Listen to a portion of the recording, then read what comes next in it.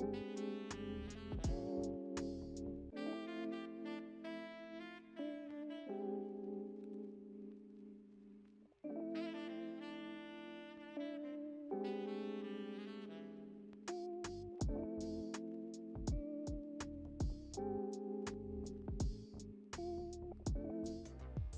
everyone, how's it going again? We're back to Blender again on this Friday. This is what we made last time. We made these pots with the covers or the lids. And we made the handles look extra fancy and we made them move right. And then we made a knife block, which doesn't have any knives yet. And I think we should make a second version of this. Maybe we can try to make it out of wood. Although I'm not really sure if I can get a realistic wood pattern. Hey Aiko, how you doing? Welcome, welcome. I think what I'm gonna do with this one is I'm probably gonna duplicate it.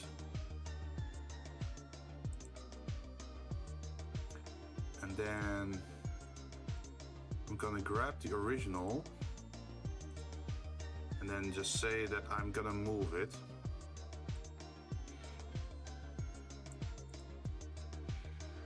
And then we go back here.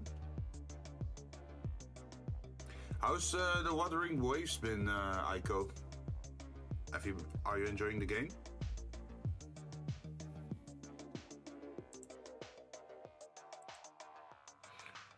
I'm gonna add a cube. We're gonna say it's gonna be 200 millimeter maybe.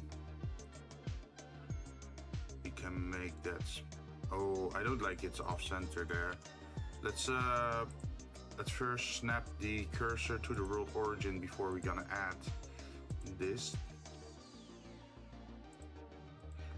Let's see, what if we turn it to 5? That's more easy to handle.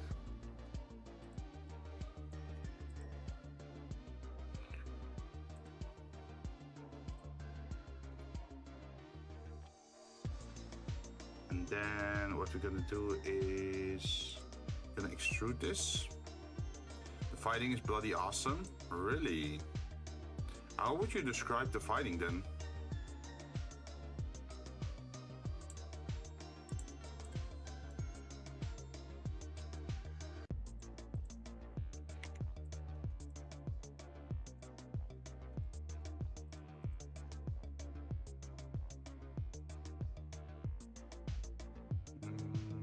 I should probably loop cut through the center here with only one cut.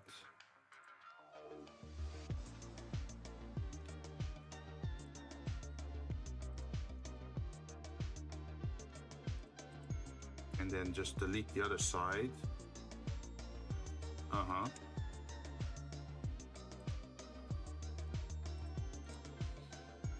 Then we're gonna move this one outwards.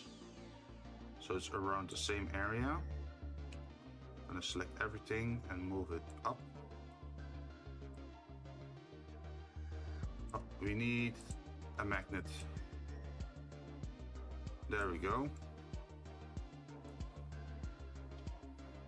Hey Didi, how you doing? I'm doing pretty good. We're just chilling again today. How's your week been?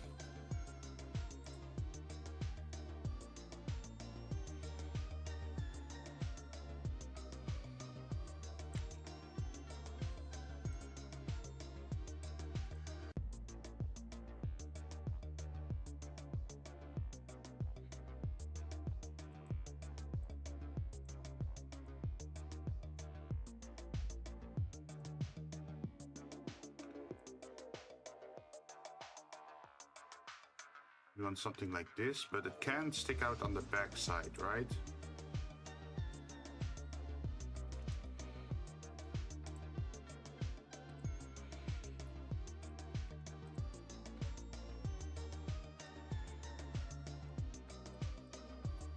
And then we go to the modifier and we're gonna add a mirror.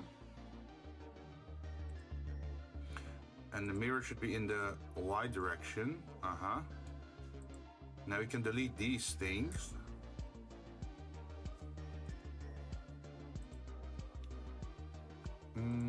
Let's see, we can bevel this. That's a little bit too strong of a bevel though.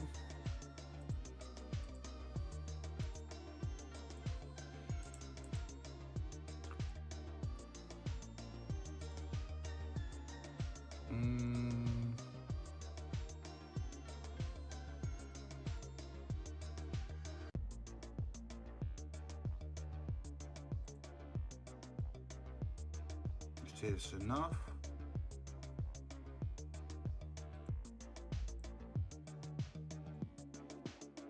I think this is okay.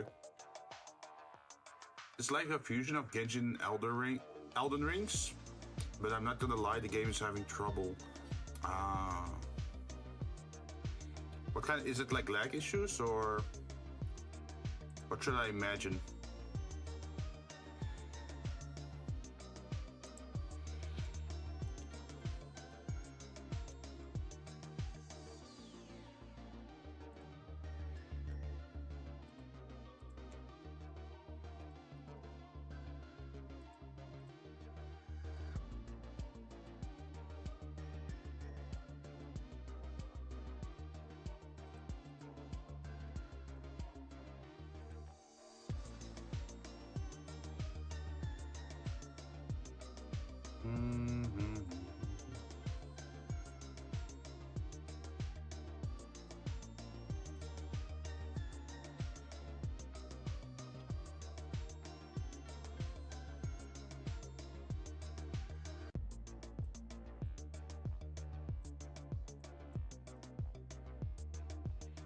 If you do that, it's still gonna be this shape.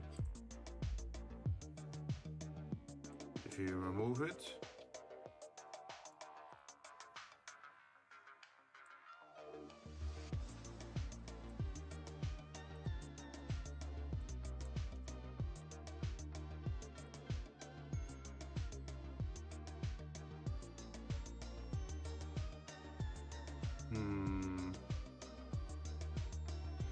can we rotate it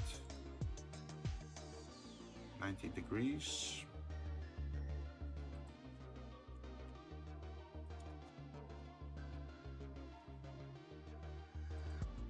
Not this one. Maybe this one 90 degrees? Nope, that doesn't help at all. What about 180?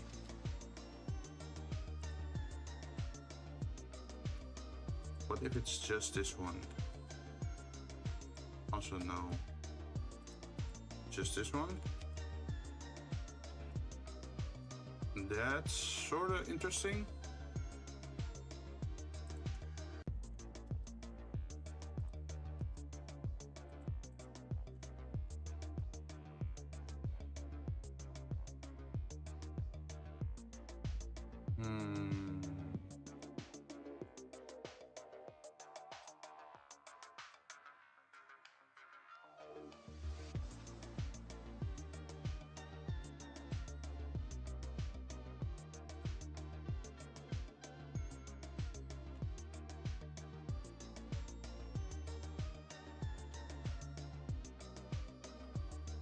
Optimization problems, and for mobile players are having graphic and crash problems.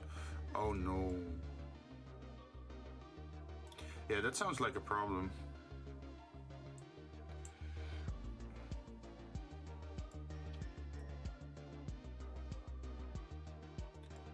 Object. It looks kind of misty now.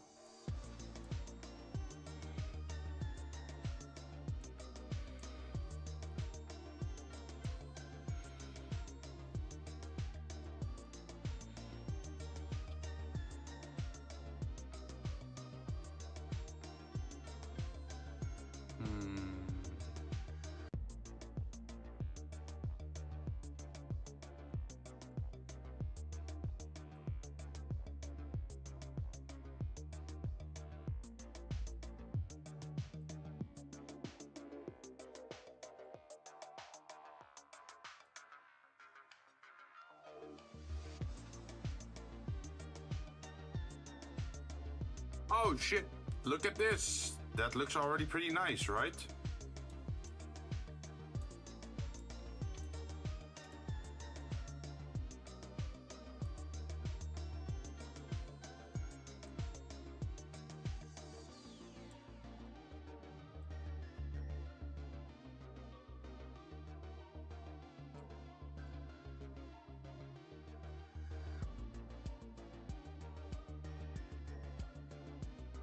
You think that's realistic enough?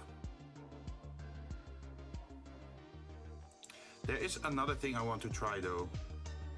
That is brick. So you might be wondering, why am I adding a brick texture to wood? Right, but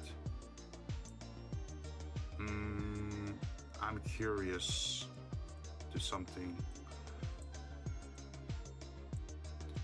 If I were to add a bump map in between,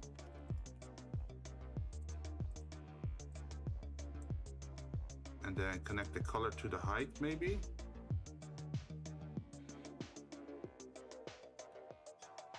It looks cool though. Yeah, that's what we're going for. At the moment we're not really seeing anything here. Is it the factor maybe?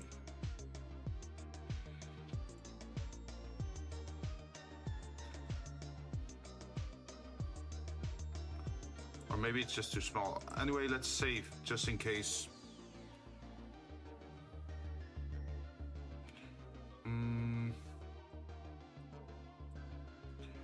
Or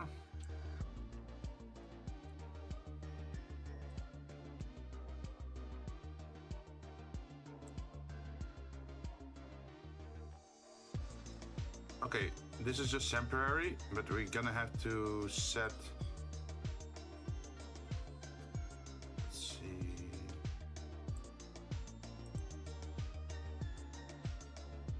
See 1, 3,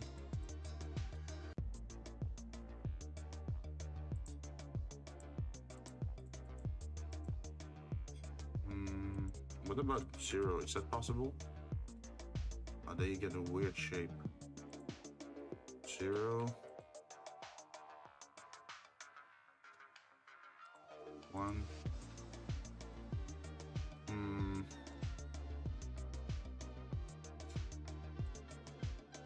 Scale it up.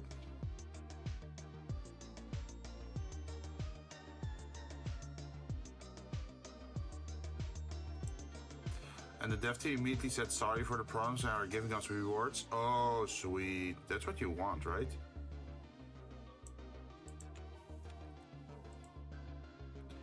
Mortar size 0, 0.1. Mortar smoothness.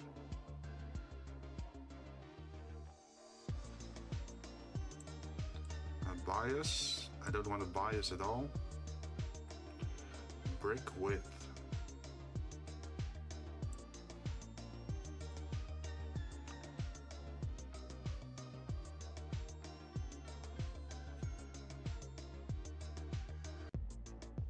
I think this could be fine, maybe. And then, is there a way to mix that with the wood pattern that we made before? Add, mix.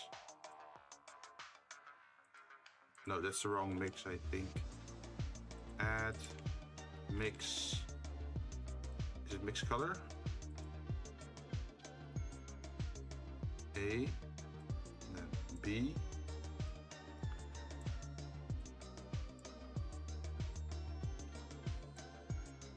And can we directly connect it, or do we need something in between?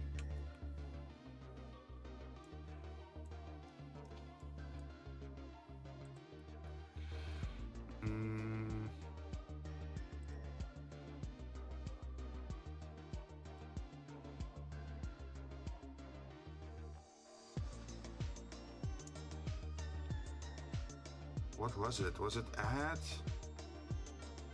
Difference?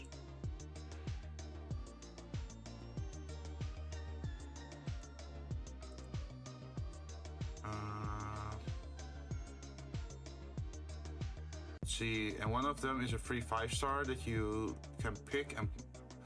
Oh, so you instantly get a 5-star? Yo, lucky you.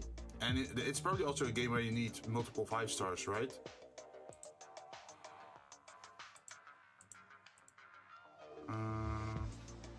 I'm not sure which one we need here.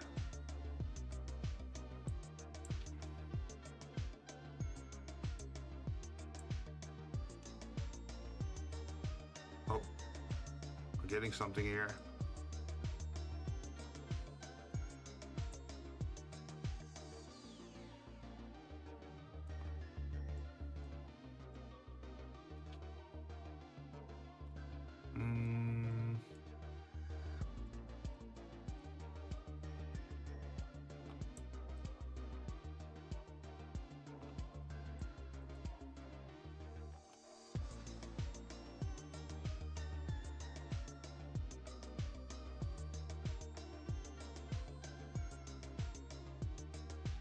I wonder, can we make it more transparent?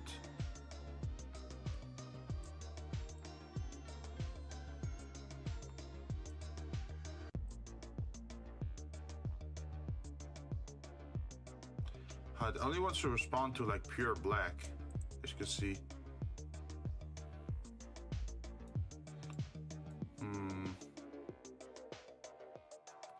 Too fast, too soon. Hey, Dark Spider.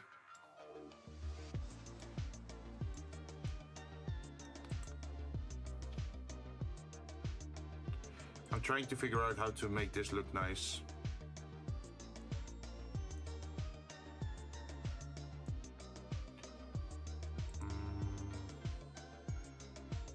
Let's see, value, color, saturation, hue, divide, subtracts, exclusion. Is it overlay, maybe?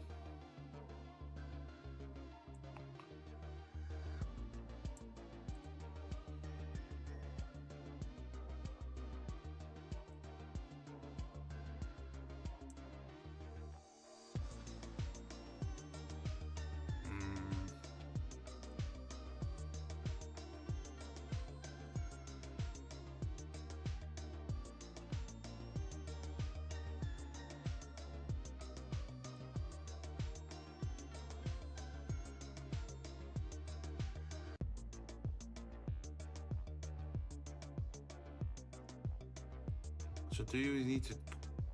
No, you don't give it to base color, but what about roughness?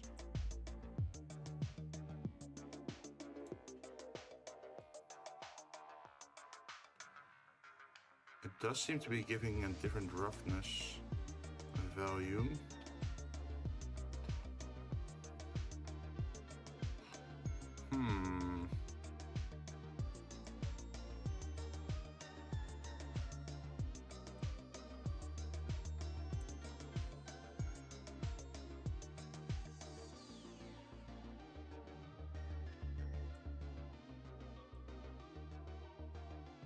What if I use an inverter? What happens if I use invert in here?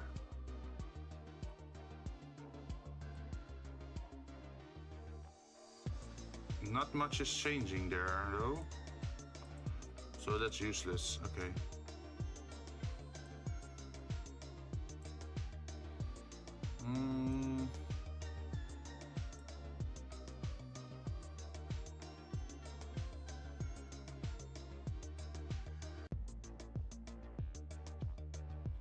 Where was it again?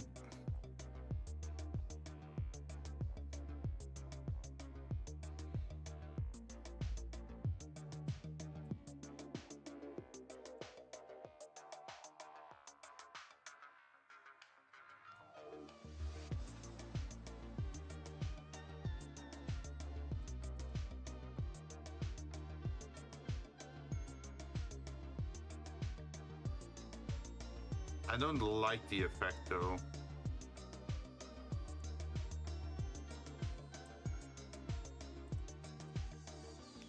So could you get off the clear coat?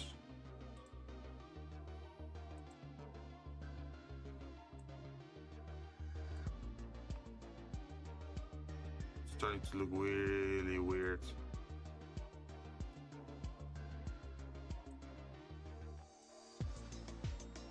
Oh, it was never collected to the clear coat. Okay, okay. Thank God. Eesh. I think it would still be better to just directly connect to the roughness like this and not have this connected.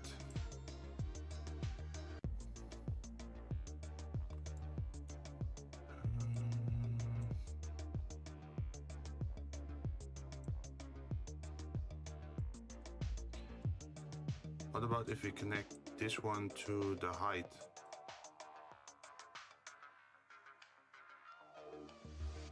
It's calculating.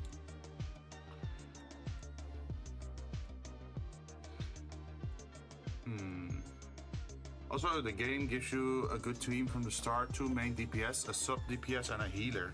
Oh, I'm gonna guess this game is gonna be very DPS focused then, huh? If they really want you to get damage dealers.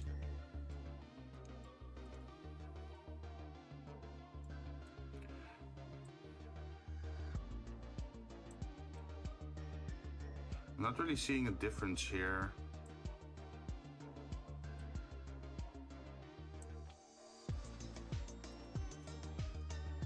What if instead we apply clear coat to make it look shiny? As if it's like a, how do you call that? Like the thing you put on wood, like protective oils or that sort of stuff, pretty much.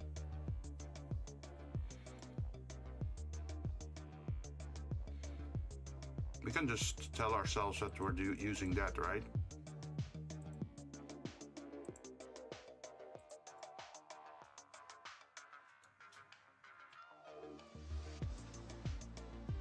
Don't like the direction of the grain for this one though. So can we rotate that?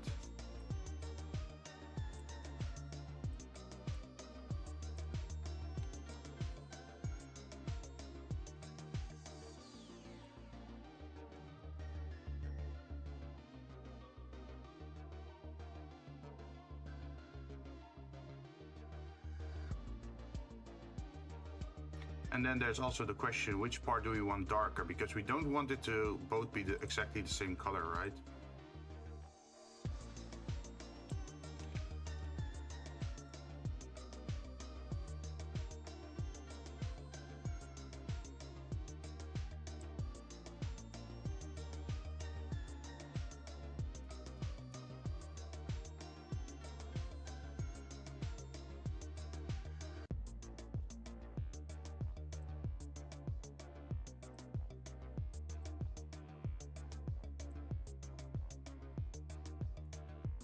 Like usually one of the two is like darker, right?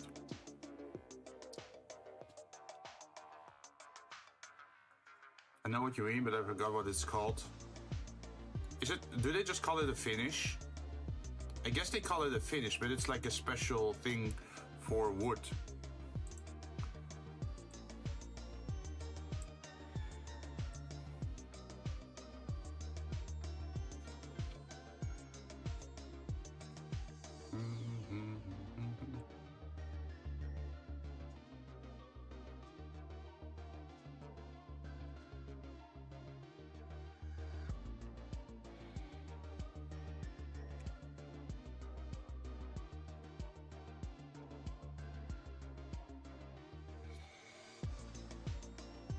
I think the dark block has to be on the small one.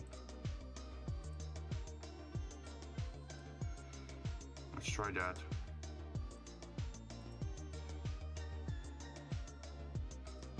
Already looks a bit better.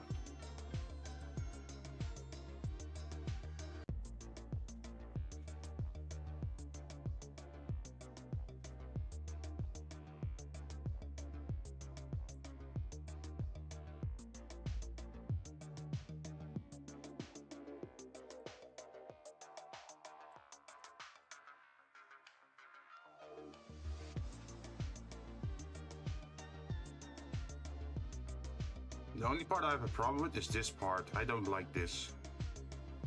Like this is fine. This is fine. This is also fine. This is fine. But I don't like this.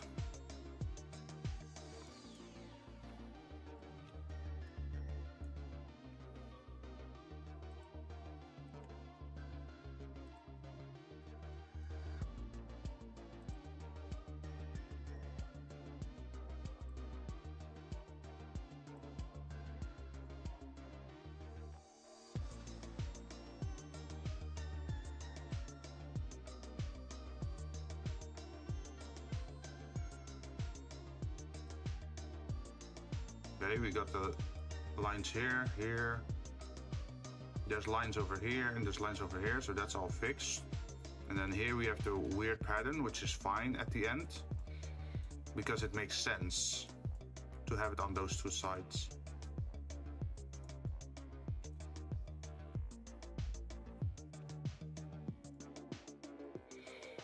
This is essentially a wooden version, right?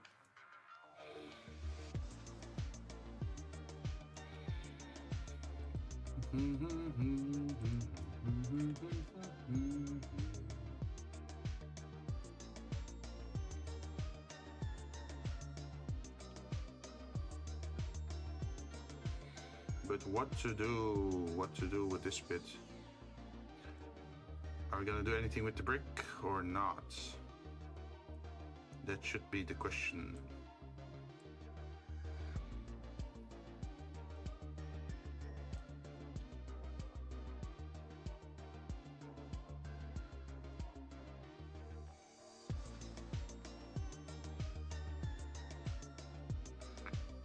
Vector, color. Wait, can I just make it like black? Doesn't matter what it does, huh?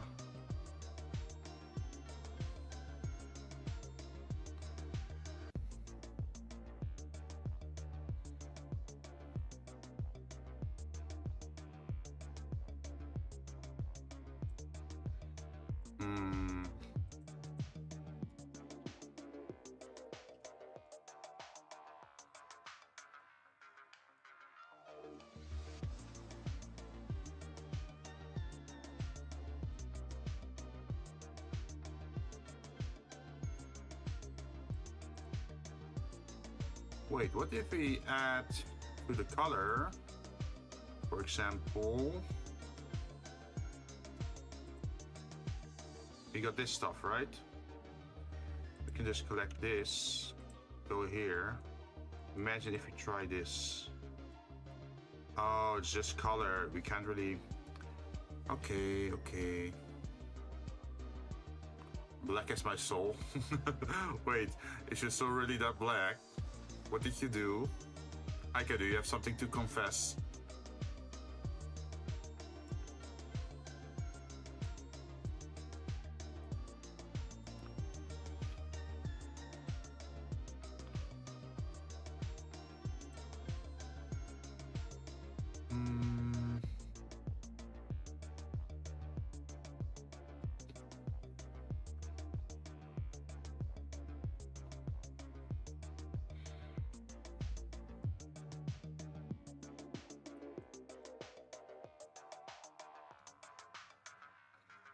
Instead of doing it this way, what we could also do is just... Oops. Delete this.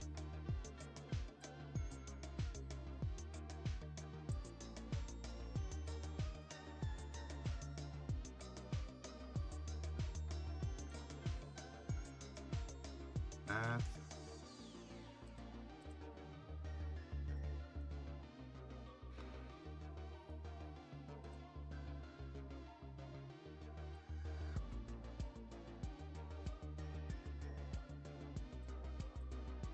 Not this one.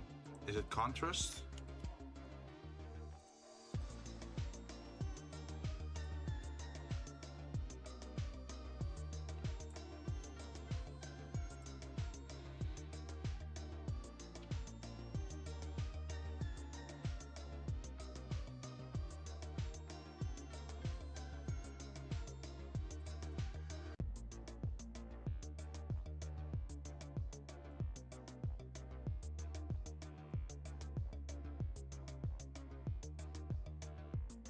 Ah yes, Father Jinn, for I have sinned, and I will continue to do so. Ah yes, go forth, my son.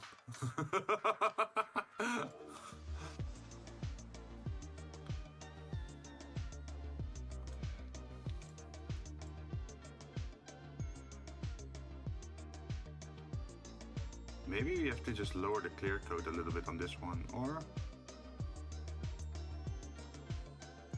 Yeah, this is too smooth.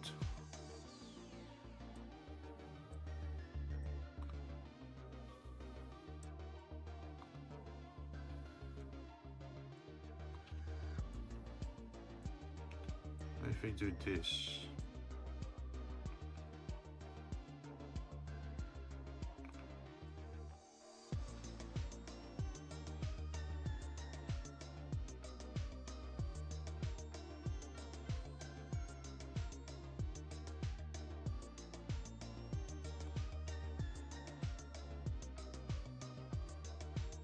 Wait, let me see if it's working. Wait, if what's working?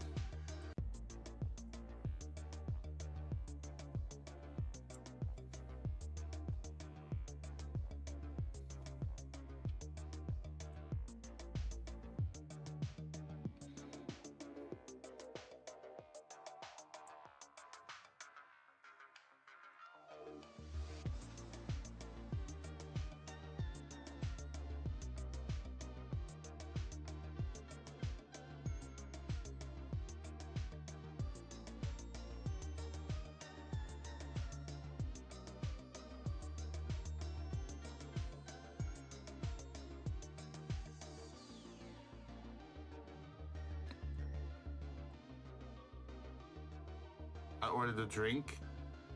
Hey! Yeah, it's working. I wonder if it was just a temporary thing with Stream Elements that they were like updating stuff.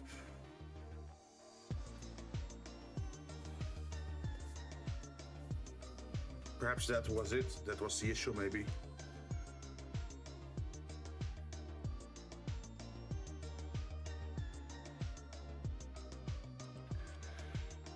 Zero.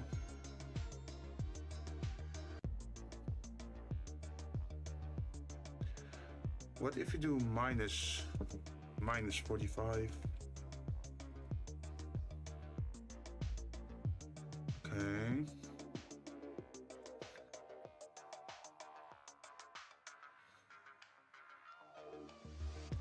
I still don't like how it looks on the sides, though.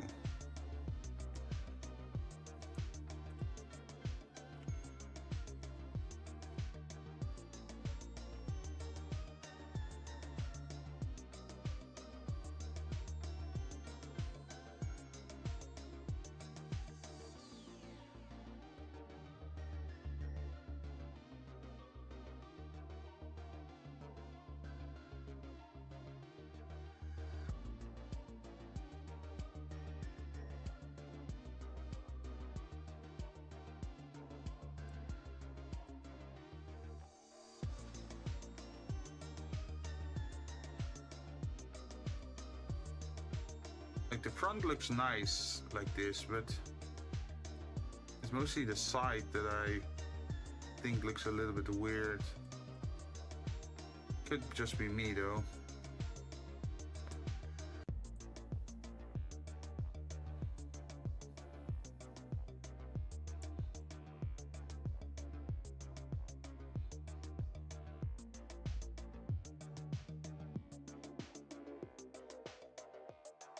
I think we're just gonna have to use this as is for now.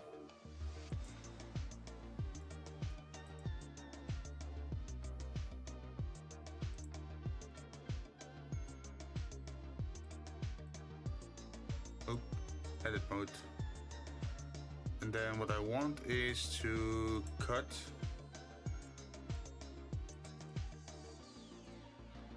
See, do I want it to cut into threes? Yes.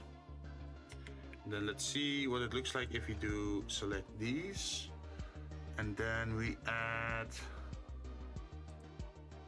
another material, which is going to be the lighter version, assign,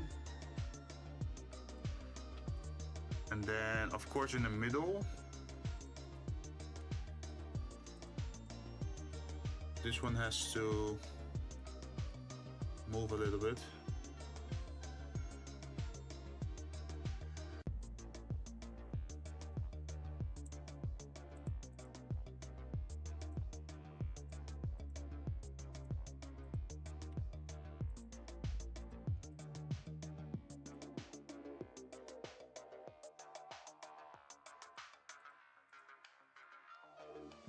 How does this look?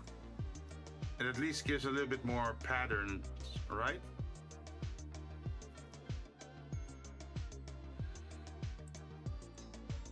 Something else that we can do to really sell the idea of it being like combined wood is if we were to add another cut over here. And then we're to say that these areas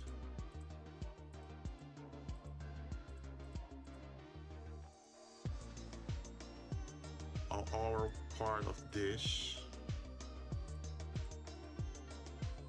Yeah, look like this. So what this this gives a hint that as if this part of the wood over here is actually part of this part of wood, and this is like another piece of wood that's fletched in with the other one and then glued together. That's the fancy stuff, right? Usually.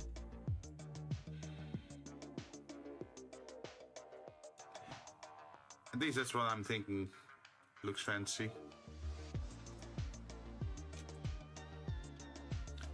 I wonder if I can just join these two. Let's see, this one only have bevel, this one has bevel subdivision.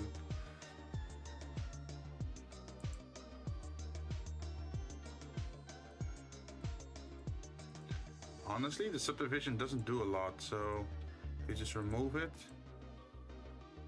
And then move this a little bit more to the side again.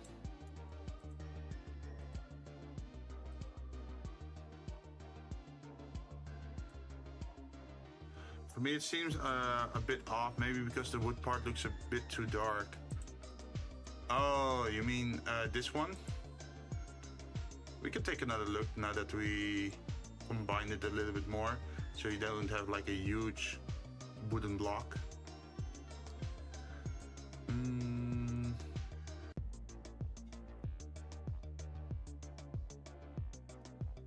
See, material, wood pattern. Imagine if you made it just a tad lighter.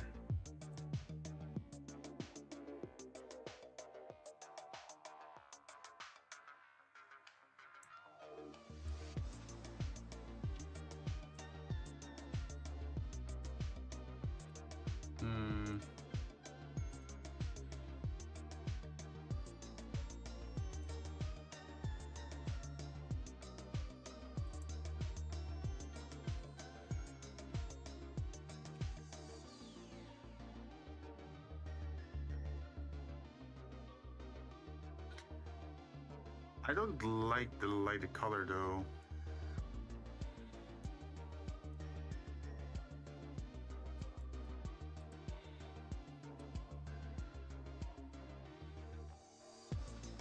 Yeah.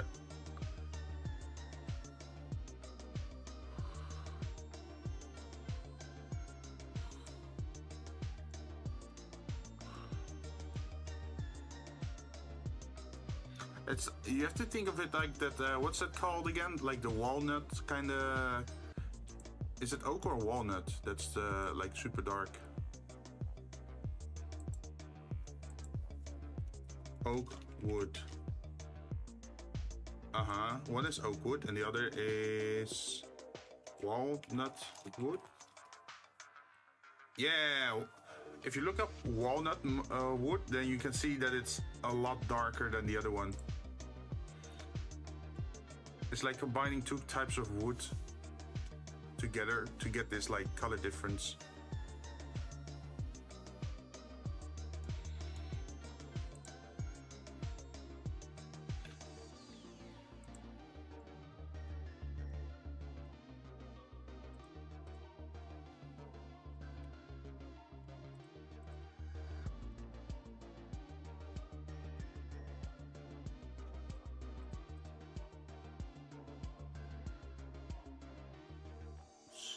missing anything. This one over here.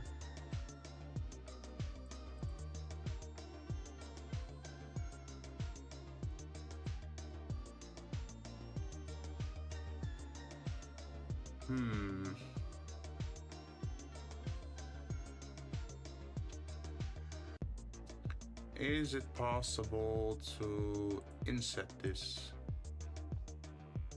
for a very minuscule amount?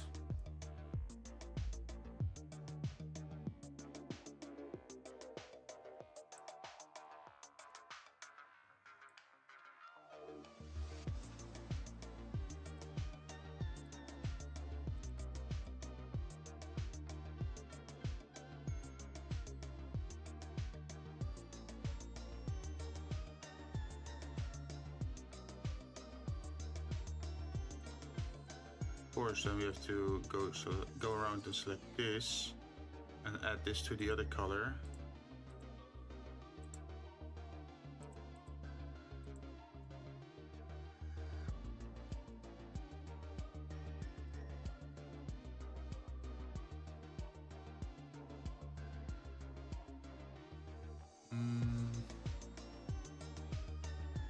No, let's go back again.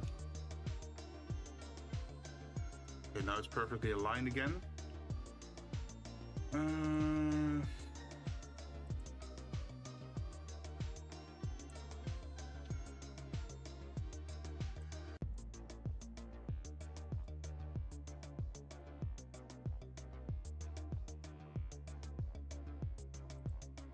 What if you do it like this?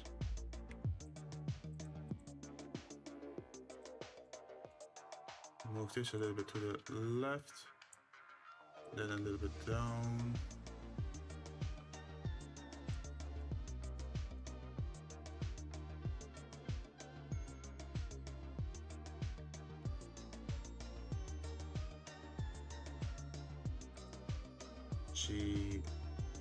Z.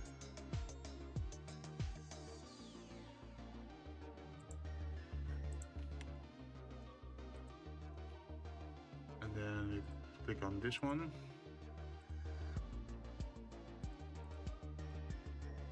Is it noticeable?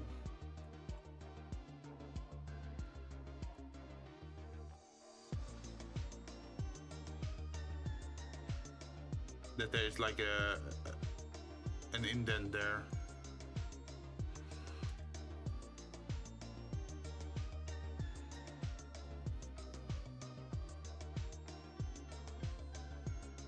I guess it's a little bit noticeable.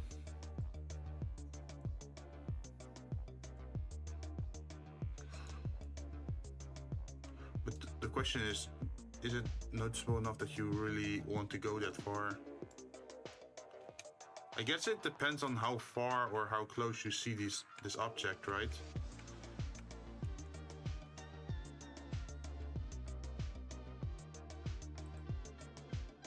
Although I think this is more like like we're not gonna like rotate the camera around this object or anything.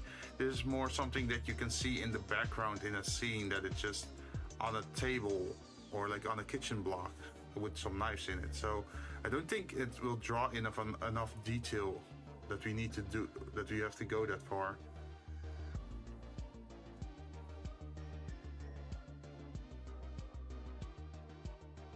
At least that's my idea.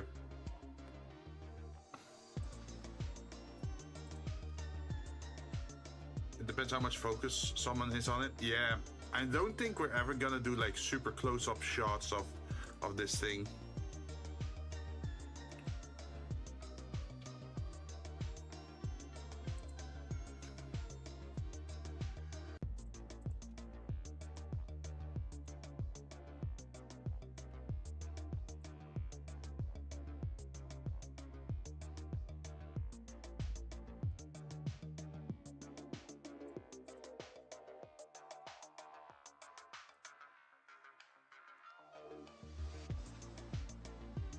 So now we should make a knife, right? So let's look up knife dimensions, or kitchen knife dimension.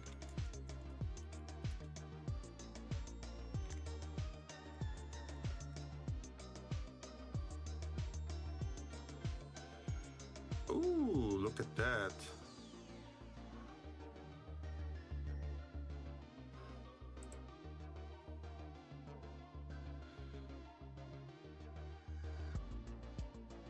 Those are some fancy looking knives.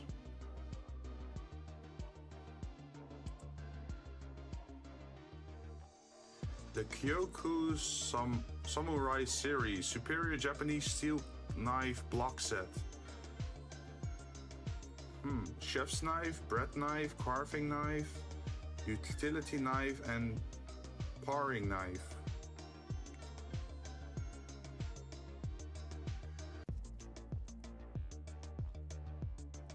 The handle seems to be the same for all of them.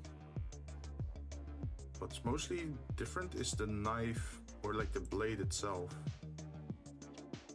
You have the Santoku knife, the 8-inch chef knife, 7-inch cleaver knife, Santoku knife, paring knife.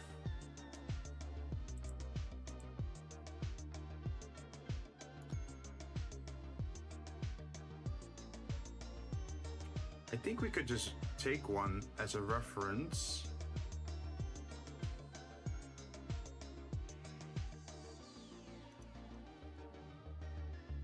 And perhaps work from there.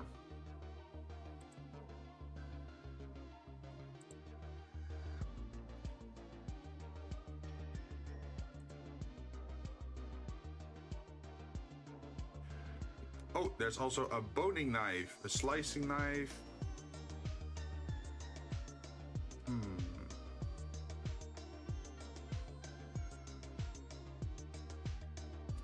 How many spots do we have? We have 1, 2, 3, 4, 5, 6, 7, 8. No? Yeah, 7. That's what you could say.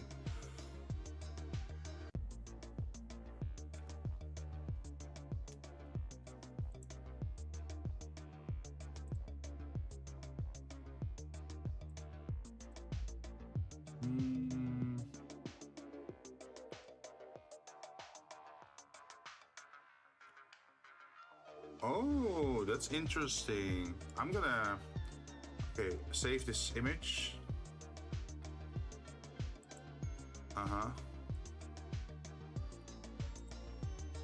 Can I show it inside?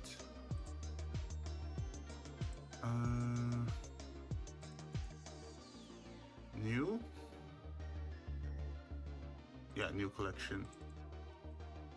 Kitchen, knives. And then we're gonna add an image, a reference.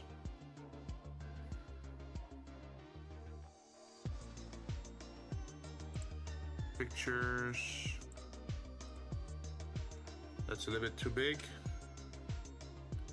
So as you can see over here, the interesting is they have the serrated steak knives. They have a chef's knife, a santoku knife, a bread knife, a slicing knife, a utility knife, a paring knife, a kitchen shear, and the sharpening tool. So we have the sharpening tool, and we can make some of these blades, perhaps not all of them. 1, 2, 3, 4, 5, 6, 7. Oh, wait. We can just make one of each, and then that should fit perfectly inside those slots. Oh damn, I actually have to go make scissors. That's gonna be tricky. I guess that's like a double mirror inverted, huh?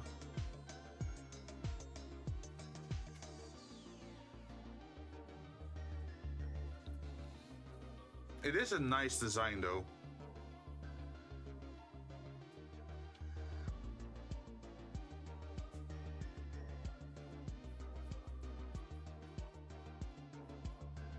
But I probably wouldn't go for like all metallic for the handle.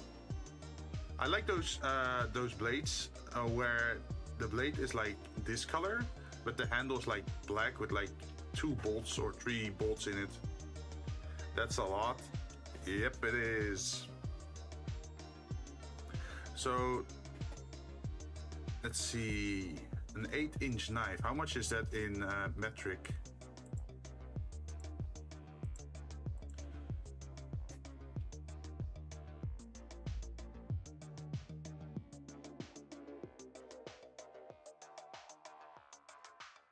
because I'm not good with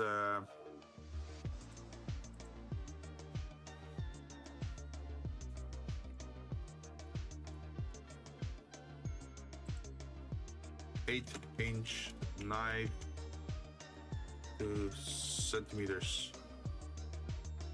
Oh, that's exactly 20 centimeters. Interesting. I was about to say something sus. Oh, what? Were you saying like, oh, if you want to know what 8 inches looks like, just look into your pants or something?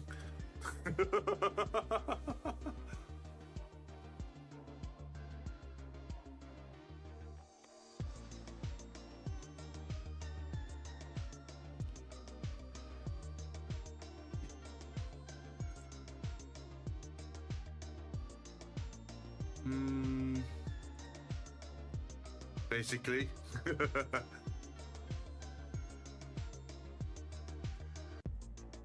See, I think what you want to do is add an object, a cube, which is 200 millimeter.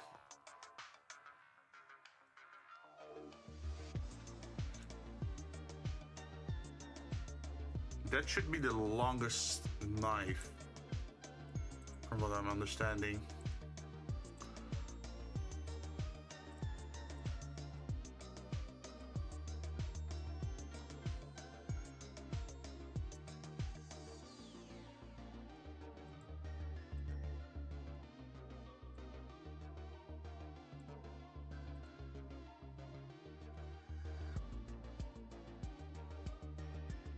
Sorry, not enough. Oh no, oh no.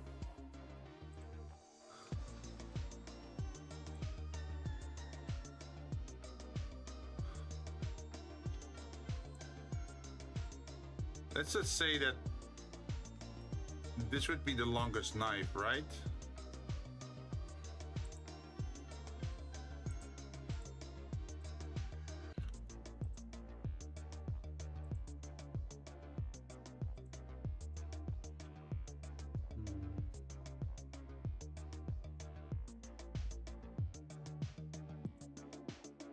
So why can't I move this this empty anymore? Oh, it's because I'm in edit mode. Okay.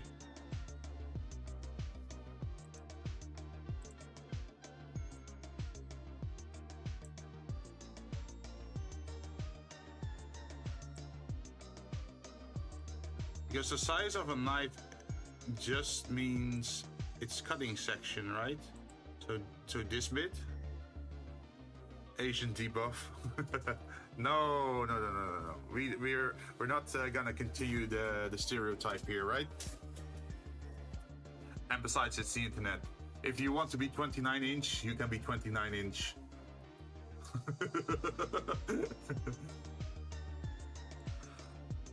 Nobody's gonna know.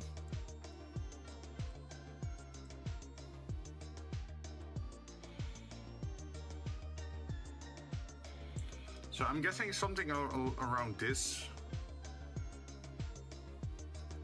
would be accurate size.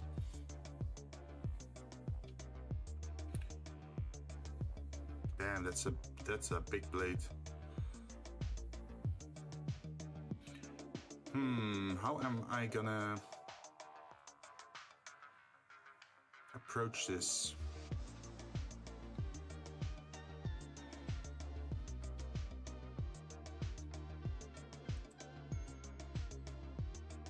Should I start with... Yeah, I think I should start with the profile of the blade, right? But would it make sense to use curves for this, or would it make sense to just use the objective? I think the most sense would be if we were to just use maybe a grid.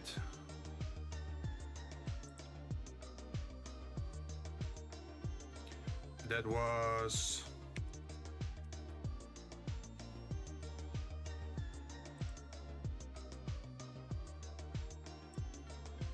Maybe something like this.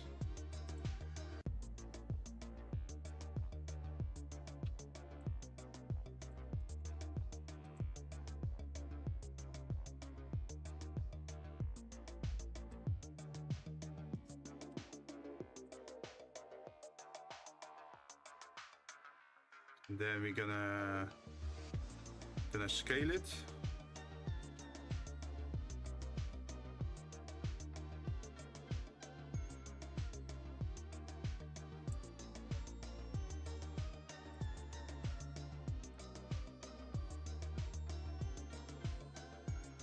Probably like this.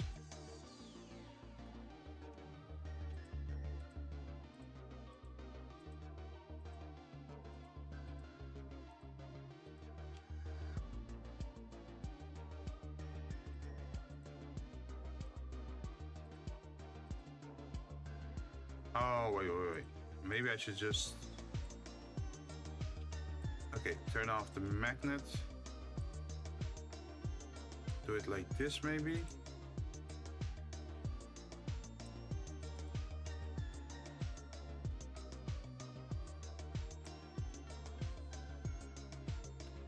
Asian debuff, nah. We're only talking about Asian buffs here, not debuffs.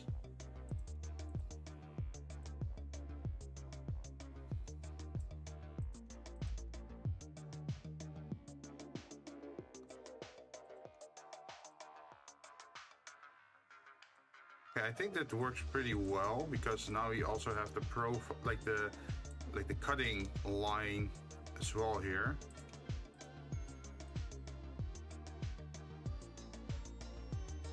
I think for this one we might want to snap it though.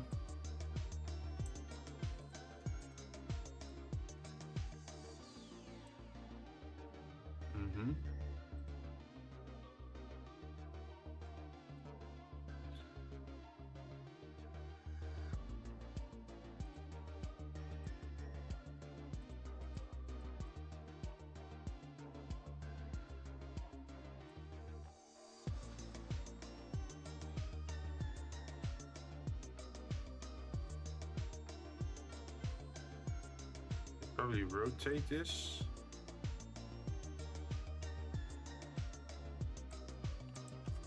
Minus 90 degrees.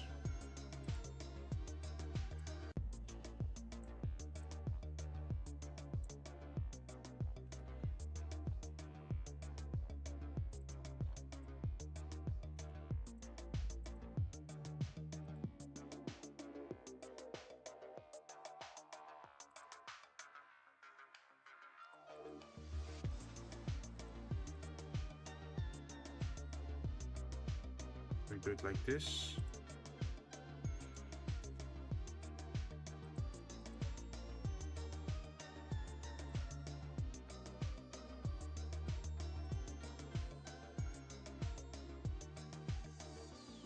And what are the Asian buffs, my bartender? Asian buffs. Asian buffs. I know not everyone has this, but the Japanese have this. The Japanese have a special gene that allows them to digest seaweed better. That's something Western people don't have.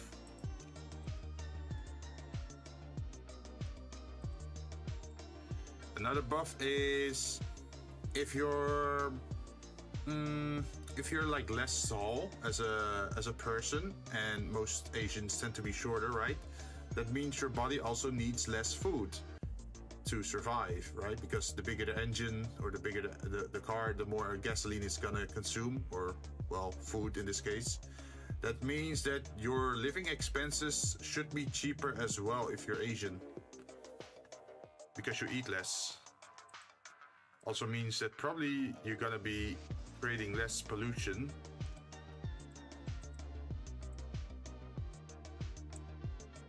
Or less garbage.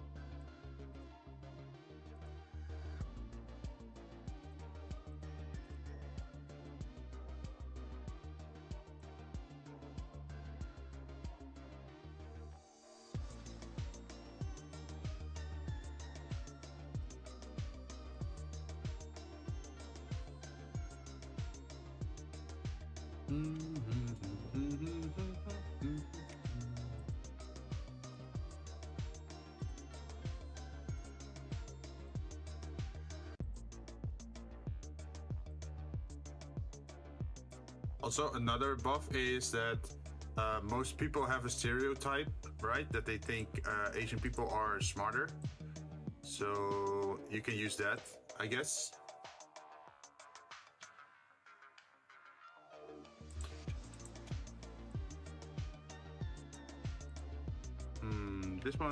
This shape is weird.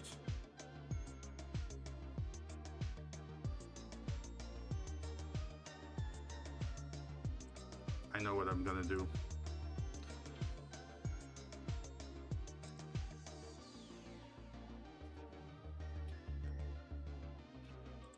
I'm gonna cut it and then remove face, remove face.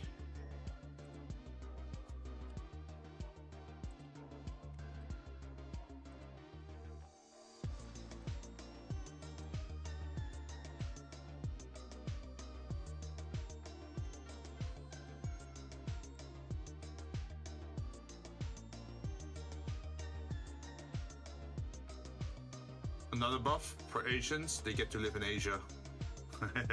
Well, at least the ones that are born there.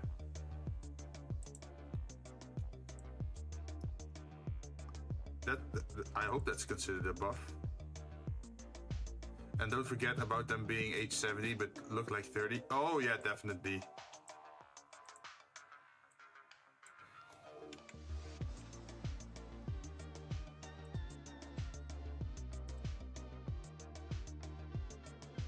But there's also the counterpoint to that, right? The moment you turn, what was it again? The moment you turn 50, suddenly you catch up to it. That's the joke, right?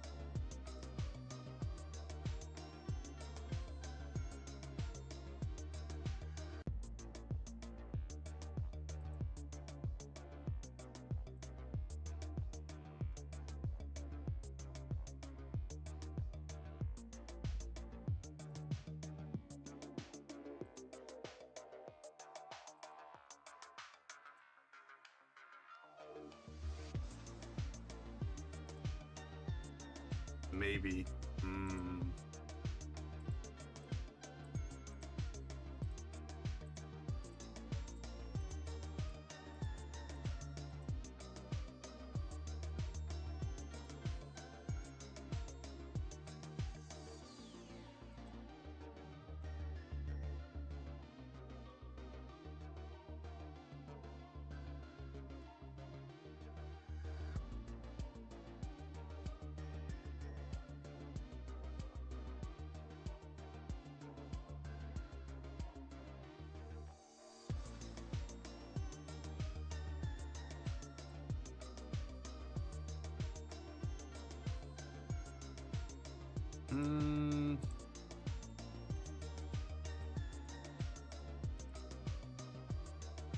Yeah, suddenly you ate so fast you don't even realize. Yeah, it's catching up to you, huh?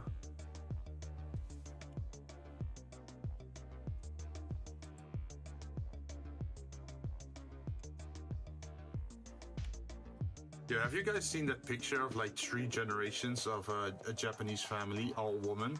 And they literally look like sisters, but it's literally like the daughter, the mother, and the grandmother. But on the other hand, there's only like 20 years of difference between the generations.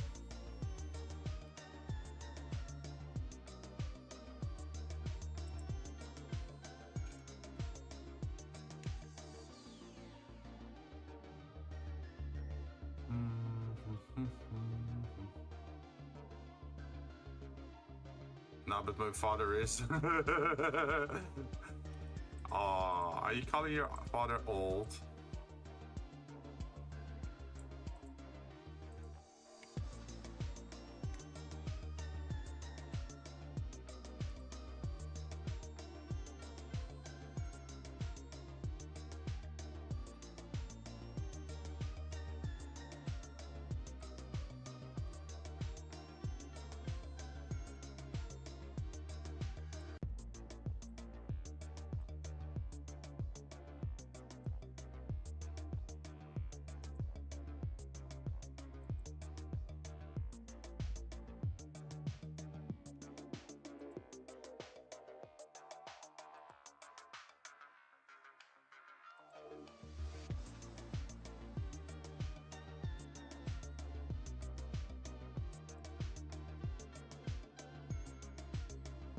Maybe old, but I still love him. Yeah, that's important. That's what matters.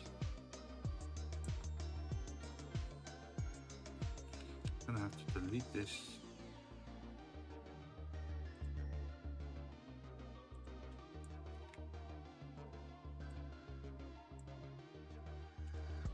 Delete these vertices.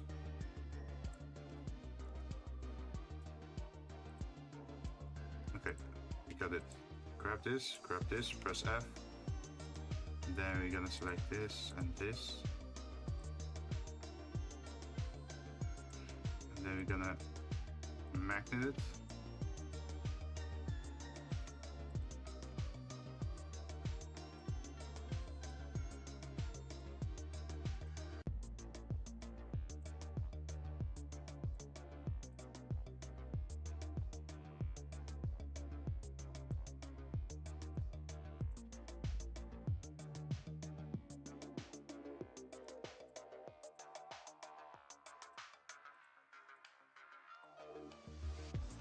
Oops.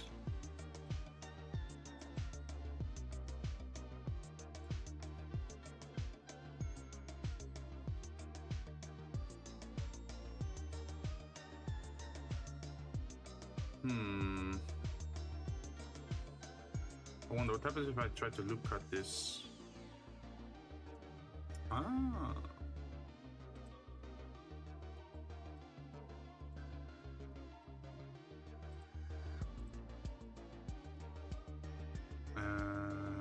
Pages.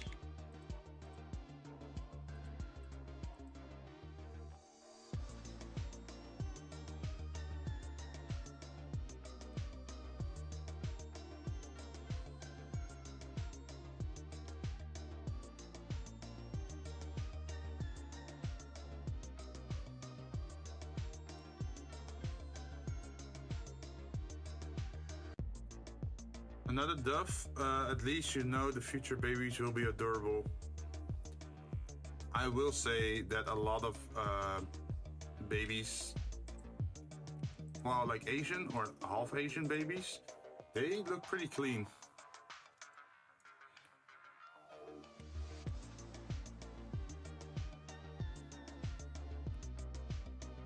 Like, but I guess you have that for every race, right? There's like, there are some very ugly babies out there. Where you think like, what the hell went wrong with that one? But they usually outgrow it, right?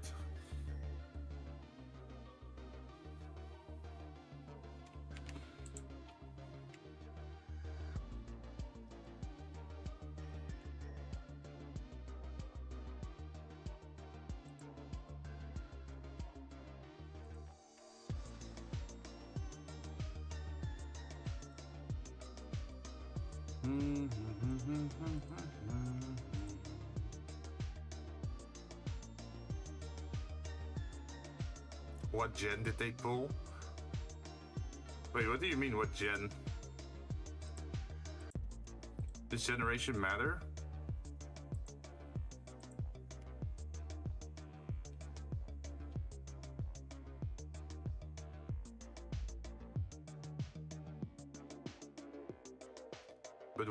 But while they grow up, never mind. It's not that bad, right? Wait, I wonder. Do ginger Asians exist? Like Asians with ginger hair? Is that a thing?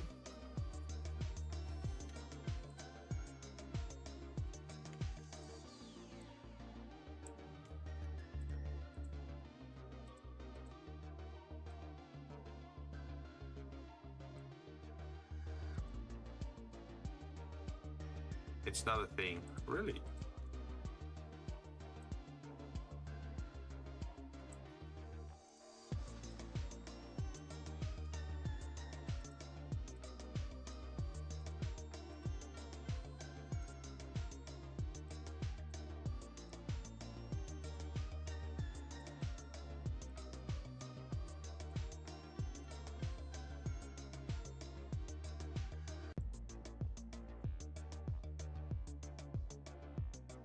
I thought that they might still exist.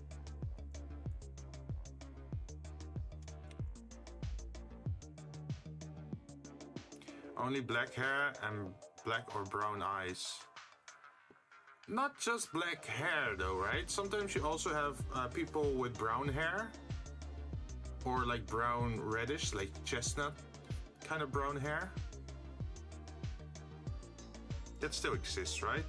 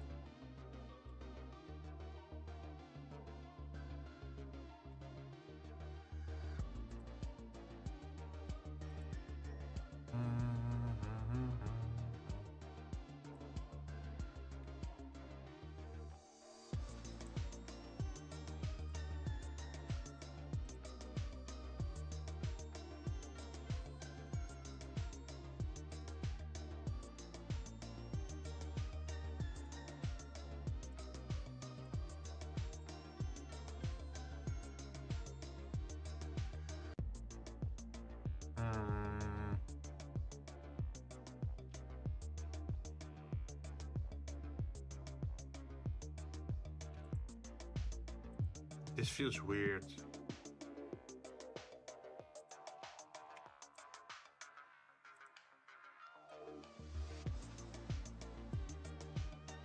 As if there should be something more in between.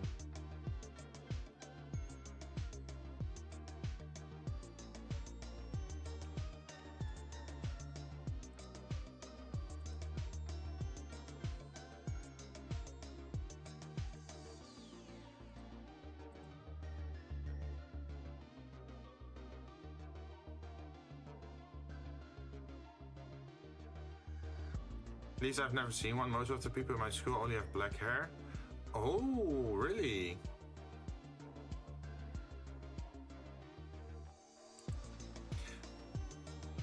Let's see, what country is that then? If you're okay with me asking that.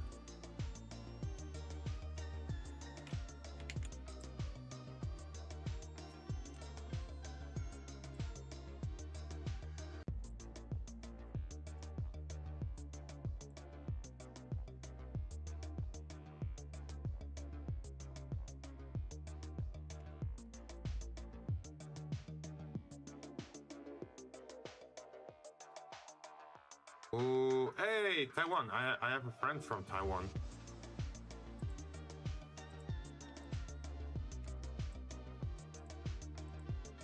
Ah, I didn't know that Taiwan had primarily only black hair. I thought it was a little bit like Japan, where there's like still a little bit of color variation with the hair. The rest are rather dye or mix. Ah.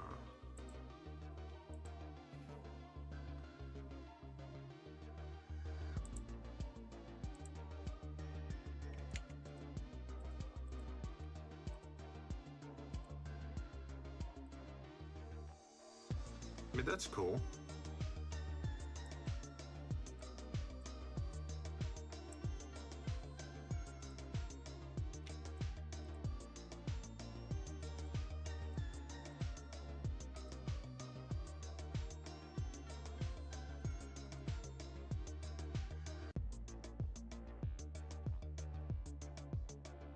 I have no idea how I'm gonna solve this, man. I don't think we want something that's directly over there. Oh. Delete. Edge.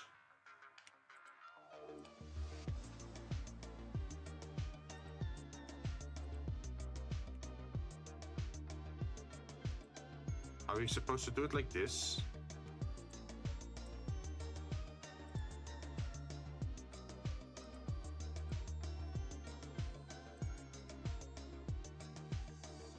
I guess that works. So how is life in Taiwan at the moment?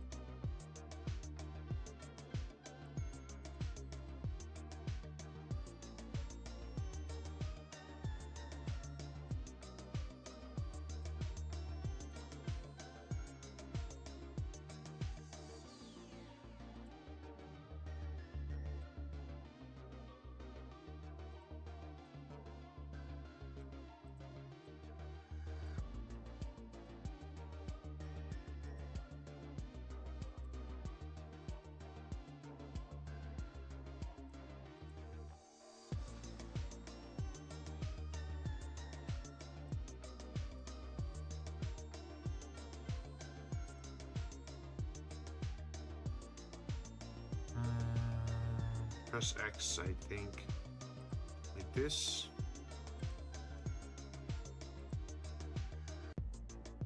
Peace and convenient? Really?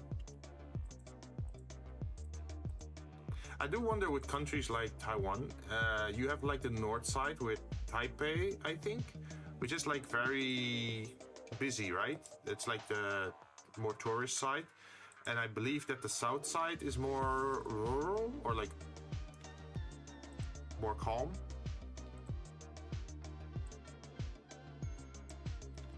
I think that in Taiwan also the stores stay up longer, right? Like there's no closing hour. I think if you want as a shop you can stay open all night, right? There's no regulation on that.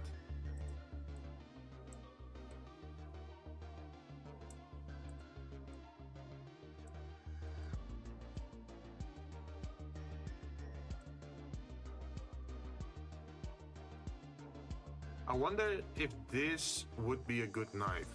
Like you can see, we still made our own changes to the knife. We want a rounded edge.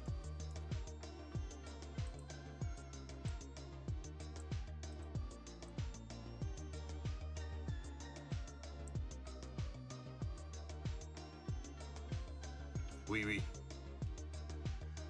Also, I think I still have a sentence somewhere around. Let's see.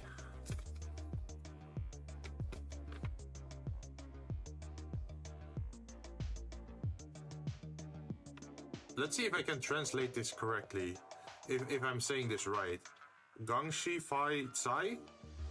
Am I saying that correctly? Gangshi Fai Tsai? Hopefully I'm not butchering the language.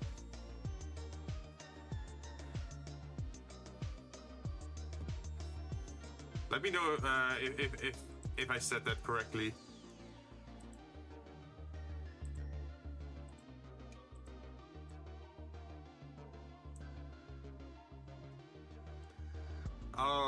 Oh, okay. So you also have those Konbini stores. Sweet.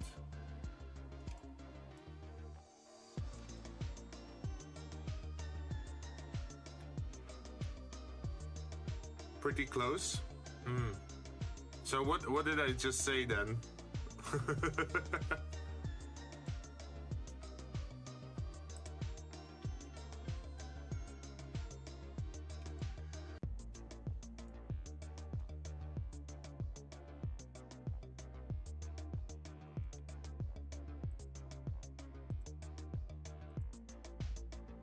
But can I just select this one? And then Happy New Year. Ooh. Yeah, although it's a little bit the wrong part of the year, right? To say this. The person that taught me that also said that it also has a different meaning than just Happy New Year, right? It's also wishing someone good business, I think, or like to earn a lot of money for the next year. I think that's also a right translation. There's also Shin. Wait, is it Shi Kwai Lai? Is that the right translation? That's also Happy New Year, right?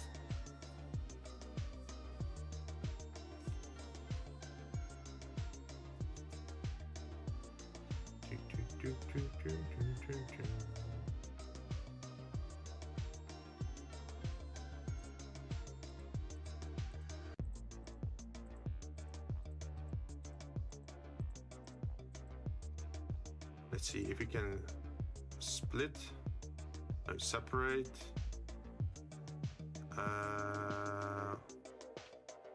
We are looking for something specific.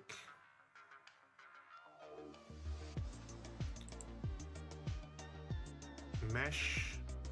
Oh yeah, there it is. Duplicate. Ta-da! And then we want to separate by selection.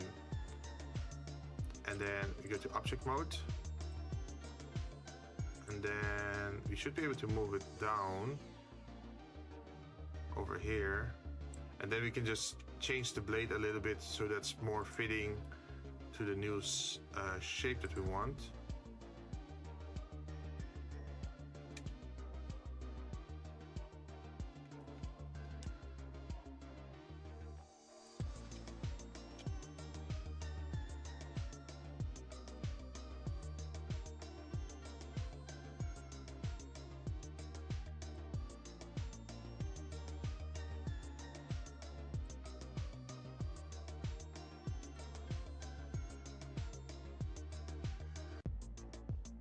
Yeah, wishing the person you know to have a nice year.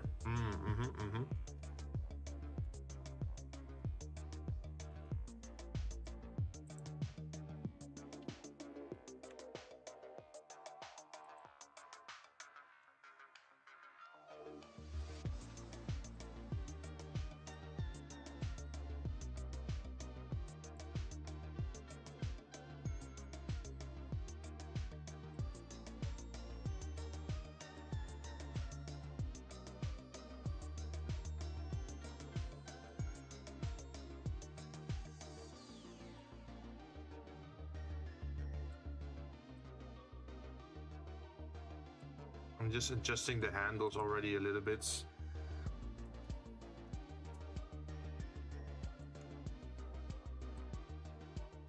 These are still good. Yeah.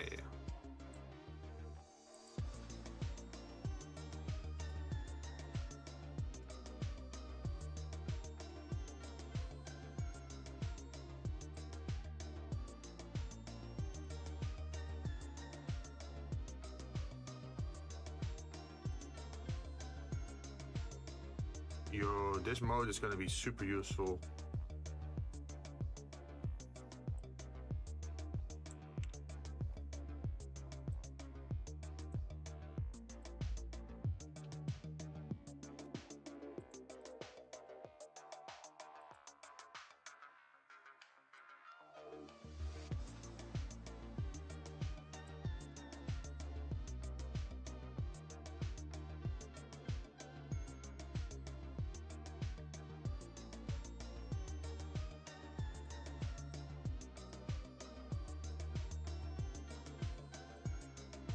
There's another one you can pronounce like hidden near Cry Lair?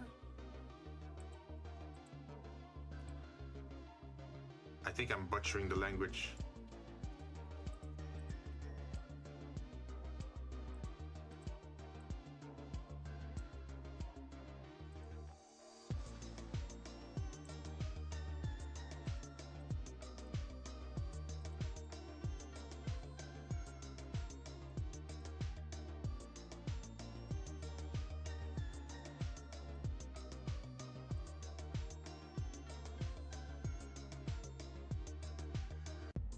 Really accurate. You're not gonna make me say like swear words, right? I have no way to double check any of this.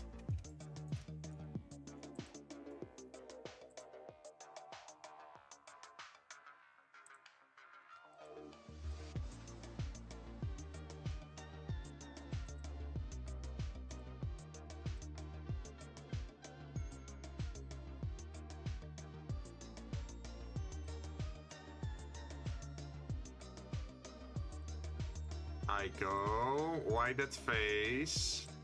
I feel like you're you're scheming. Are you scheming something? Are you a schemer?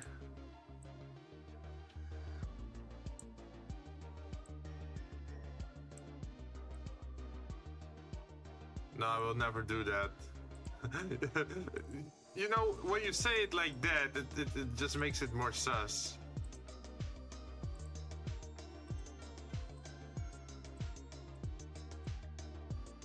Oh, there's something going on here.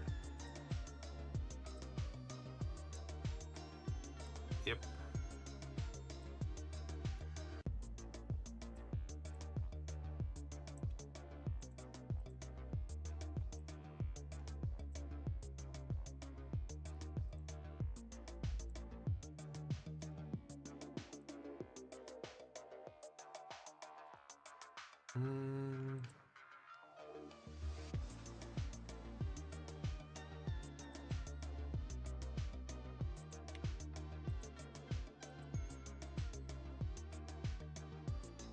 I did say my soul is black for a reason. Okay, my bad. Damn, I thought I could trust you, Aiko.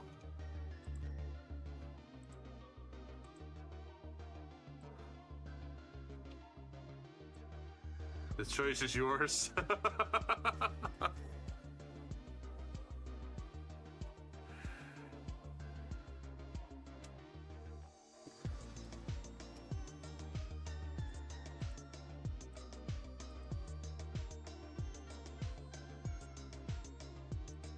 So you're saying do it on your own risk. I have to do my own risk assessment.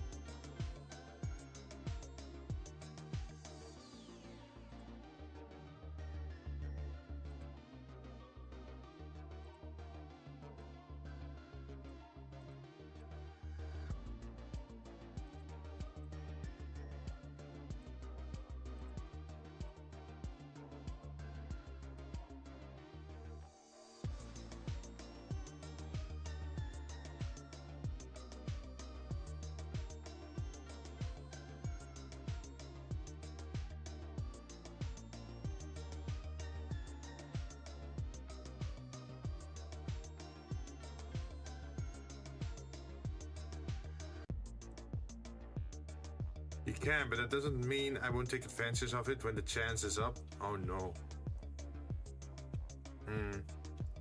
Well, if that's the truth, then why are you spilling away the secret that you're waiting for an opportunity?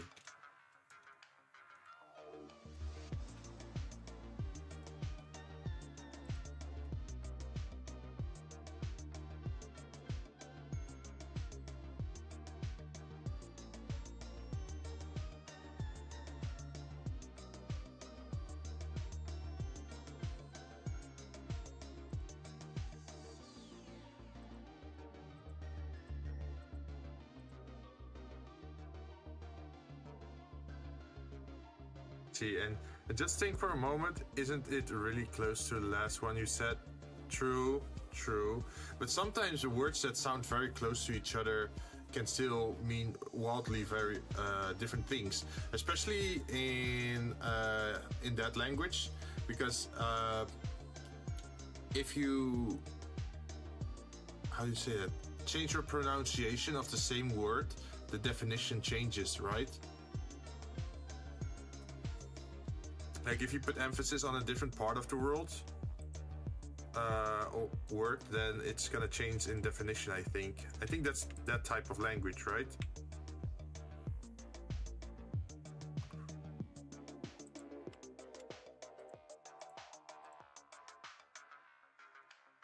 Oop. Oh, I don't want that.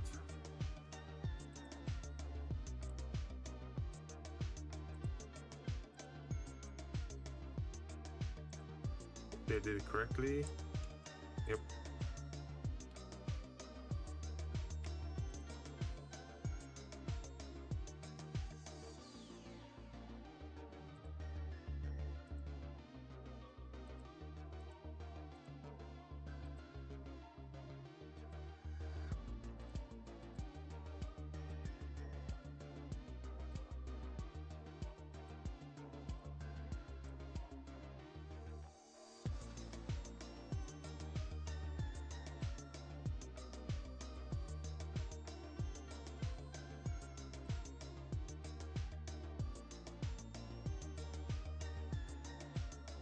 Chinese have tune? Yeah. I heard that's like very important for how you pronounce things.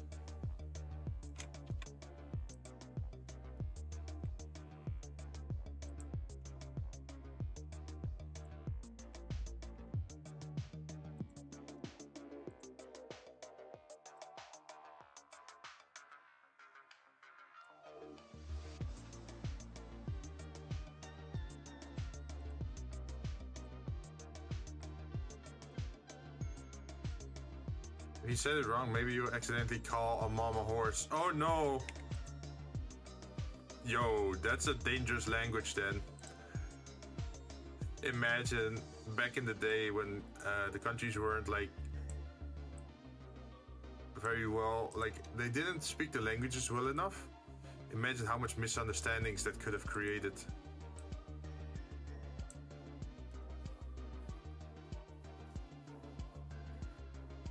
Ma or ma? How do you, what's the difference?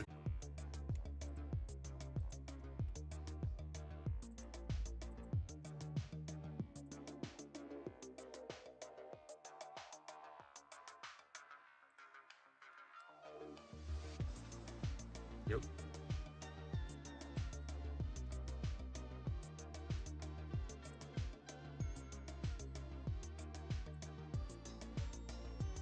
Yeah, something weird's happening over there again.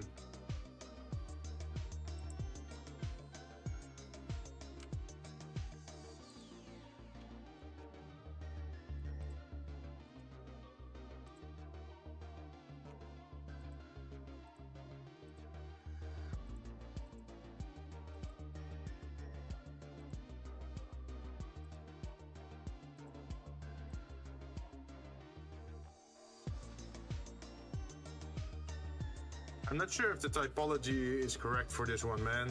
I hope I'm doing this correctly. Or at least it's not gonna create a lot of issues.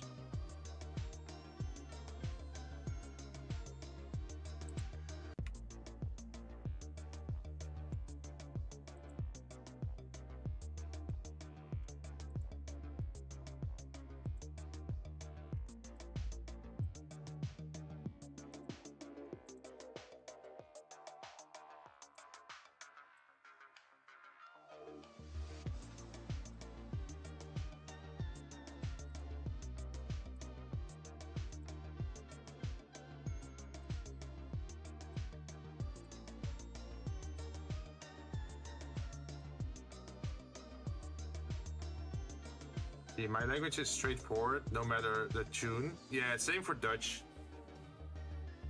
Just speak the word like the line. Going up Wait, going down and then up. My? Is it like that?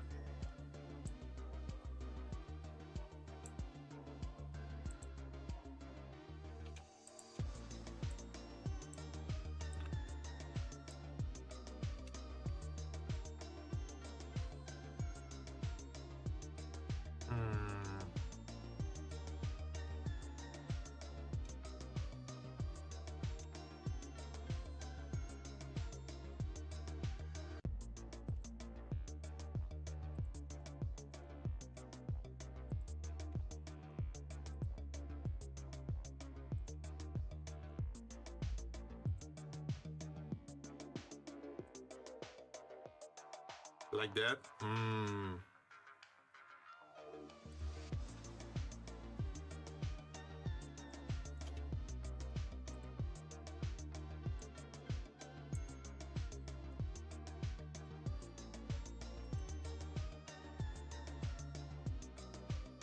There was also another thing that was interesting. So there's this name, and I think you write it like POA, but you pronounce it like bow.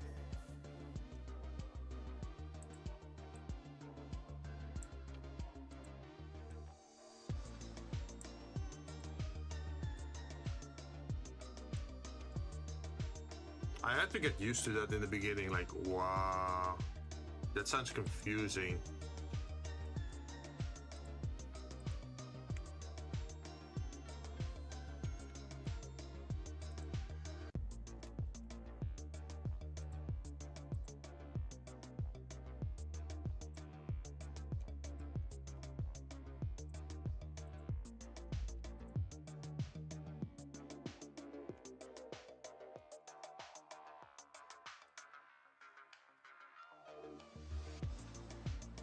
And imagine start put that in every sentence, but wait. By the way, there is cartoon.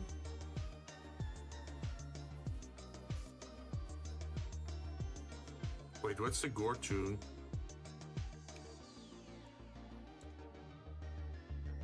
Oh, okay. Wait, you have to go up and down with your pronunciation. That sounds like a miniature headache for me if I were to have to do that.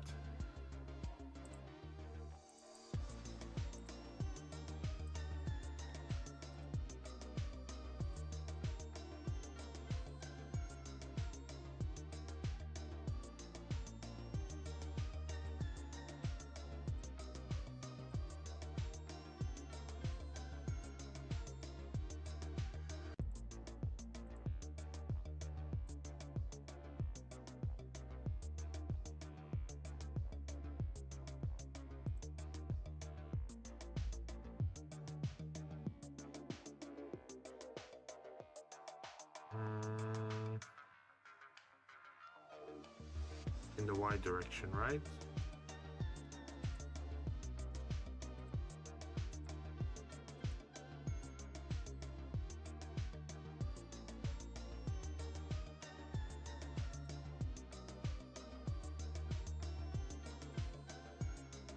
I heard that Chinese is one of the hardest languages in the world. Yeah, very likely.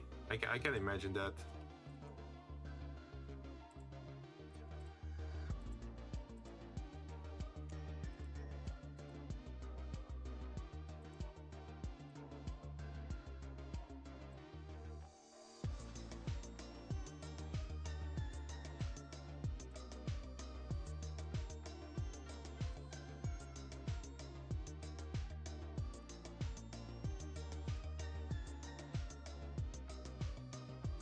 I might have to split this one up as well.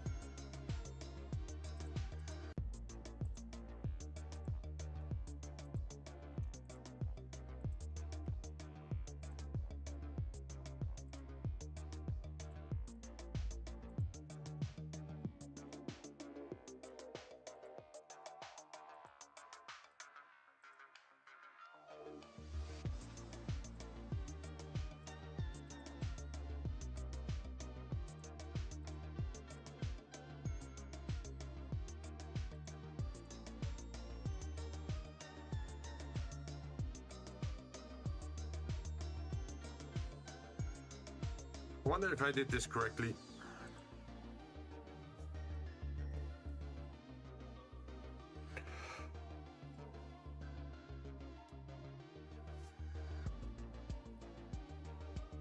Perhaps I could have swapped it over a little bit more, but I think this is fine.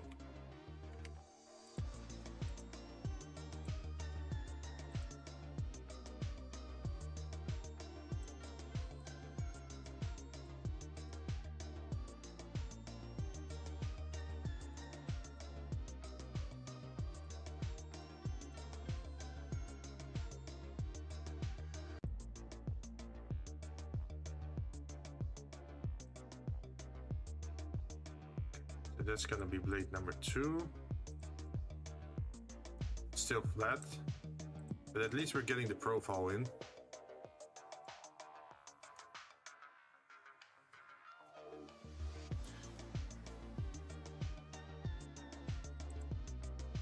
I think I am gonna grab something to eat though, before we're gonna continue onwards. I think that would be a wise plan. Just get something to eat to regain my energy, get something to drink.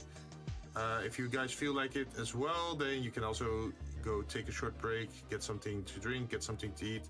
I'll be right back within, I think, like 4 minutes, 3 minutes. Just gonna refresh a little bit. I'll be right back.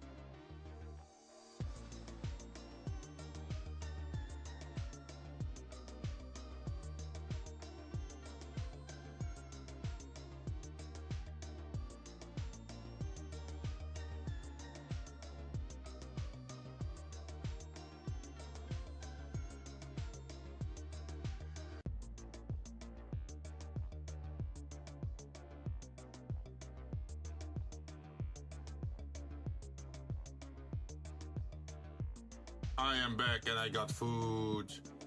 I got surprised. There is lasagna, freshly made lasagna. So I was like, oh goddamn, give it, give it, give it, give it. Welcome back. What's on the menu for today, my dear bartender?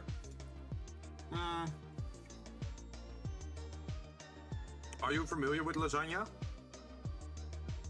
It's like a multi-layered dish with meat and dough and like, how do you call that? Like the same sauce that people use with spaghetti. And then of course also mushrooms.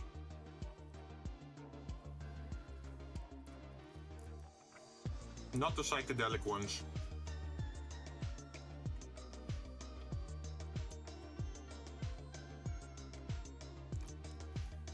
Your favorite fruit? Yo, really? I love it as well.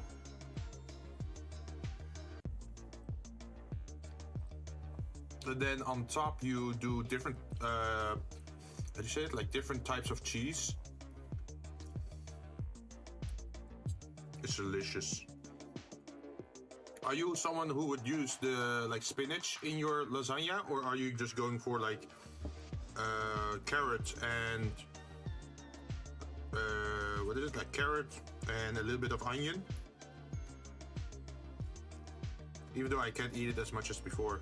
Oh, well, it is a pretty big oven dish and it takes a lot of time to prepare, right? Hopefully I'm not making too much noise on the stream. There's lasagna, perfect.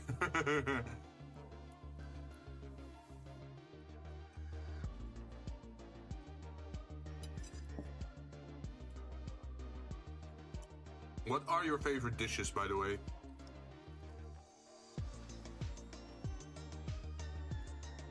Like, if you could ask for anything, what would you pick?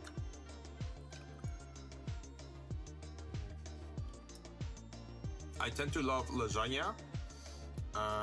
For fast food, I like pizza. If you go to one of those fancy burger restaurants, that's also nice.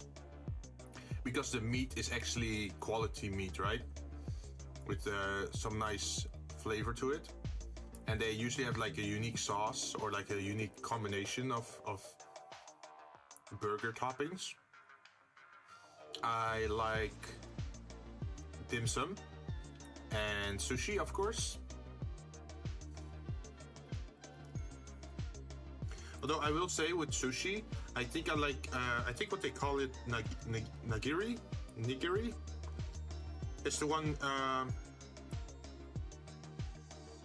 yeah, it's not the rolls. It's the type where you put like the piece of fish on top of the rice.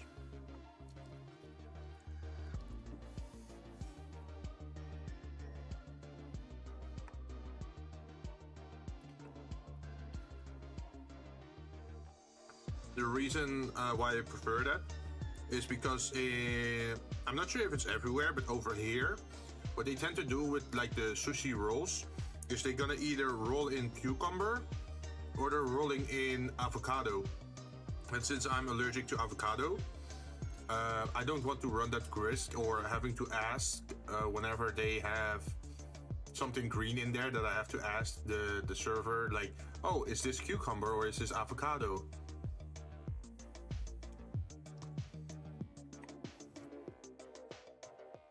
Burrito. So you're a burrito person then.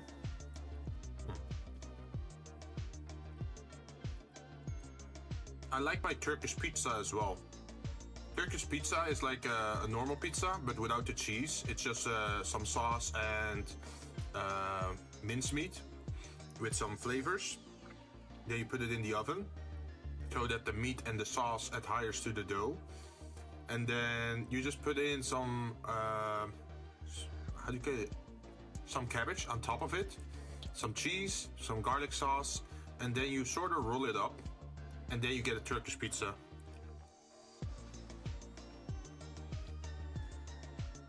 which is healthier than the Italian pizza because it has a lot less cheese.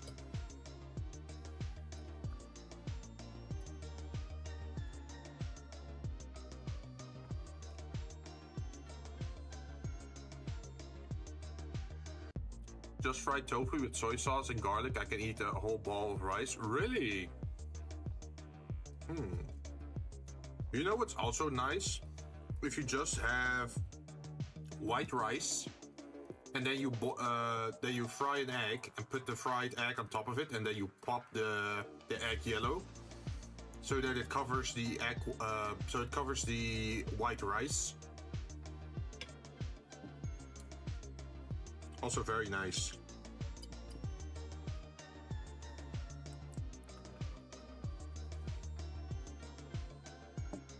It depends how you feel. Yeah, I can understand it. Sometimes you're not in the mood for something, right?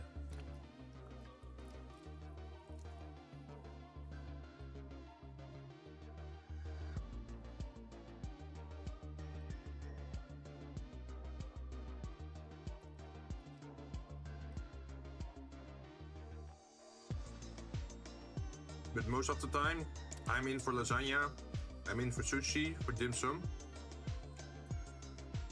Oh, one of the things that I really love is the Japanese fried shrimp that has that special batter on the outside of the shrimp.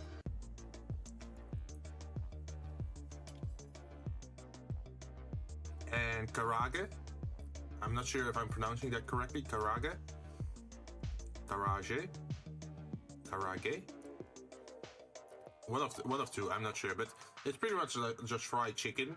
And what they do is they have, I think it's a special sauce of, like a special type of mayonnaise or mayo. But what you usually do with the fried chicken before you dip it in the mayo is you squeeze a lemon on top of it, so that the battered layer of the deep fried chicken, it becomes a little bit sour, and then with the mayo it becomes a little bit sweet. So it's like a mixture of different tastes.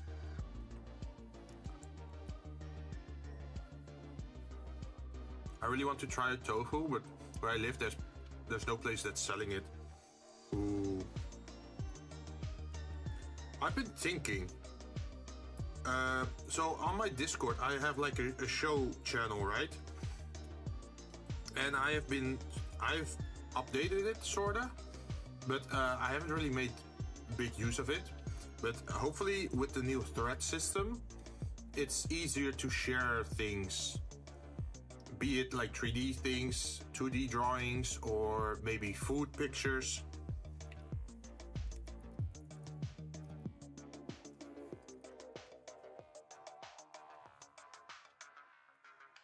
I agree, just poke the egg yolk and put soy sauce inside.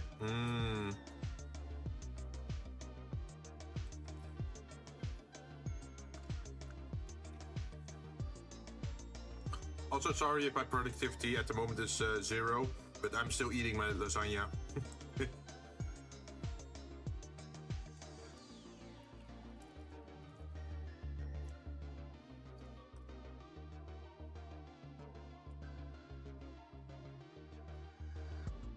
Take your time, thank you. Yeah, we gotta regain our energy, right? Actually, this afternoon, I was really tired. And I got very tired because I woke up very early this morning. Aiko probably noticed that I appeared in someone else's stream this morning. And that was actually quite early. And after that, I had to go to work.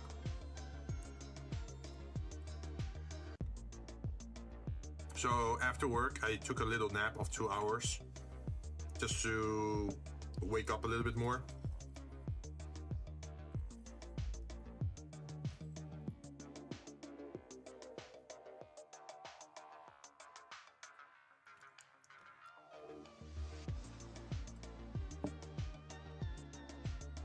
The weather is a little bit strange in my country at the moment. It makes me want to wake up very early, but then I'm actually still tired. But I can't get to sleep anymore because it's too hot.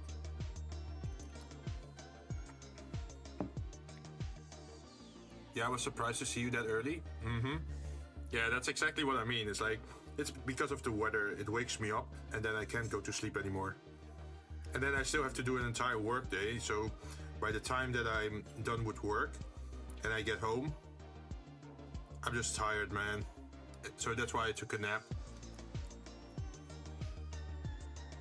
Look at those knives. Yeah, we're working on knives again. Because we need knives for our knife block. So we need to make 6 knives and then a scissor or shears. And we can have them as separate objects, but we can also have them as, how do you call it? Like a separate object, but also as part of the knife block.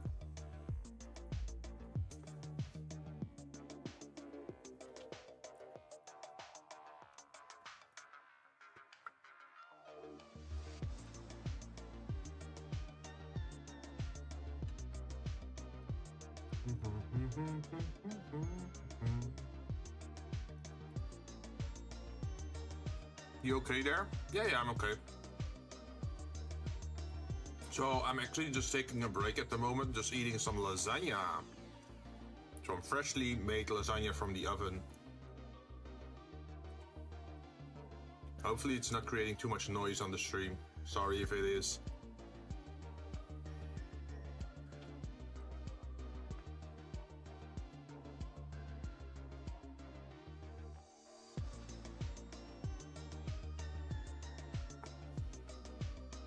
It's not? Okay.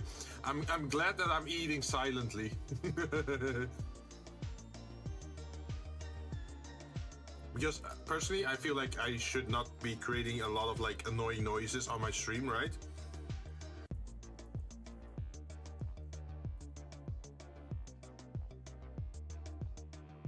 Like, for example, a knife scraping against porcelain or glass, that would probably be annoying. It's fine. So did you play Warframe earlier? Earlier today, you mean? Or yesterday?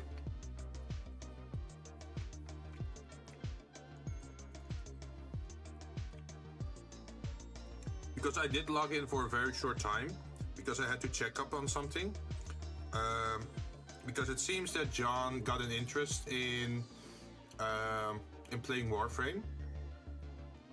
So I was checking some mods that I could potentially gift him, so it makes the start a little bit easier.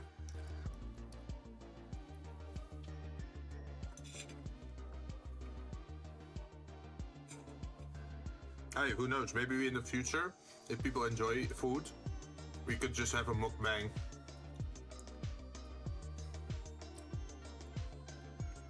Also, this afternoon I saw you and then you AFK on the game there. It's kind of like ASMR.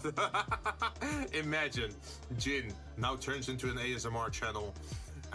The only thing we have here is bartender ASMR. So we're gonna have clinking glasses and people talking in the background.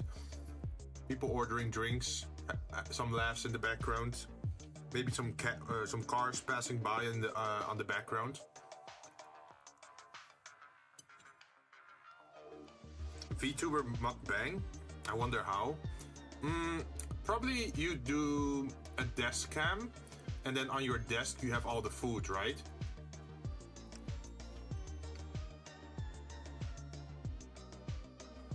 Because of course you can't really show your face because hey, you're a VTuber, right?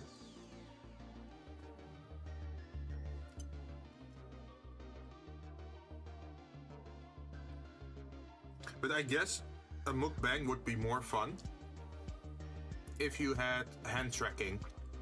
Like if you have a 3D model with hand tracking, so you can just put an object like the fork or the spoon inside your hand, so that it actually tracks your hand to your face, so it actually looks like your 3D model is eating.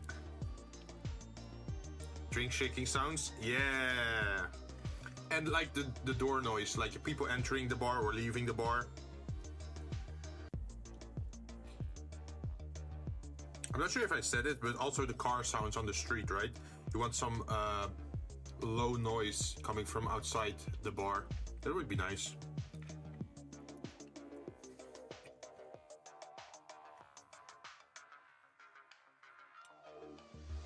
Oh, and that very typical sound of like a drink being poured. Like click, click, click, click, click, click, click.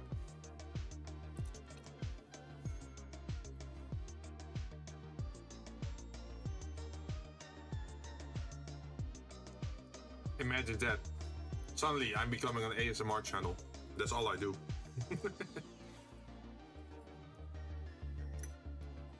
Actually, I have been listening to... Like, normally I don't really listen to ASMR stuff, right? Because it never really meshed with me. But now I found a channel that was actually pretty interesting. Or like a video that was interesting. Those sounds were more my thing.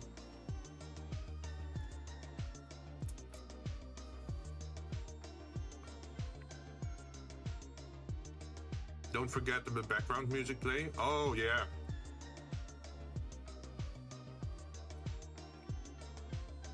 What kind of music would you guys prefer then for the bar? Something jazzy?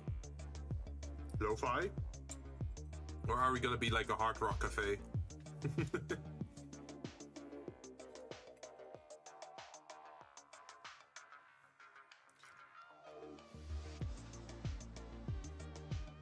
Chilling music.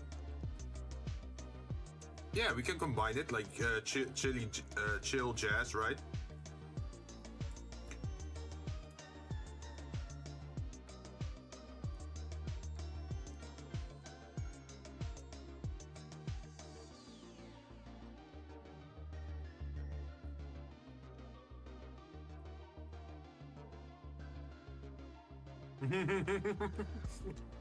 That one dude, let's play Wildfire. Well, if you think about it, like the first part of Wildfire is just the instrumentals, right?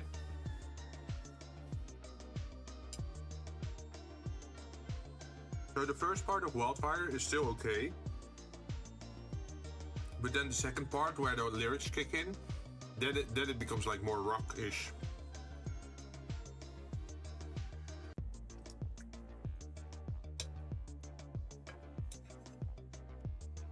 Wait, by the way, once I'm done with my food, should I show you guys what I've been working on with After Effects?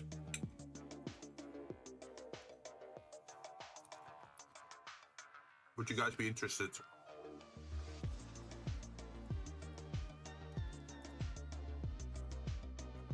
Sure? Alright. It's not going to be introduced for a pretty decent time because I'm still working on it. And it's part of like an upgrade pack that I'm planning to do for my channel. But the After Effects thing is for a raid alert.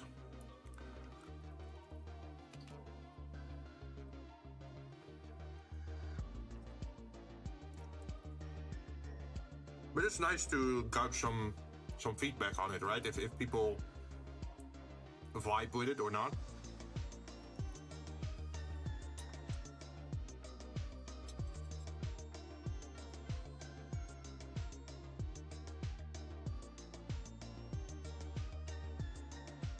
Hopefully it's not gonna lag out the stream though.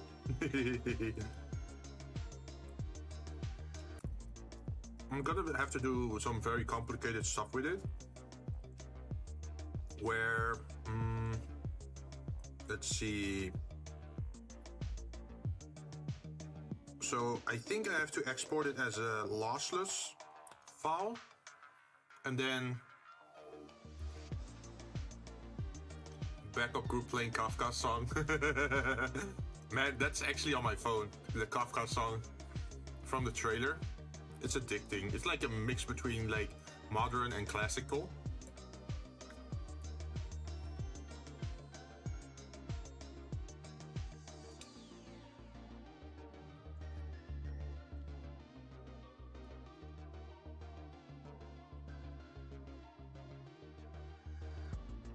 I should be about done with my lasagna now.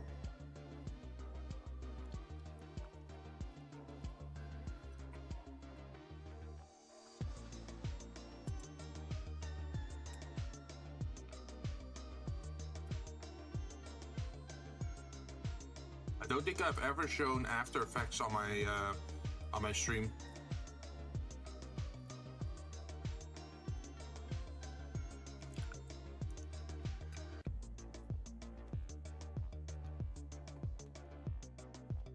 I do wonder they wouldn't, right? Because MiHoYo also plays the music.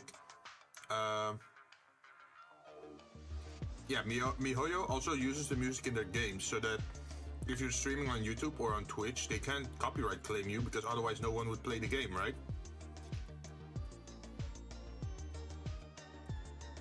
At least that's what I'm hoping is the truth.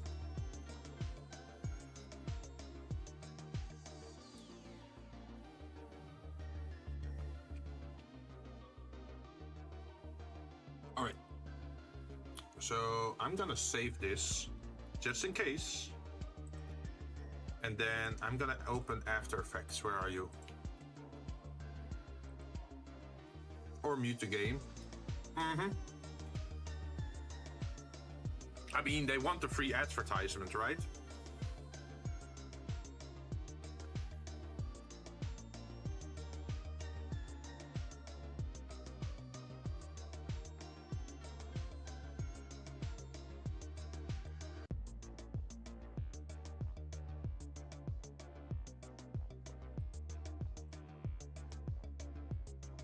Okay, After Effects is opened.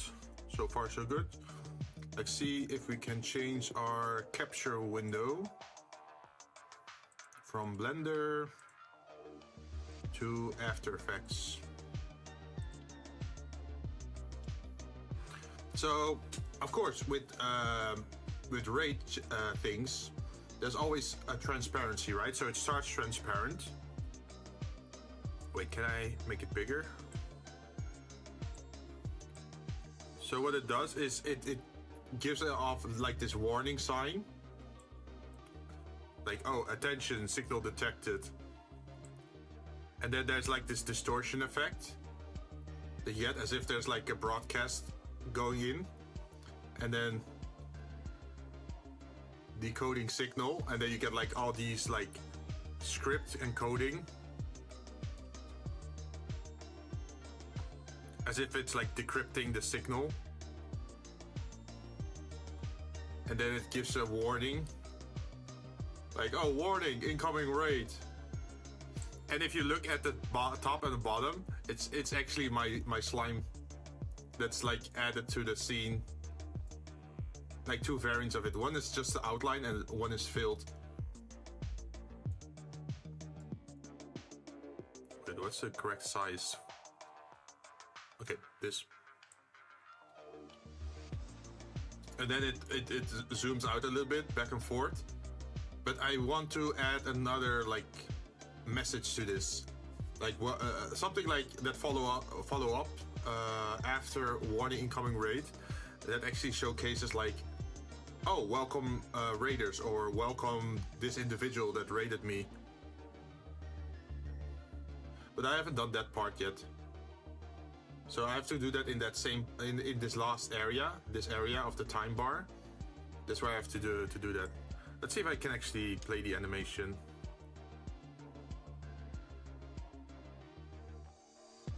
Oh, it's still loading.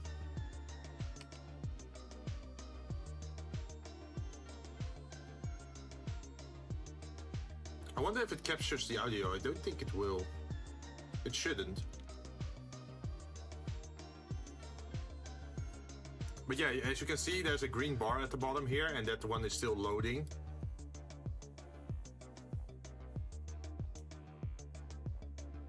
It has to calculate all these frames. Especially if it's the foot cabedon. The foot cabedon. Yo, I'm not that flexible. That would be funny though.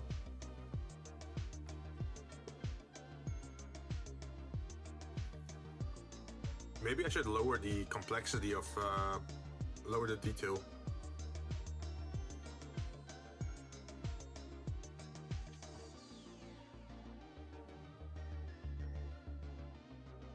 Hopefully is the stream still okay, quality-wise, or is it like also slowly loading or like bugging out? Hopefully it's not.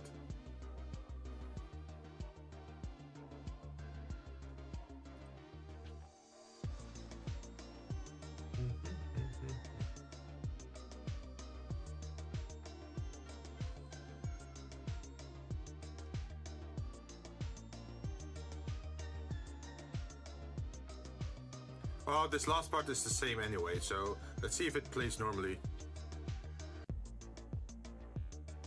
See, this is like on full speed.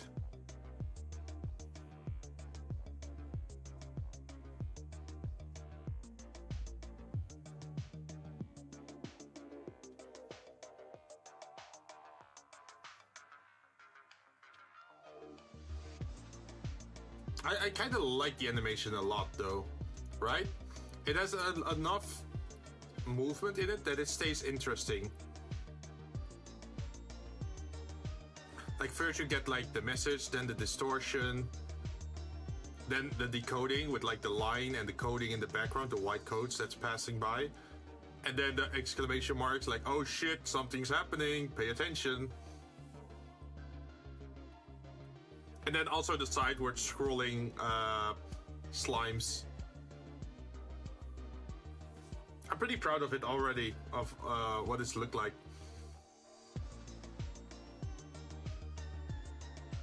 Pretty cool, right? So even with the triangle thing, that one was annoying. Let's see, where is it? The warning system? Or like the warning triangle, this one. So look at this. This is actually how it creates. They're coming in from 3 different sides, and I actually had to use the Pythagoras formula again to calculate how much on the horizontal axis and how much on the vertical axis it had to move. I figured it would be nicer to have it work like this, that it actually just moves instead of just scaling it. Like if you just scale it from big to small, that would be pretty boring, and then the lines would also become thicker. But here you can see that the lines are just as thick as where they start. They just move over.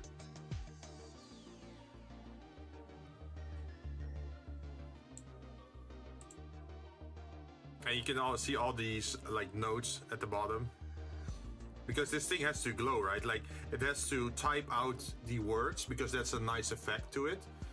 But it also has to glow like brighter and softer, and then also move to the side, of course. So yeah, that's what I've been working on actually off stream, like just in my own time. But because it's like very experimental, I'm not confident in streaming it, because sometimes I'm just looking around for inspiration to get an idea of what I want for the animation, and then you're like stuck for like 2 days just thinking like, oh, what should fit here, or what should I do there, or oh, I don't know how to do that. I have to find a tutorial on how someone can add that kind of effect. Because the thing with this animation is that let's see, let's go back. This is fully transparent, right? And then you get this, and this is semi-transparent. It darkens the screen a little bit, but not fully. Same over here, it just darkens the gameplay. So you should be able to see my gameplay still in the background, even though this thing is going on. It just makes it semi-transparent. And that continues on throughout the entire animation, that's semi-transparent. So that's gonna be a toughie, because you can't really turn it into an MPEG or MPG, I think, or other normal file type. The only file type that I know that can handle this without becoming too big or too heavy, because you need the RGB layers, right? Like the red color, the blue color, the green color, and it also needs to record the alpha channels.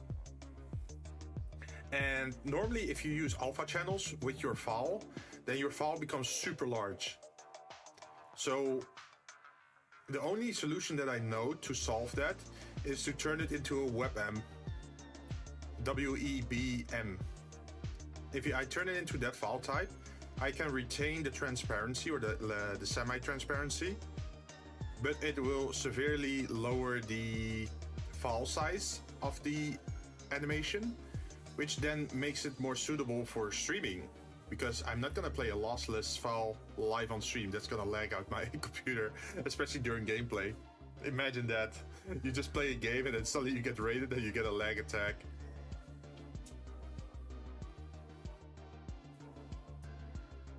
Yeah, and like the coding here is mostly like gibberish.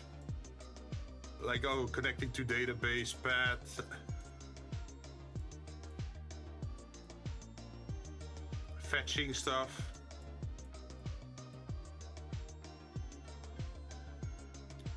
Execute interception. But it looks realistic enough, right? Here, connect to satellite. Oh, satellite hacker, of course, because you're hacking a satellite dish to receive the signal. But yeah, that's what I've been working on. It's kind of weird that like how many programs you end up learning over time just because you're working with like multimedia or like 3D animation or 2D animation. I remember like what was it, in my teens that I just went onto a forum and then you had those signatures and then people had those fancy signatures with like images of their favorite anime and then their name on it, right? Which was pretty much just a horizontal banner of like, what would it be? Like 250 pixel by 750 pixels. But people had such unique designs. And that made me want to learn it as well. So that's why I started photoshopping. And look how far we got. Now we're doing 3D. Although I will say 3D for the longest time was a pretty big barricade for me. Like, I wasn't sure if I would be able to do that. And for a very long time, I also just stuck to like SketchUp and AutoCAD. But you can't really make beautiful renders with that, right? It's more like a construction drawing or architectural render maybe. Or concept render, but not as detailed as Blender can do it. But yeah, let's go back to Blender.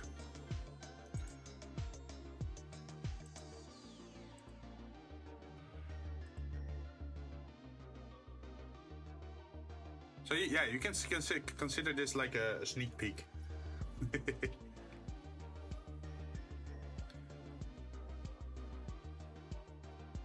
Also, just to be...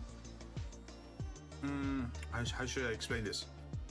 To explain it better, I am considering where or how big the rate message should be.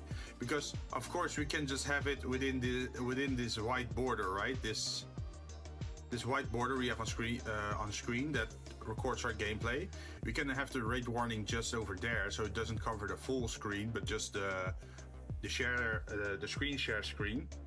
Or we can have it full screen, but then it also overlaps with, well, chat and things going on at the bottom or at the side. So it also covers me a little bit.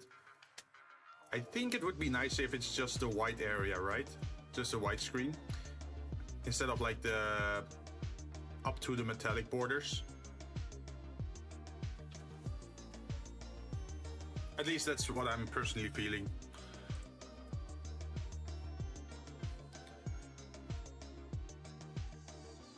Oh, this is gonna be interesting.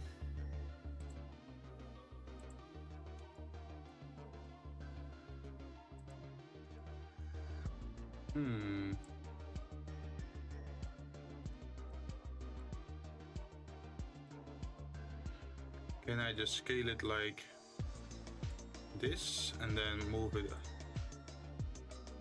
like this? Oh, look at that. That's easy. Easy peasy.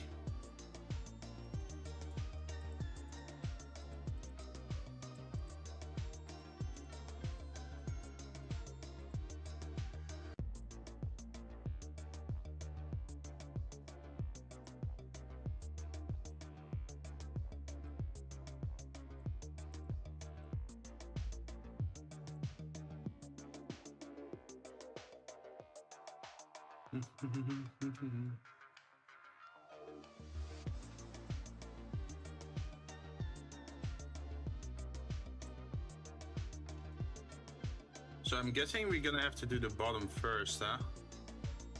So something's not connected here.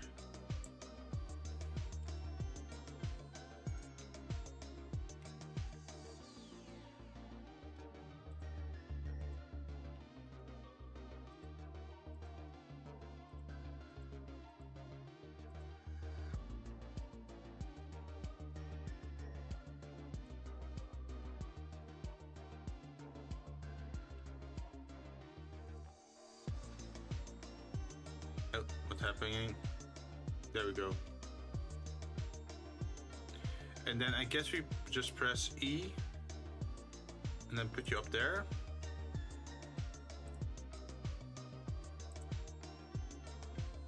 And then E here, and then E there.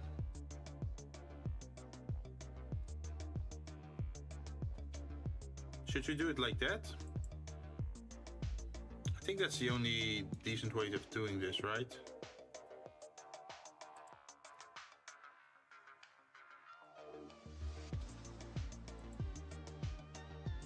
At least for the initial placement. Later on we can fine-tune everything.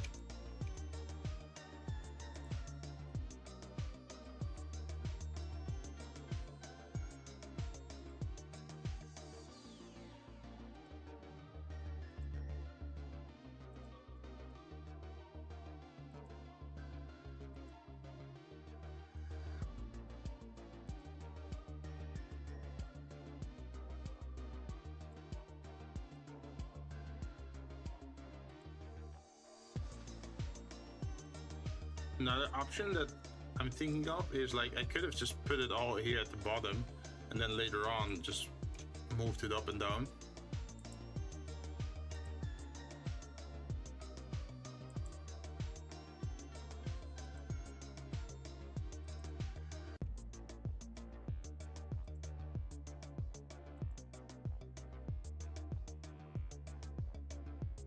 But damn, that's a lot of teeth over here.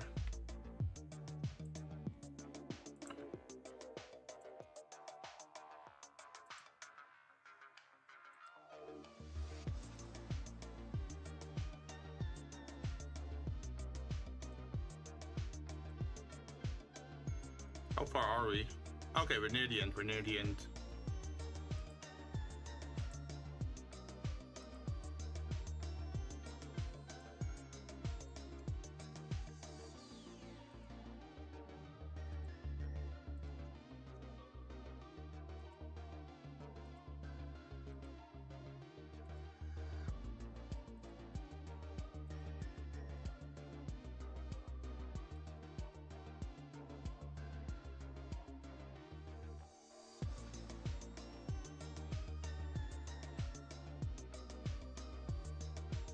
Okay, I think that's how we should do it.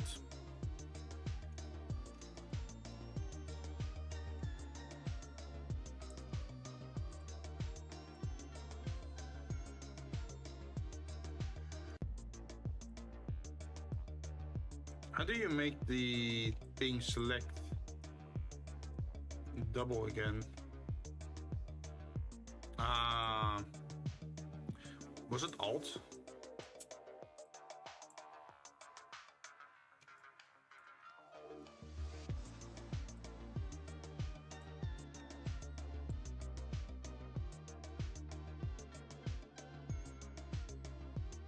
What was the command again for select? Wait, maybe it's in the select screen. Select.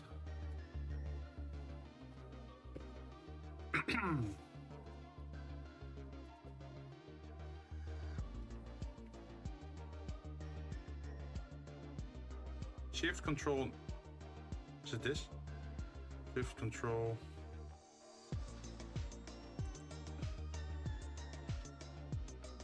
Selection pair not found. Okay, so that doesn't work.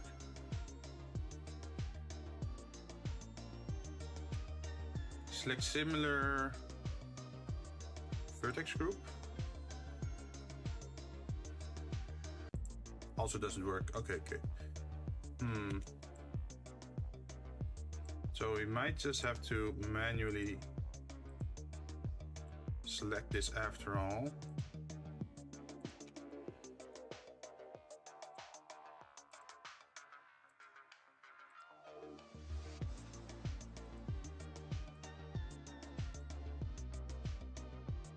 Wait, no, that doesn't make sense.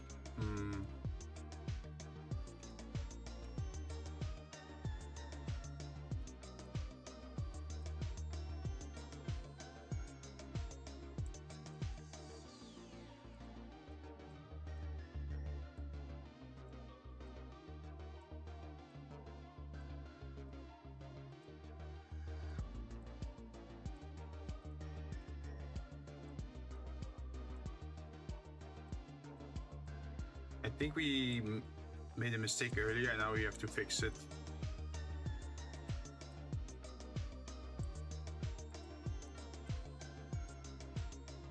So it's still all aligned, because otherwise you get this weird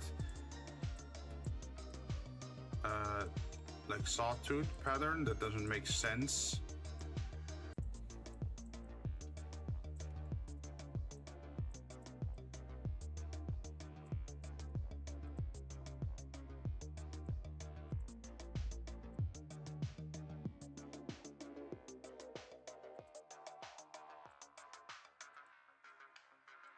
But at least we're certain now that it's going to be a straight line.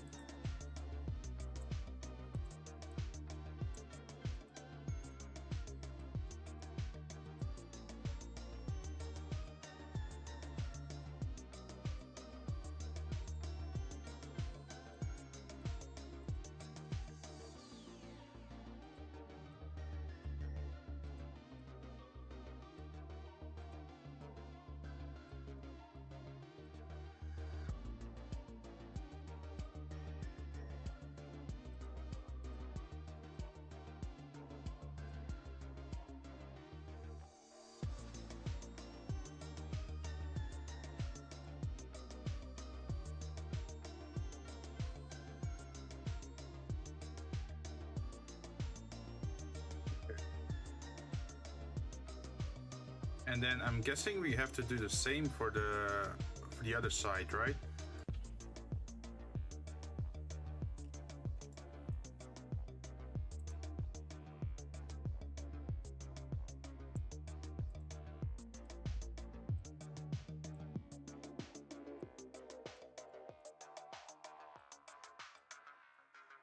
And that should fix it.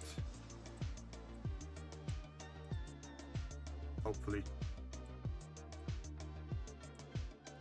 Also, maybe it looks a little bit boring at the moment. Hopefully it doesn't look too boring, but we're making the profiles of the blades first, and then we can quickly turn them into 3D later.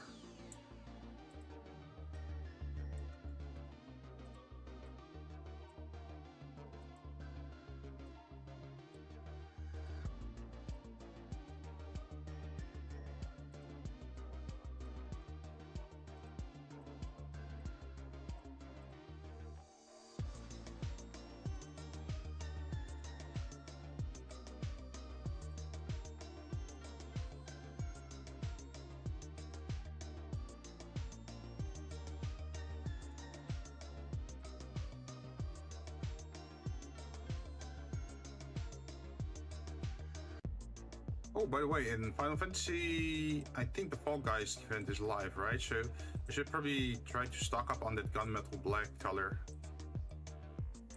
in case I ever want to use it for, I don't know, maybe a machinist gun or maybe a sword or anything pretty much. Okay, so now we got these teeth, but just having these teeth isn't good enough, right? We need something more.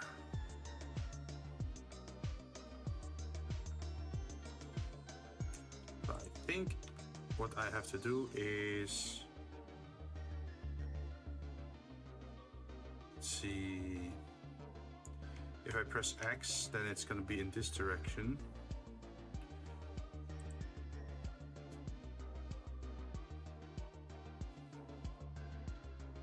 Question, of course, also being, do I need to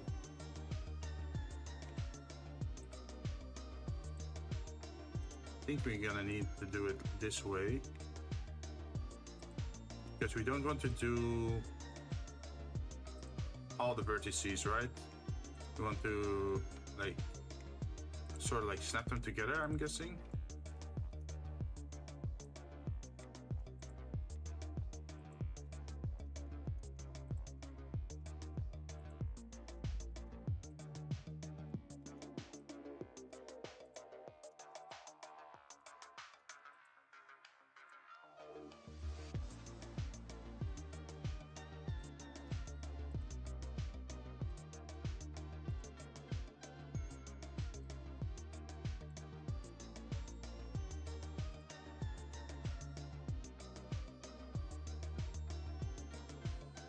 Ah, there it is. I noticed there was a difference suddenly.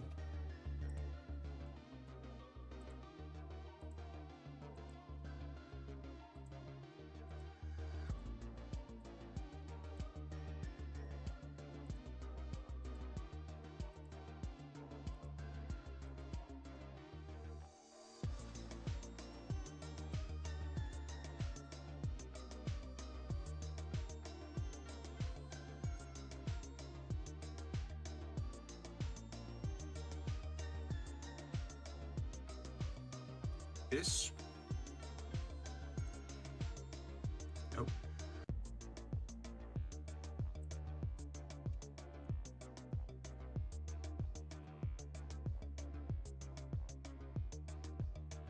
I think I can just use 2 to select these.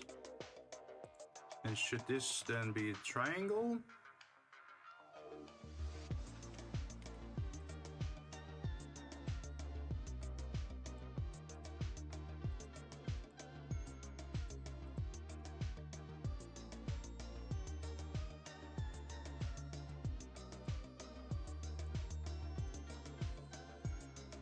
I wonder if this is the correct way to do the tooth or the teeth.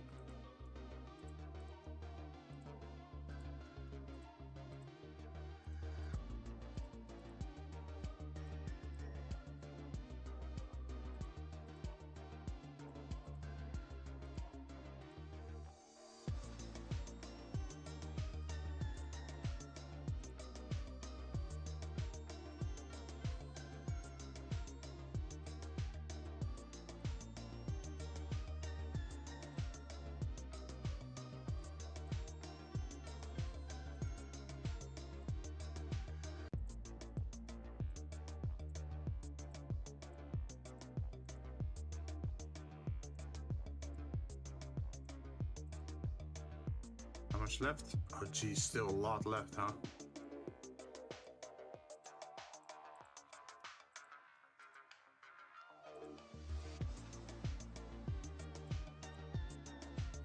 Wait a minute. Couldn't I just... This is a triangle, and then for this one I could do this. And that would be a rectangle then.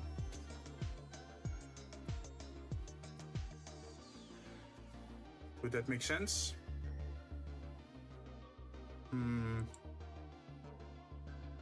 Probably, there's probably something wrong with that logic.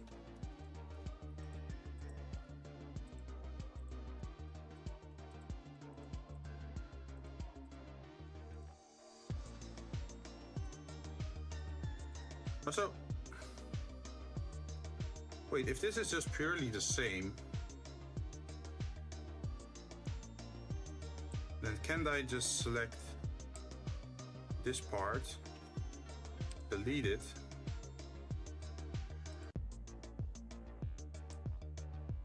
delete this as well,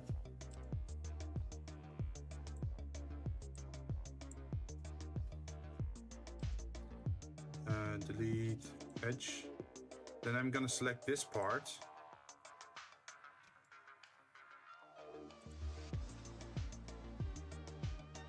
yeah, and then I can just duplicate that, right? Mesh, duplicate, and then press X, and then add it over here.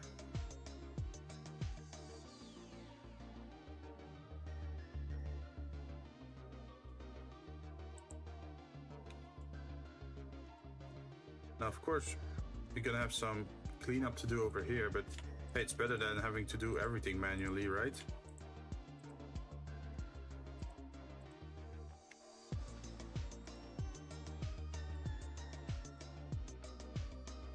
Just delete these faces.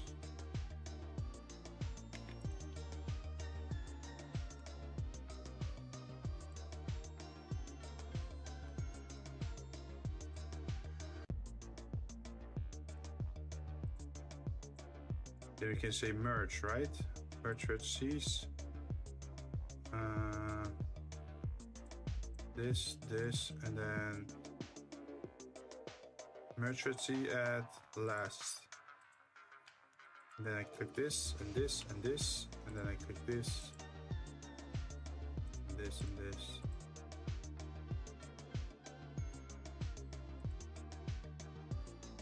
Yeah, look at that. Wow.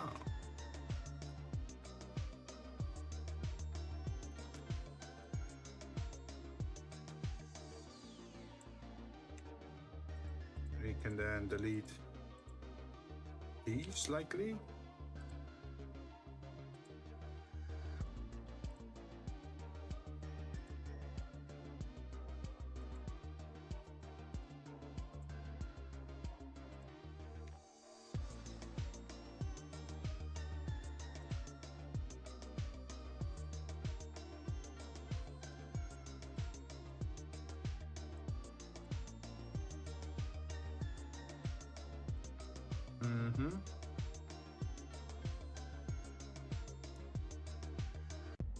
And then what?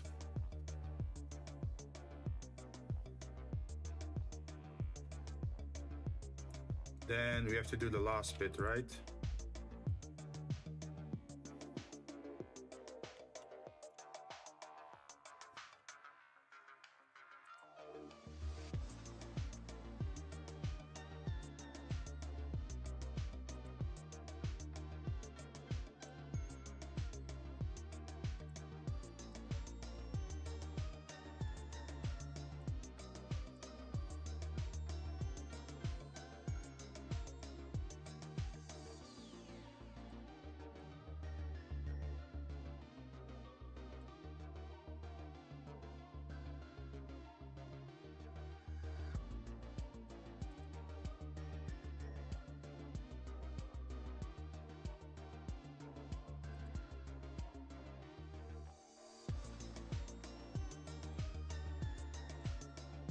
I think it should be something like this. Oh. Oh, apparently these aren't connected. So let's grab these and these.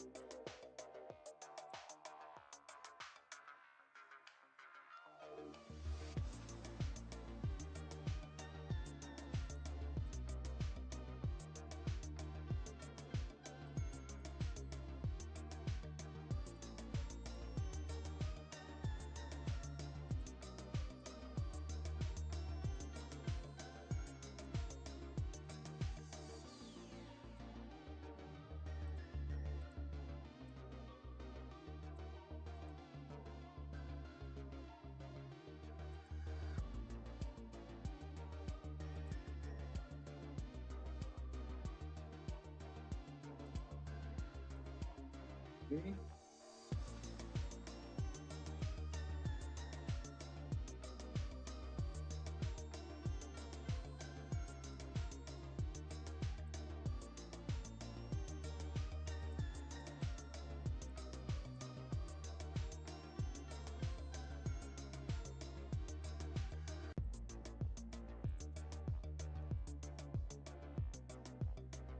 Hopefully this makes sense.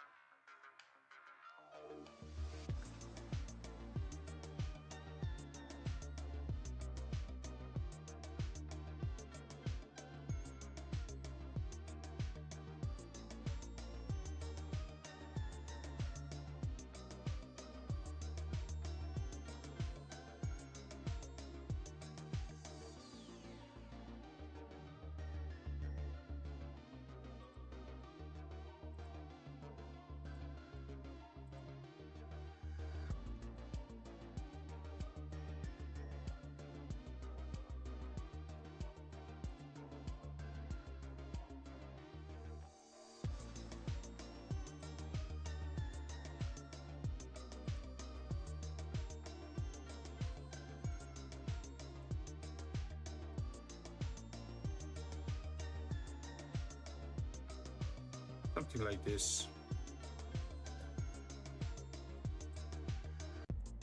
And then we're gonna connect these. Question is, how are we gonna connect these though? I wonder if I can just get away with this.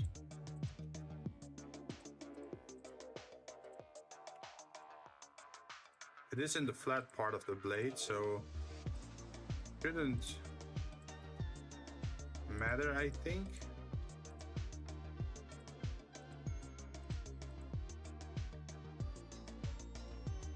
Otherwise, it would be shaped like this, which is also kind of weird.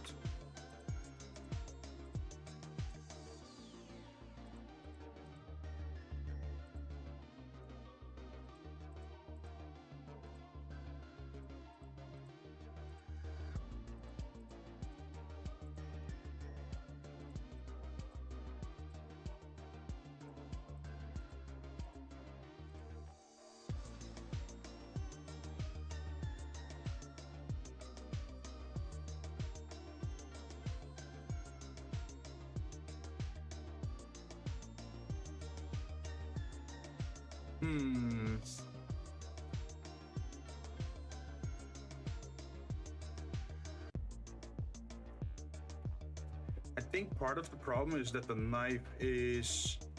like, the picture of the knife is not perfectly straight, right? So that's why you get that weird looking effect.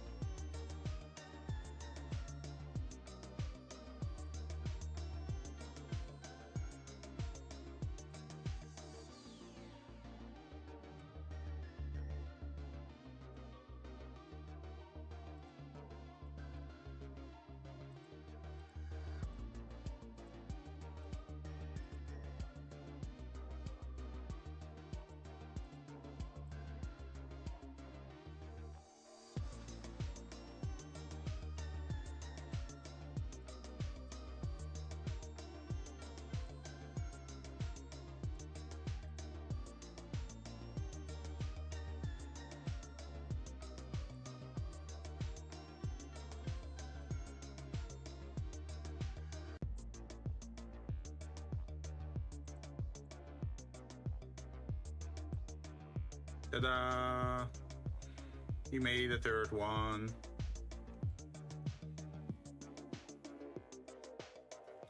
Now I think the last... Wait, shoot, I didn't even notice that. Wait, what did you notice?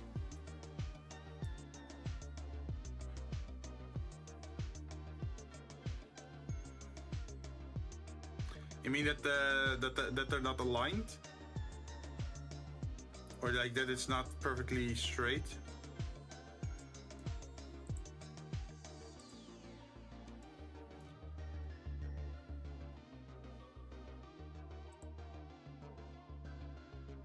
Oh yeah, the knife is kind of weird, huh?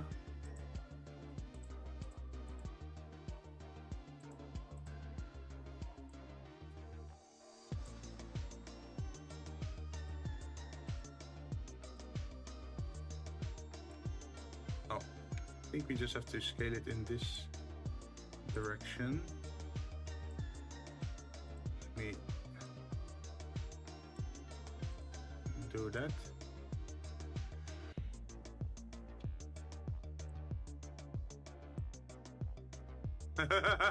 They gay because they're not straight. Bottom tush.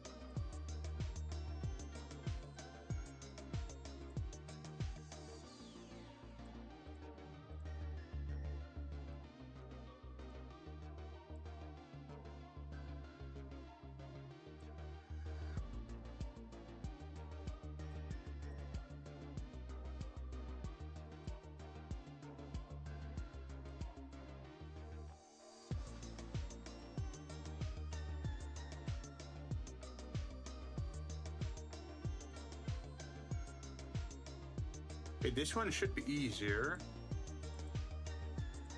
You can just select these and then press E. E and X. E, X, E, and X. E, and X. The E is for extruding, and the X is that we're gonna like align it to the X-axis. Like this. And now we just have to make it follow it a little bit.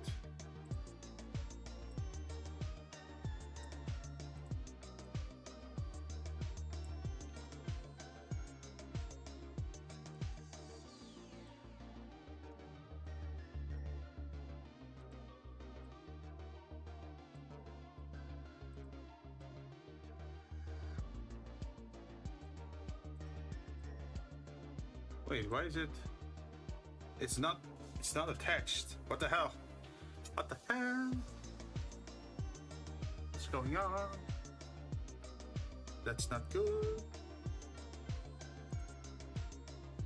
Yeah, look at this. It's totally detached. That's not good. It means we have to go back a little bit.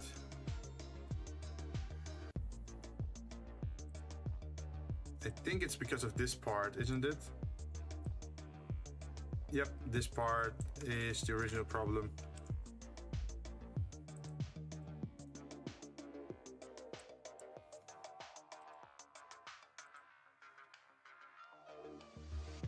So if we just press this E and then X,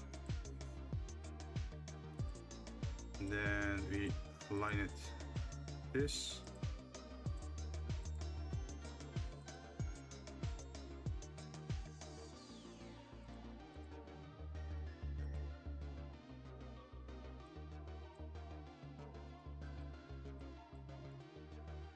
Merge, center,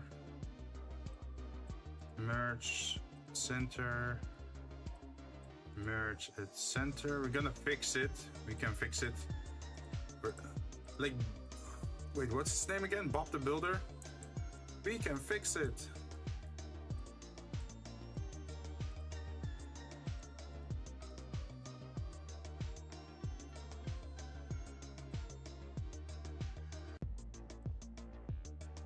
There we go. This looks a lot nicer.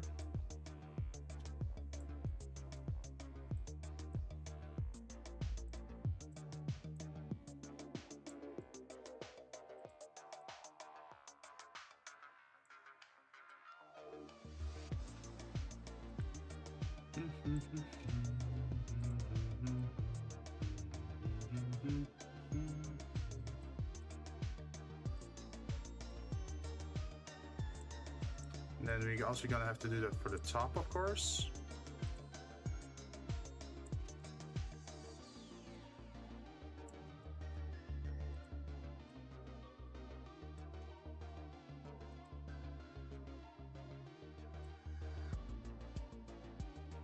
I almost say something dark. Oh no. Not something illegal, I hope.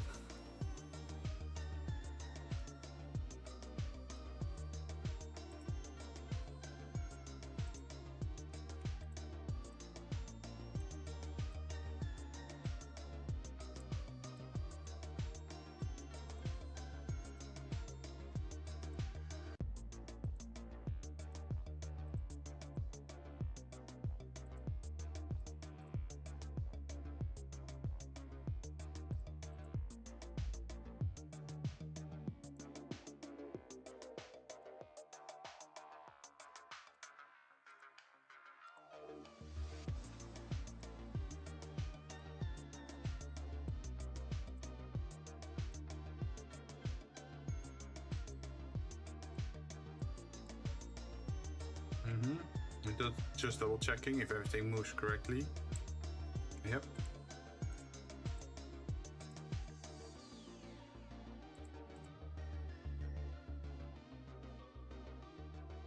And what we should be able to do is just copy that knife over for the last two, right?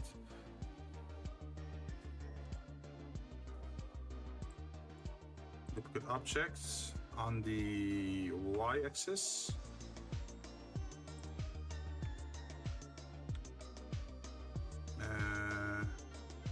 And then duplicate again.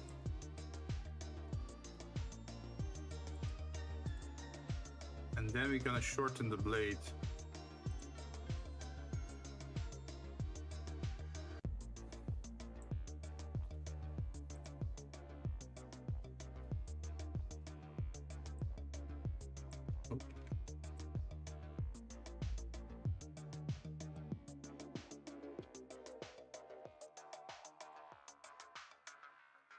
See, no, I was going to say if he fixes anything, why not fix himself a girl? Wait, does he have a girlfriend though?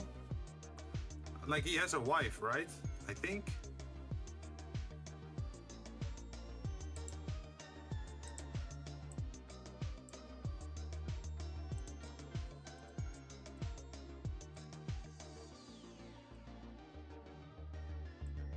At least I think he has a wife. Last I remember. Could be wrong though.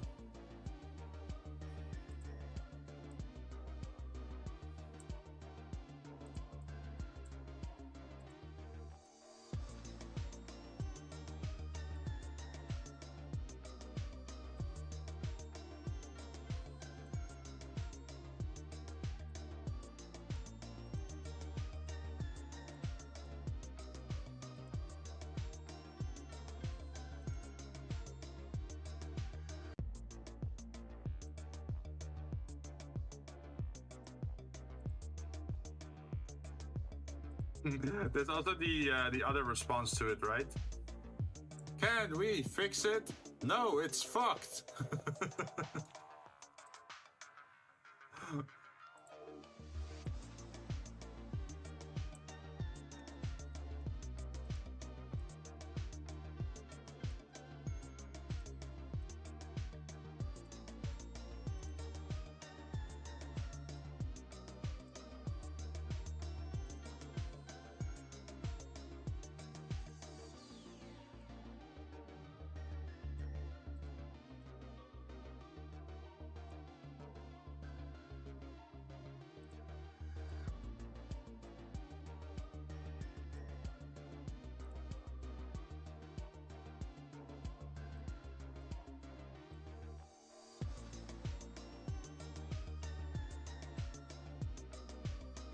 See, I don't remember anything about Bob.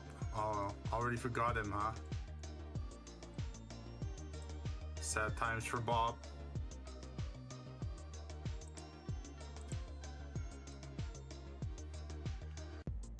Oh. Want to move you over here.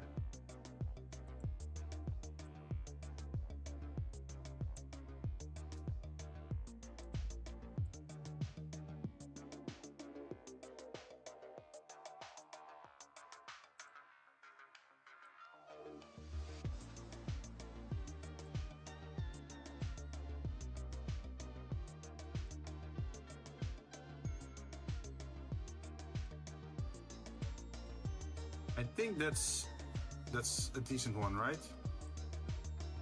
Yep. Since we had to fix something with that blade, let's just duplicate the new one.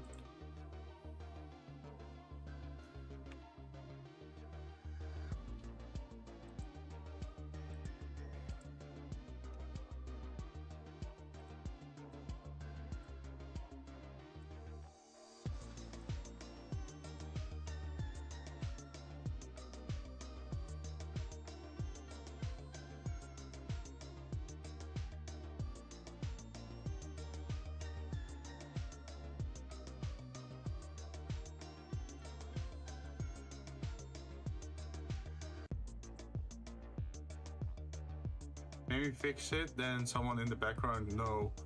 Also, I didn't grow up with Bob. Oh. Over here it was on TV. And I heard it every day. Because I had a younger sister that also listened to it every day.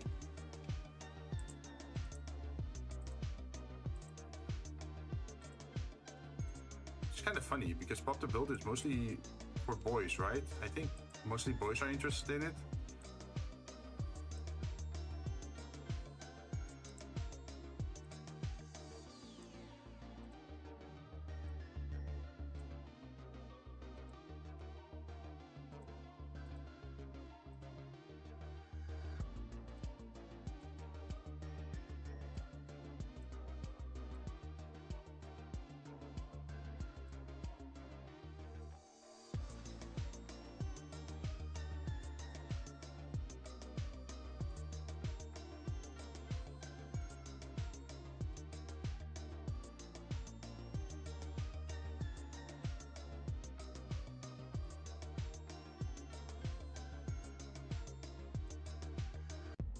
For me, I grew up with Ben 10. Ah. Yeah, I didn't really catch anything of Ben 10. I think it's Cartoon Network, right? I don't think we watch a lot of Cartoon Network over here.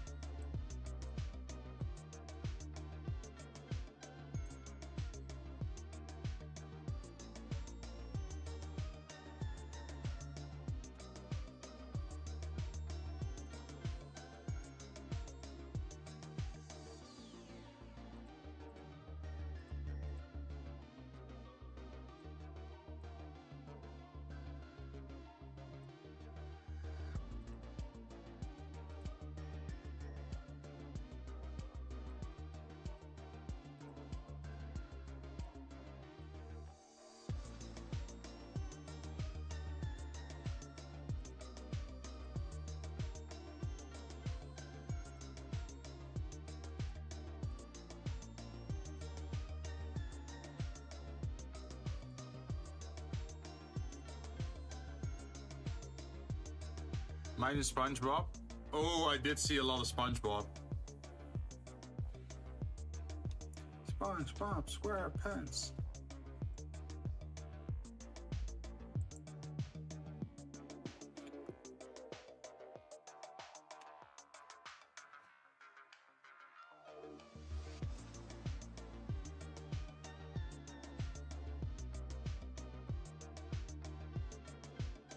So we got some flat knives now, right?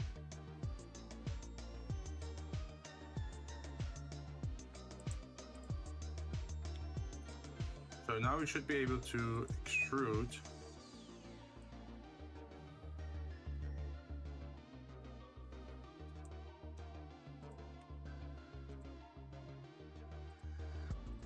To give it a thickness.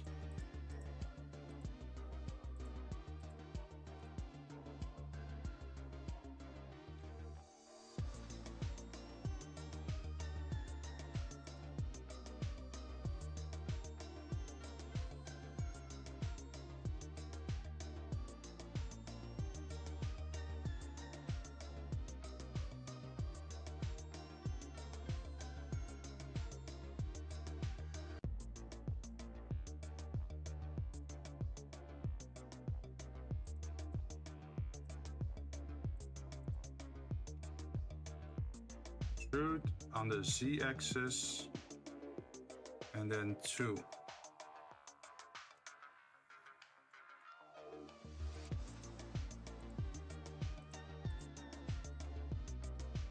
Extrude 2.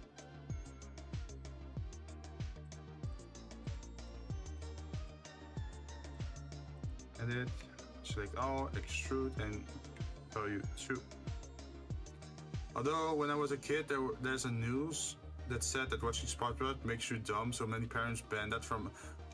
Well, SpongeBob, if you think about it, he is a minimum wage worker at a fast food restaurant, right? He's not the smartest sponge.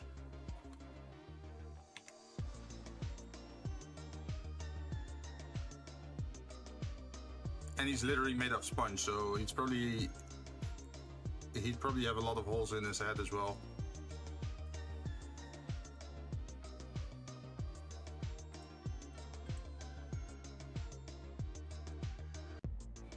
So what happens if we add a subdivision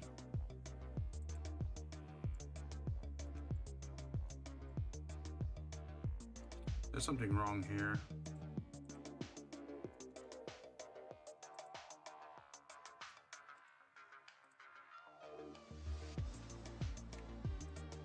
Found it.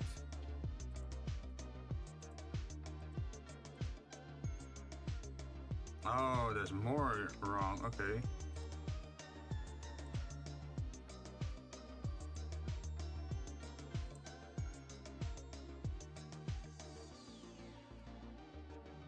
To delete this vertice. Then we can grab these and this. And then this, and this to close it. And then we should have that same issue on the other side, probably. Over here, delete this vertice.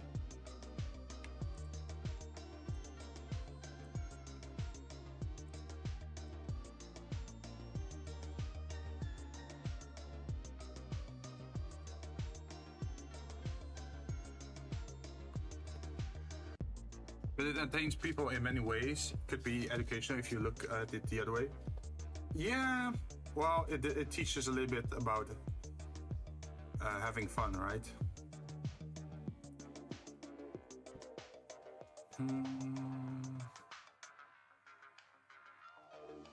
Do we use a bevel or not?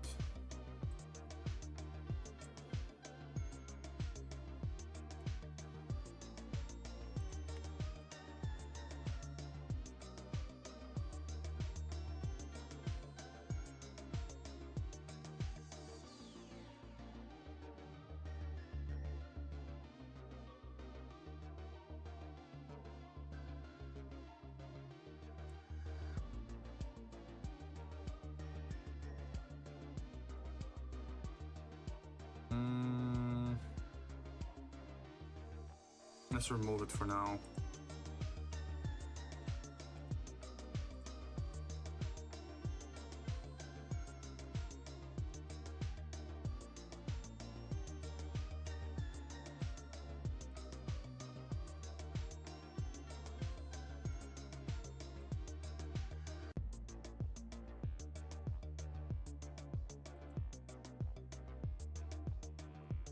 Let's see, what was the cutting area again?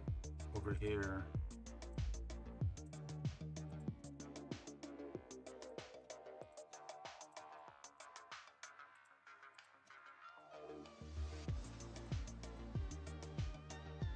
Wait, question, Jinn, do you know about the Cartoon Network accident? There's an accident? I am not familiar.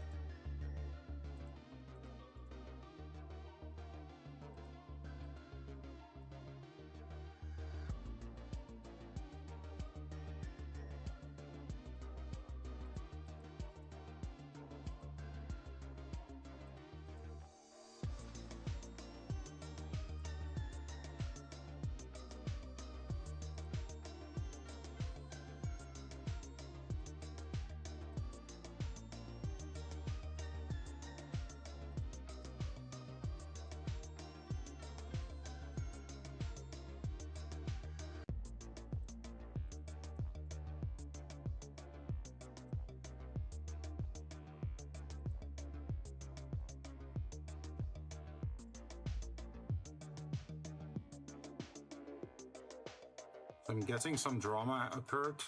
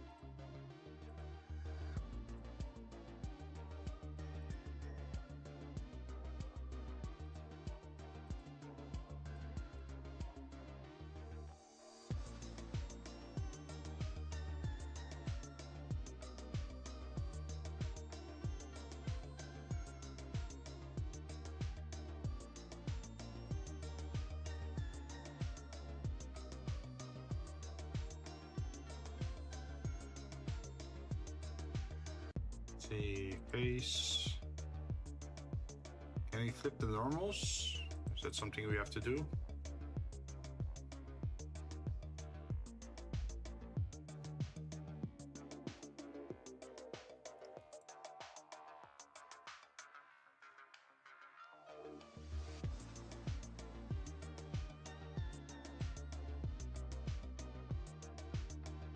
Where was that option again?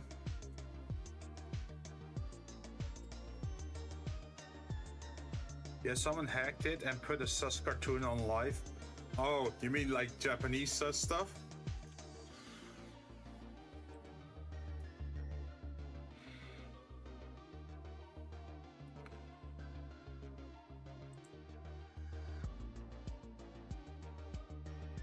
Extrude, inset, poke, fill, intersect, wedge.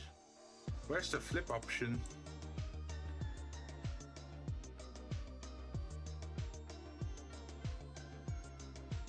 I think I'm blind again.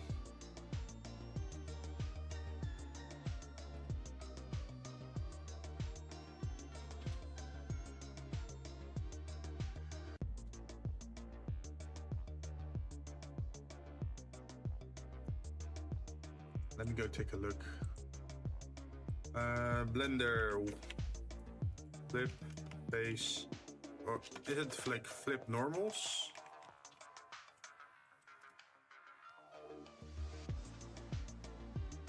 Enter face select mode. By selecting from mode selection, top left corner, in edit mode, face select mode active. Select the faces, go to mesh.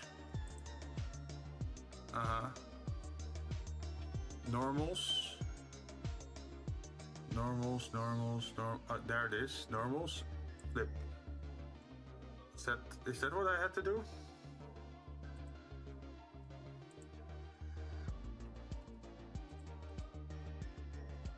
I don't think so.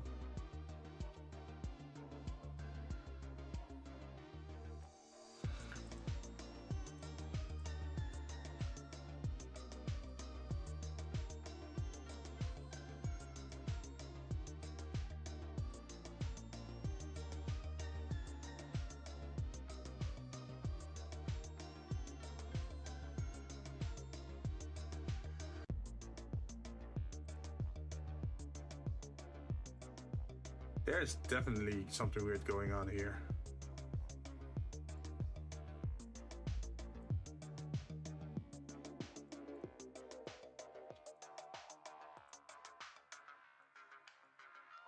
Oh, I think I fixed it, maybe. No, it was a plus 18 cartoon. Yeah, that's what I mean. Like, you know those Japanese animations that are meant for adults, right? I'm guessing, do you mean that?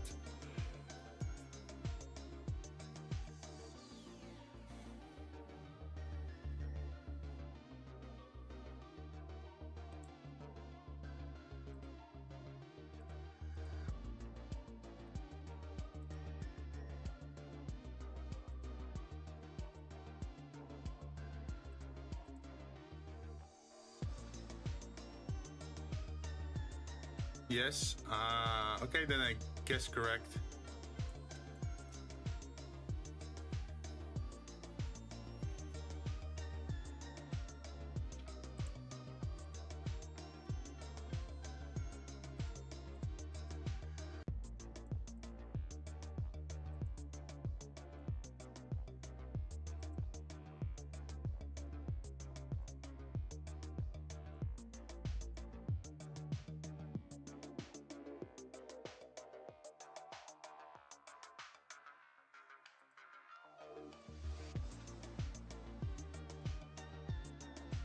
You know, this almost makes me think is that we could just make half the knife and then mirror it.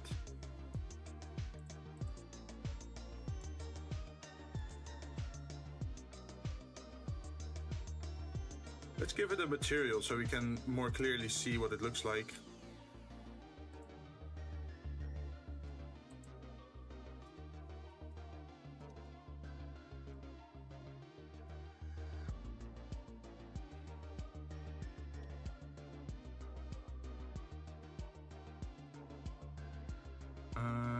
Just normal metal. I think... What metal should we do? Reflective metal or like this roughed up metal? We could also do it like...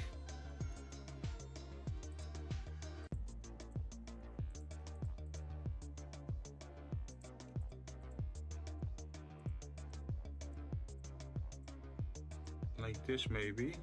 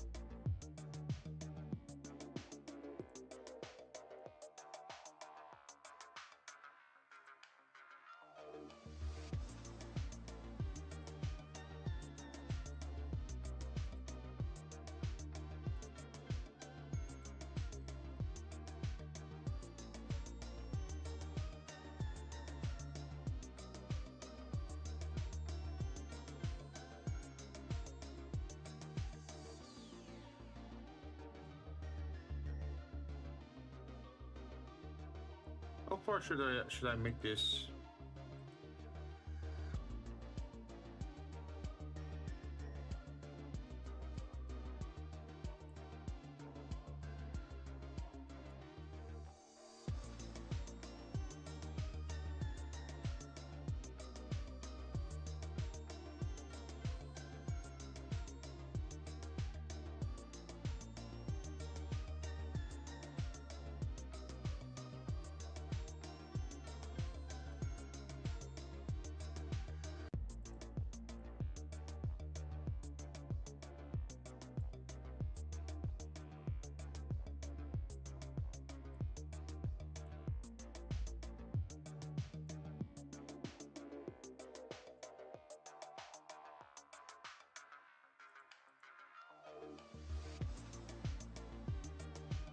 So what do you think of the knife so far?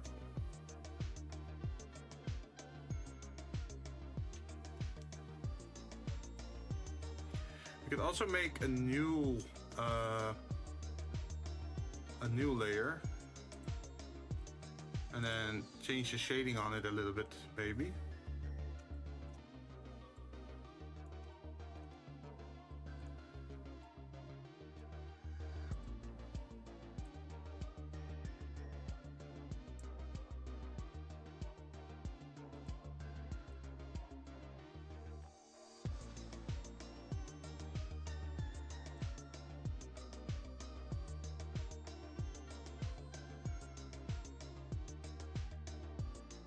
That could look sort of nice, but then we still have to decide on the handle part, right? Because I think this is just a tang, and we just have to still make the grip for it.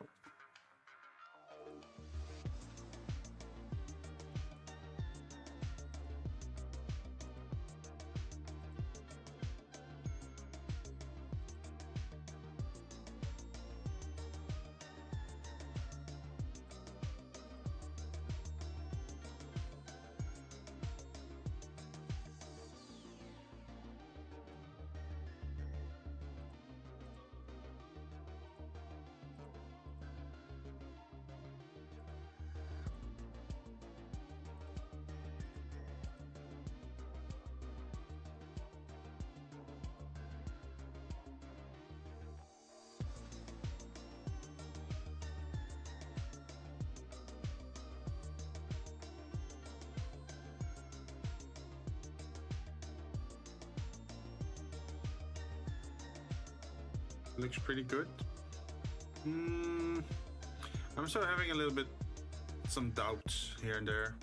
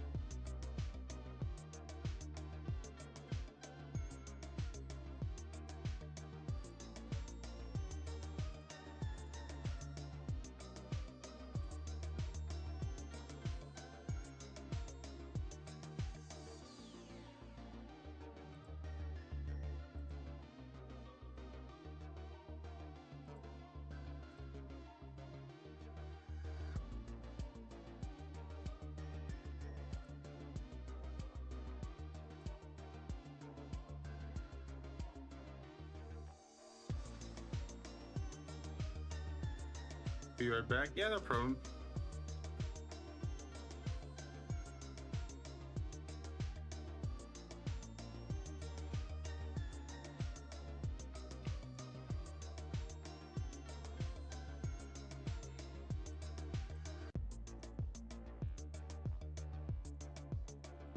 There's still something going on over here.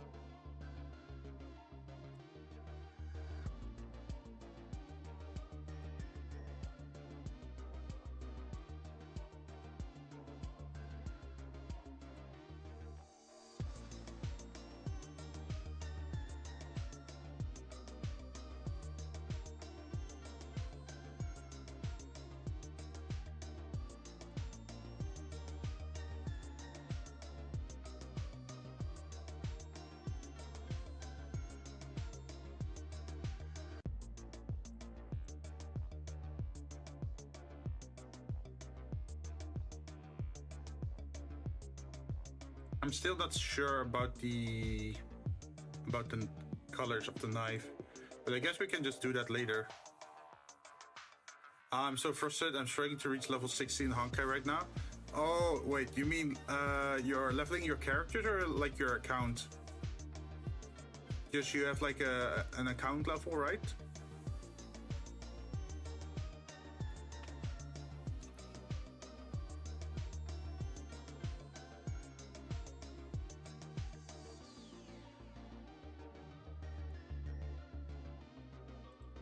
Okay, so let's just give it a try for this side, right? So we are gonna have to select some blade parts.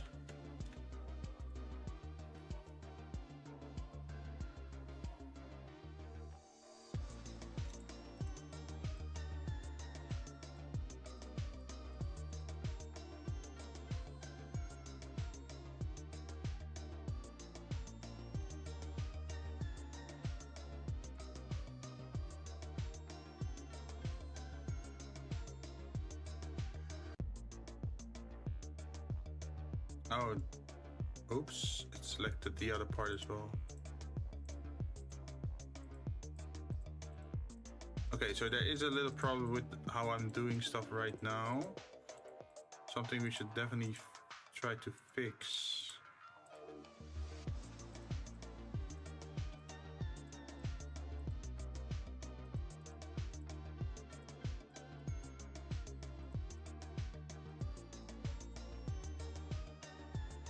So if we say duplicate, mesh duplicate, and then we say separate by selection, and then we go to object, we're gonna select that new object. Then we're gonna remove this metal part and we're gonna turn this into plastic. And then in edit mode, we're gonna select it all. And then we're gonna extrude it.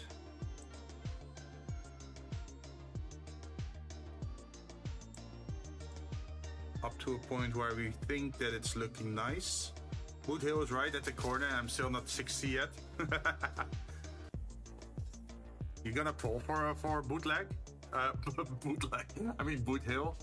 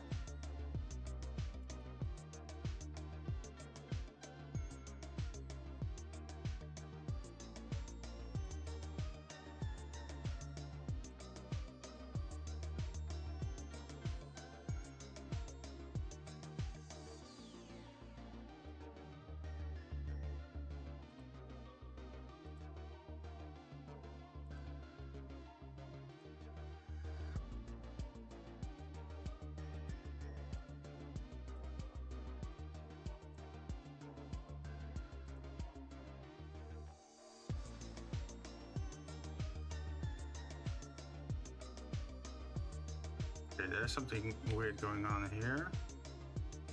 See if we can fix it.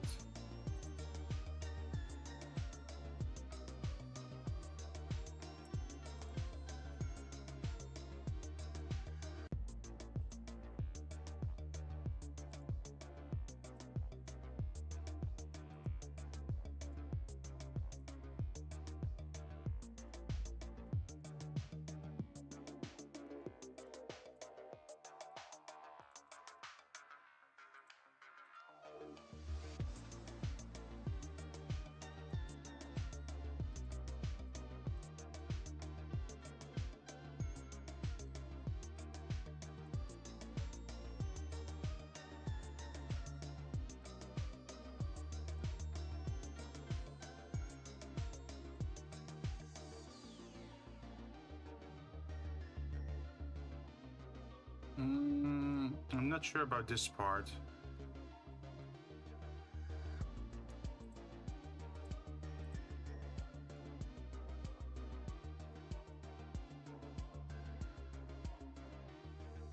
What if we delete this area?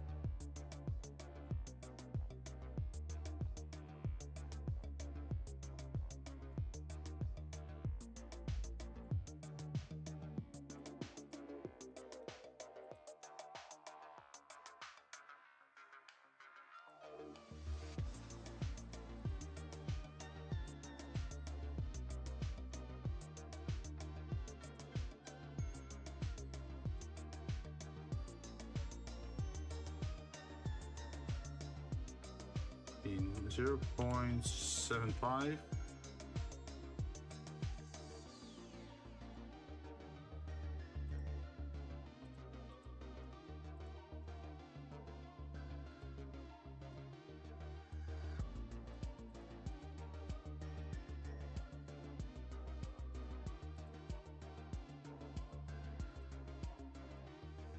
There's not much of a difference if we shade smooth or shade flat.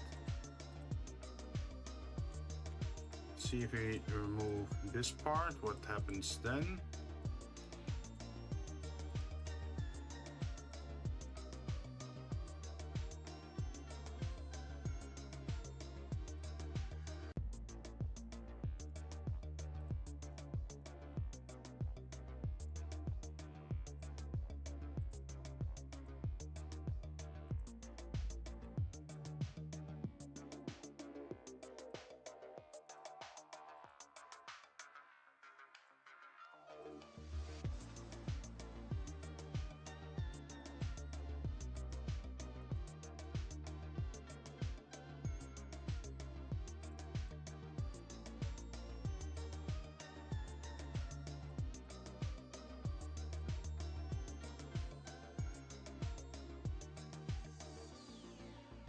Zero point 0.75.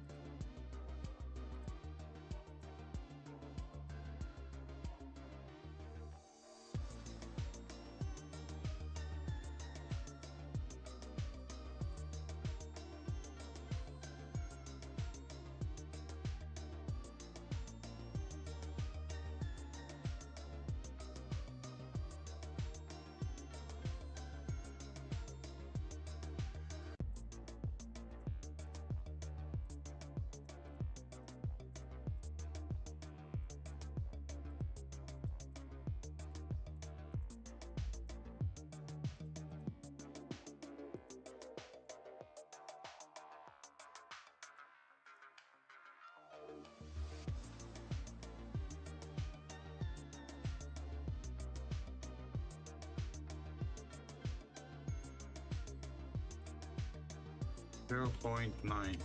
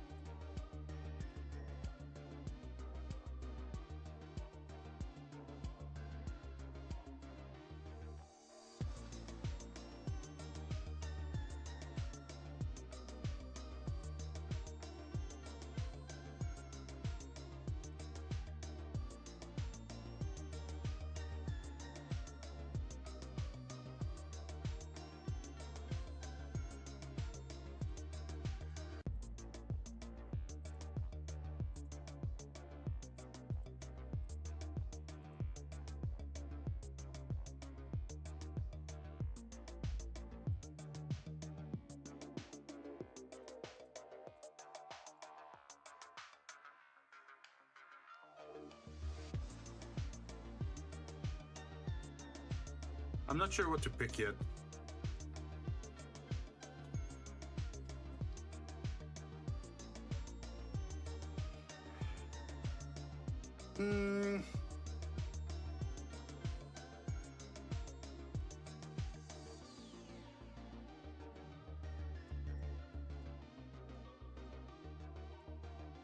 Maybe I should sleep on it a little bit.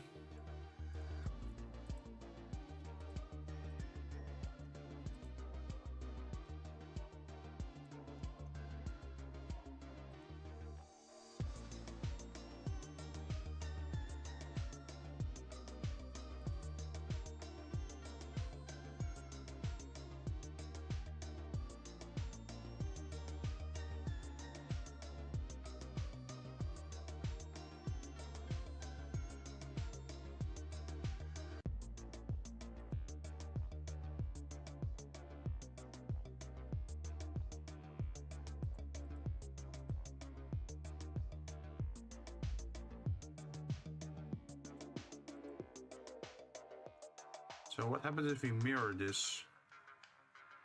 Mirror. And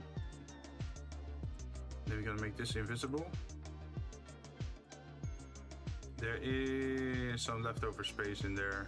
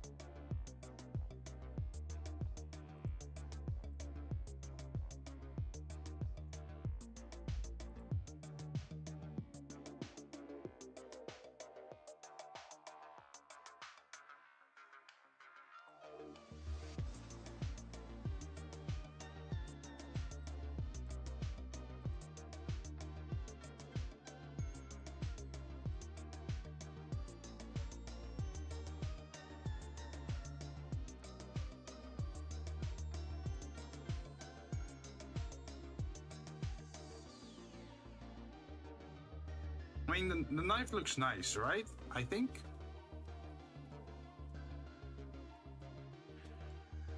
And the nice thing is that you can literally see the metal from the blade, like continuing all the way to the back. And then in the other direction again.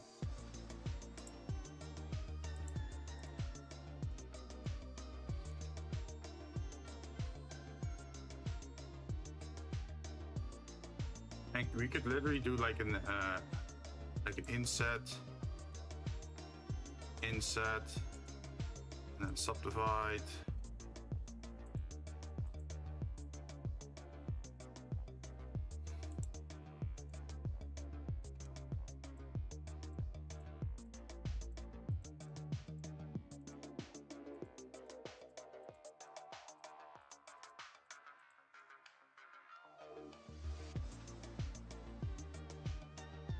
Circle out of it.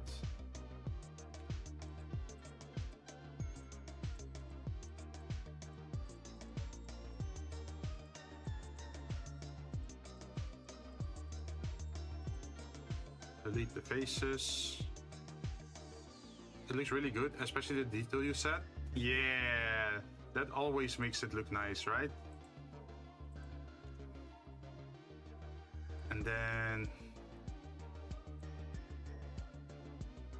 why does it allow us to extrude X, Y, Z?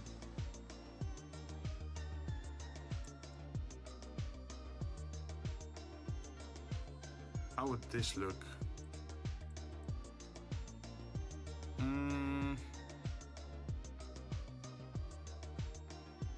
See, we will also have to make a hole in the metal then, of course. But would it look nice to have something like that over here? Or should we just fill it up and do another inset where we're gonna lower it?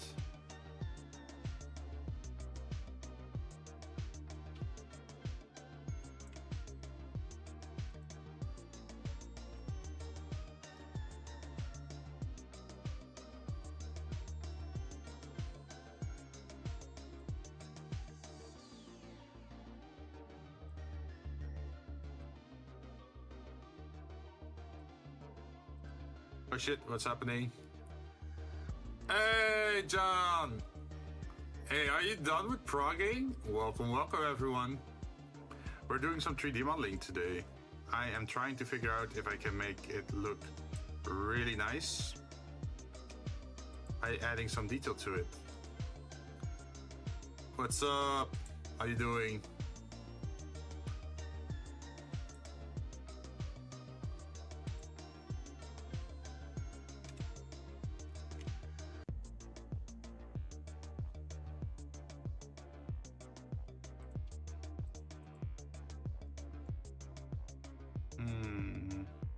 I'm not satisfied about this part.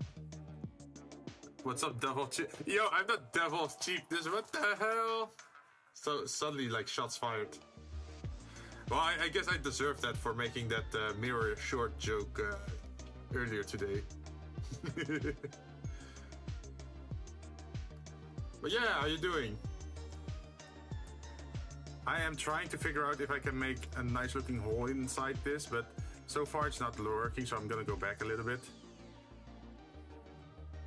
We should be able to undo this.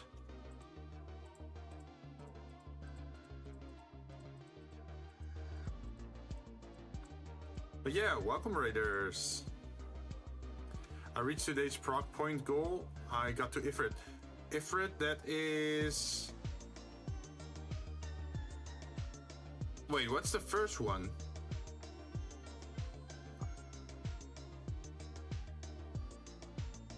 Is the first one Garuda, and then Ifrit, and then Titan? Or what's the order? Because you have to fight... Oh, okay, stupid Windbird. Oh, wait, so first Garuda, then Ifrit, and then Titan? Is it like that?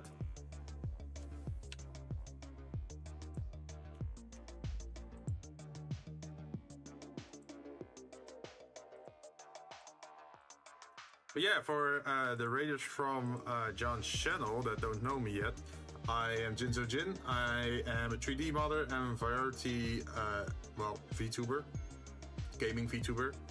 I play various games and I like to 3D model as well, as you can see what I'm doing right now. What we're trying to do today is, oh, that's not good. Have to delete that. Let me zoom out so you can literally see what we're making. As you can see, we're working on a knife. This is the first knife of a set of knives that we're making. The others are still flat. There's no detail to it yet. It's just the profile that we got, which is based on like the knife sets. Like you have a chef's knife, and a santoku knife, a bread knife, slicing knife, utility knife, or a paring knife, and later I also have to make the kitchen shears and the sharpening tool. We already have a block like this, which is what we made over here. And let me turn this off again. There we go. So here you can see that we have like a wood block version with some shiny reflective parts to it.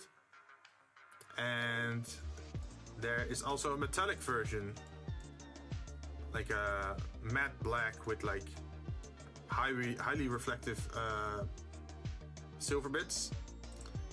And also thank you Mr. Lisa and Feminine Guy Disease for following. We also made a pan last time around, as you can see over here, and we made a variant with it with a glass top, and we have the base version. We also have a frying pan so we can hit some people with in different sizes, and this is something that I'm really proud of. But these pans are not a static size. The cool thing about this pot is that you can literally move this. Like this took some figuring out, but I figured out how to do this. Is that if I move this part, everything moves with it, as you can see. See, so you can make like a wide pot, or if you grab this thing, you can make a tall pot, and it all automatically adjusts so it stays correct. Pretty cool, right? Okay, so it's Garuda, Ifrit, Titan, Ultima, Bits, La Habrea, Ultima. Oh, really? Oh, damn, that's how many phases? 1, 2, 3, 4, 5, 6. Damn. And you're now at Ifrit, right? How was Garuda though? Like, was it barely that you barely made it, or was it easy to get there? Yo, that's so cool. Yeah, we have been like messing around with empties to make this work. It also works with this pot, as you can see. You can just move it. You can make a very thin pot, but if you go too low, then this is gonna malfunction, as you can see. So the lowest you should go is like this.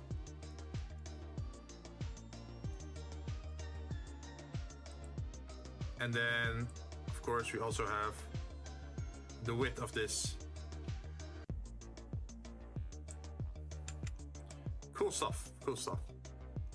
So I'm planning to do that more often in the future, where we can have like these kind of flexible assets, because that means we can only put one pot in the scene, or like 4 of the same pots, and then we can just adjust their size or their height or radius to make them look different, right? Garuda's still I'm guessing you're trying to say Garuda's still a bitch. Yeah. Like, it's showing up blocked on my side, so after getting the whole thing explained to me, it's simpler than I thought. So it's more like just getting the hours in. Like getting the experience, right?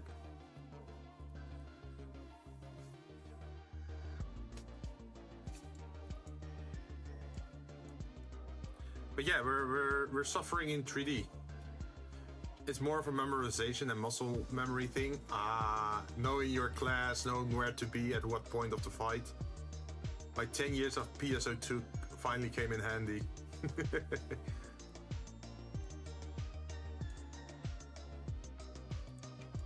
But yeah, we're still like trying to figure out what the best way is to make these knives. I think there's like, yeah, this is like a very sharp end over here. I'm not sure how to feel about that one.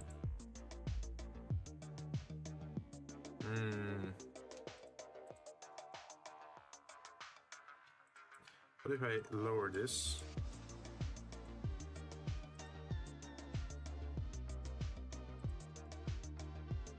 Can I then assign it to this?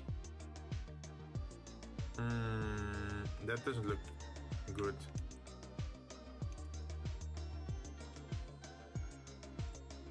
What if I do it like...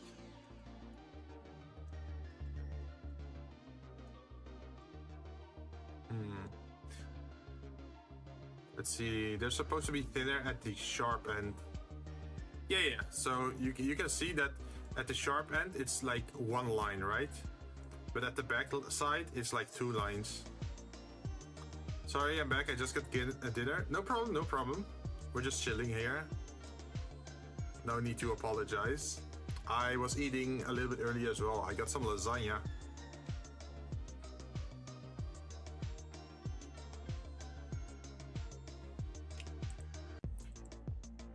Oh, okay. So what I'm guessing what you mean is that it has to work like this.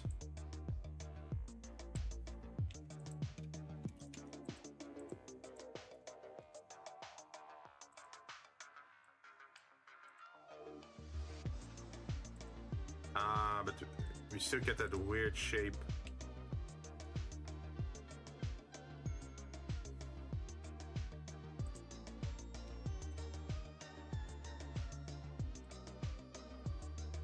Do you mean something like this?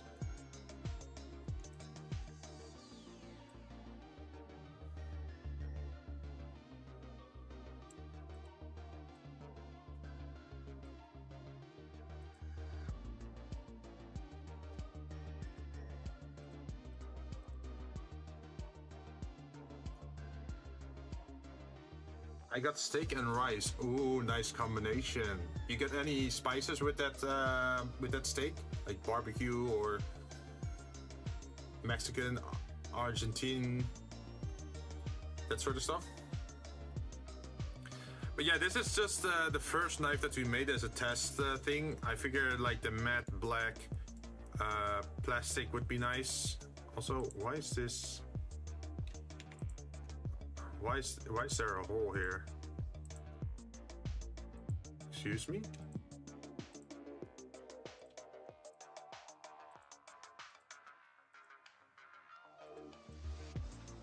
There we go.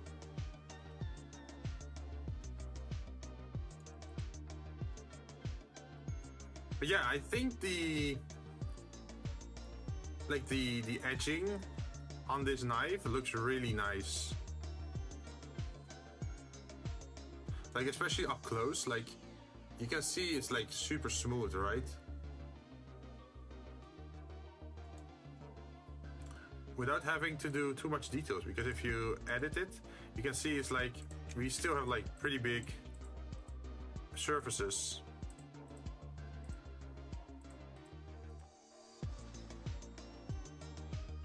Salisbury. Do you pronounce it Salis or Salisbury?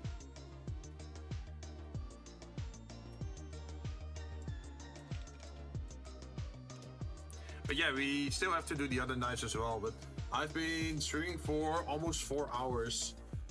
And I'm starting to crack. I don't know how to type that out, but you tried your best. Oh damn. Wait, what are you saying oh damn about, John? About the 4 hours of 3D modeling? It's not the longest, but I started doing the wood block here, where I had to fiddle around with some shading settings to get this effect. I checked mine, I stopped at 11 hours. Oh geez. But I think before I only wait, how should I say this? Like before I only did 3D modeling on Monday, right? But now I'm doing it on Monday and Friday, so it's not bad if I'm having 4 hour streams instead of 8 hours, because in the end we're still reaching the same amount of hours. At least 9 to 11 hours this week. You mean every stream was 9 to 11 hours? Oh jeez. Oh wait, John, you weren't here before, so you didn't see that I did a sneak peek of my new raid alert, huh? Hey, I only streamed once last week. Well, I know your normal hours.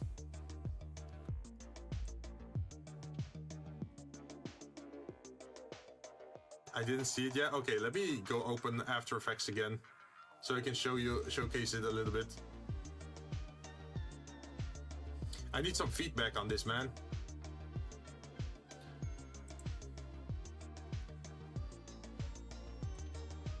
Okay, we're gonna change screen to show After Effects.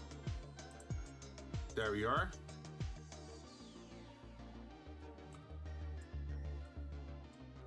So I was planning to make a new raid alert for when I'm getting raided, but it's not done yet. I'm still open to feedback and I'm still looking at things.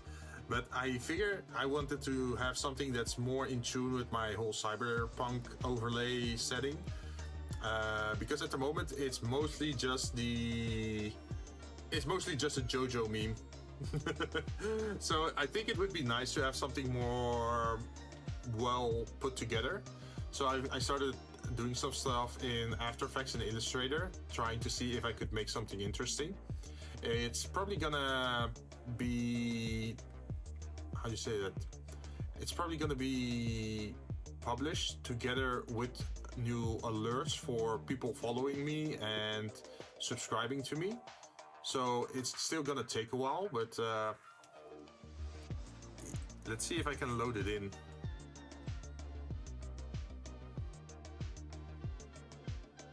Yeah, at the moment it's still loading, as you can see. So let's just let it load.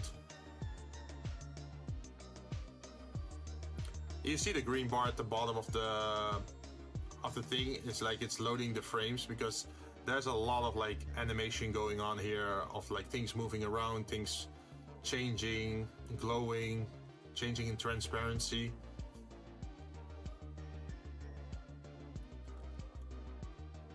Damn, that's cool. Hey, glad to hear you like it. So I've been doubting if I should do this for my entire screen. So you see my metallic borders on the edge of the video, right? Of the display or the overlay. Like I can either put it there and then it covers the entire screen, or maybe I can just apply it to the screen capture area of my screen, like the white bordered area.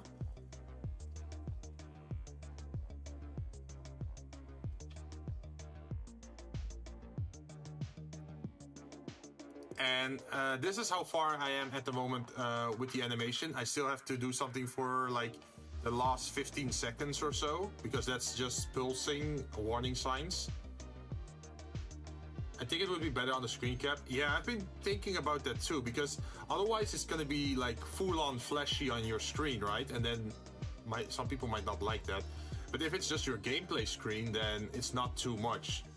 There's like a little bit of the screen that's popping up, and it's certainly drawing attention. So I think that should be good enough. And because it's semi-transparent, you should still be able to see the gameplay behind it in case I'm doing something. But it does draw a lot of attention when someone's raiding. I think that's the nice thing. And then, of course, through stream elements, I can add the name of who's raiding me. Also, I did make a rare version that says the scuffed version of the alert. Instead of alert, it's written as alert. Oh, like a glitch or something. Well, it's already pretty glitchy if you see the full animation. Let me actually play it now.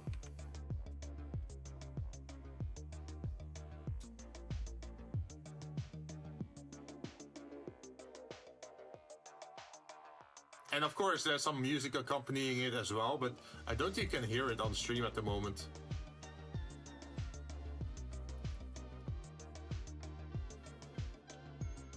So for this animation, I actually got a little bit inspired by Toho. Wait, let's see if I can actually capture the audio of the program as well. Properties, capture audio, beta. Let's see if it works. In that case, I have to turn off the music playing on the background, otherwise you're gonna hear two songs at the same time. Let's see if it works. So there's gonna be like how do you call it? It's like the typical siren that you hear when there's like radioactive leaking, or like a sound alert, or something dangerous is happening, and then after a first, what is it, like 5 seconds, then a more upbeat song starts to play together with the horn to make it sound very exciting. So hopefully it actually captures the audio. Let's see.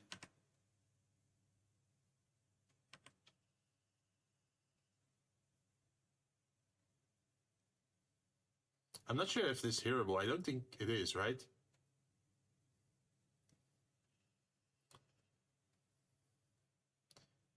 It says exclamation mark.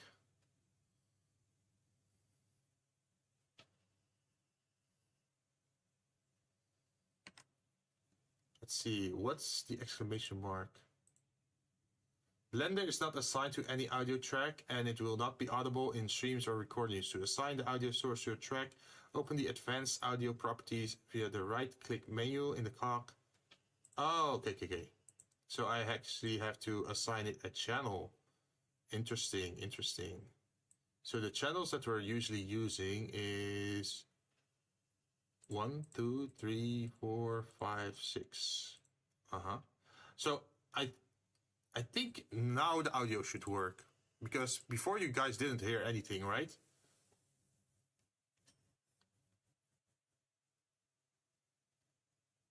So let's see if it works now. Hopefully it's not too loud.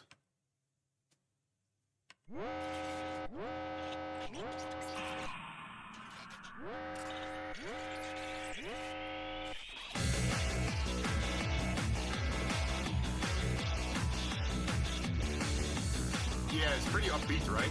Exciting stuff happening.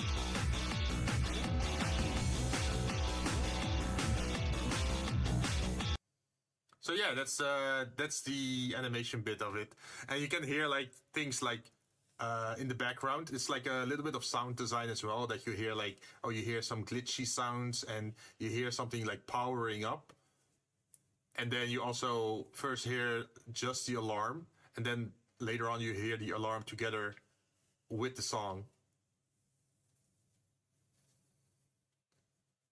But now I still have to find something for the last bit, because after like warning incoming raid, I want to change the screen into like like streamer's name is raiding your channel or something like that, or welcome raiders, or like something behind after this message, right? After the warning, incoming raid, that it changes the title or like the letters into something different. And also it's obviously customized and handmade here, because look at this. These are my slimes. My horned slimes. They're part of the alarm. I figured I should put more emphasis on that during my streams as well, because the only slime you see on screen right now is just the one that's sitting next to me at my desk.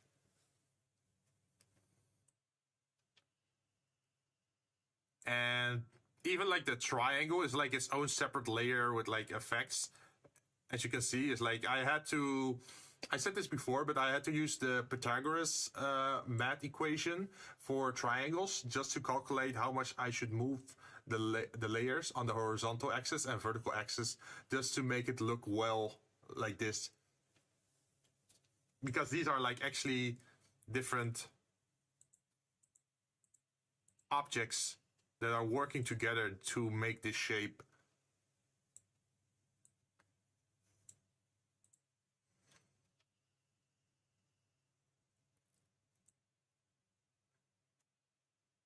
And this one is also like just glowing and then moving out.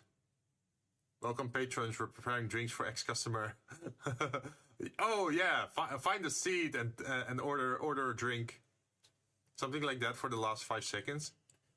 That could be interesting, yeah. Like something to reference the bar, right? Like come chill and have a drink. This one is super. This one was super annoying to make, like the triangle together with like the white lines, because this is actually an audio spectrum. Let's see, where is it? This one. Audio spectrum. Luckily, you can still change it to if you want something different. Like if you want digital lines, I could change it to digital lines as well, which works pretty well as well. That's cool. And we also have analog dots. It just changes this center bit into dots instead of lines or bars. I think I like the analog lines and the digital the most though. This one really feels like a frequency. Maybe I should change it to this then. So they can see, they can use the drink command, right? Oh, yeah. That could be interesting, yeah. Anyway, still things just to think about at the moment, since this is still being worked on. But I figured I'd show it already, like give a little sneak peek of what I'm working on. I'm doing the same with the subscriber alerts. It's not going to be a full screen animation, of course, but it's going to be, I think I'm going to move it to the bottom left. Because at the moment, the subscriber alert is happening above me in the top right corner. But I figure it would be nice on the bottom left corner, where at the moment is that spectrum bar you can see moving around. And that's just a visual element of my overlay, right? So it's not bad if there sometimes is a pop-up on top of it that just showcases like, oh, someone is following you or someone is subscribing. And then it doesn't cover chat anymore above my head.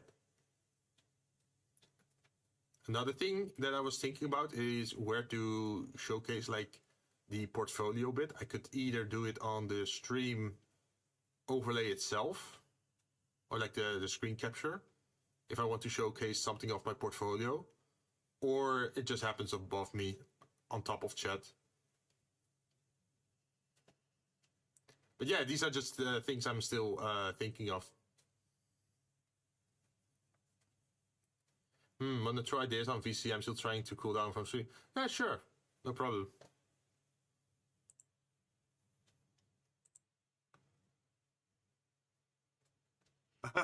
I just see your DMs, like alert, alert.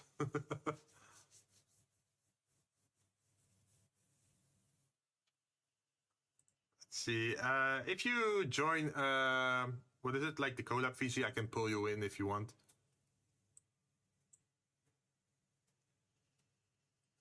Yeah, I know. You can join me. Hello there. Hello.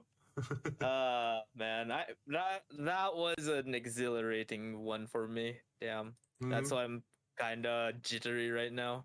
Oh, you're still like tense, like your muscles are like, or I call it, not the muscles, it's more like the excitement. Like, do you still have shaky hands or sweaty hands? No, it's not sweaty hands. It's more like the same as when I used to do hard content back in my other games. Oh. It's that excitement that you do running the content.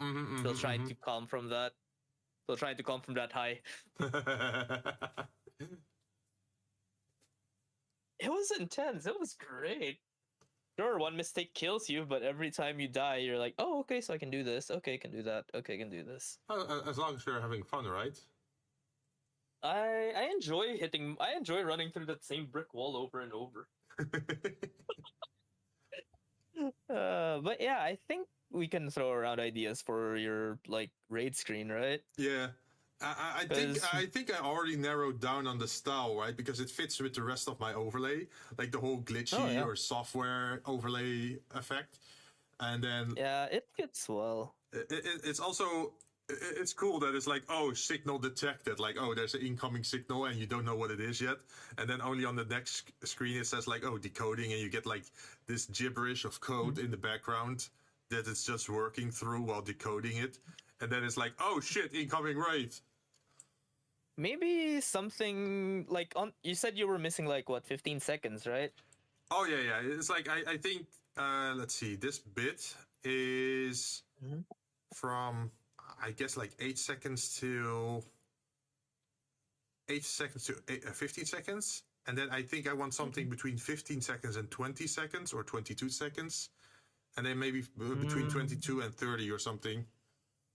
I think you can do something like because I still because this is like the first decoded message, right? Like, oh, warning, incoming raid, and then the next thing should be actually mentioning their name, right? Yeah. I think something better would be, instead of incoming raid, since you're on a bar, it's like emergency. You could put something like emergency reservations. VIP incoming. Yeah, maybe not VIP. I think it would be. Yeah. I mean, you can set it up for VIP if you want to do it for like certain friends, right? But I think it would be nice to have like variations, like instead of just warning incoming raid, there's one that's like warning emergency reservation, or warning unwanted customers arriving. Warning, degenerate detected. Yeah, something like that, right? You can make some funny variations of it. And considering how Stream Elements works, you can actually randomize it, if I remember correctly. Yeah. You can have multiple raid animations, also depending on size, I think. Like, if someone raids with like 5 people, or with 10 people, or 20 people, you can actually play different animations. If you want that is. Yeah, it would be great, right? For something like that. It'd be like, warning. Like, warning, degenerate detected. So yeah, this is what I've been working on. I think the last 2-3 weeks. Side. Yeah, just gathering ideas and then slowly doing the animation stuff. And yeah, it took a while before I narrowed down this thing. Like, it's a great style. Yeah, I'd say I like that. Like, if you look at it, it's like first you get the small red border, right? Like just the line, like, okay, there's something happening. But then once it's detected, it goes full on to like warning signals, or like the scrolling bar at the bottom and at the top. And then the funny thing is also that like these lines of the slimes, they're like moving in opposite directions.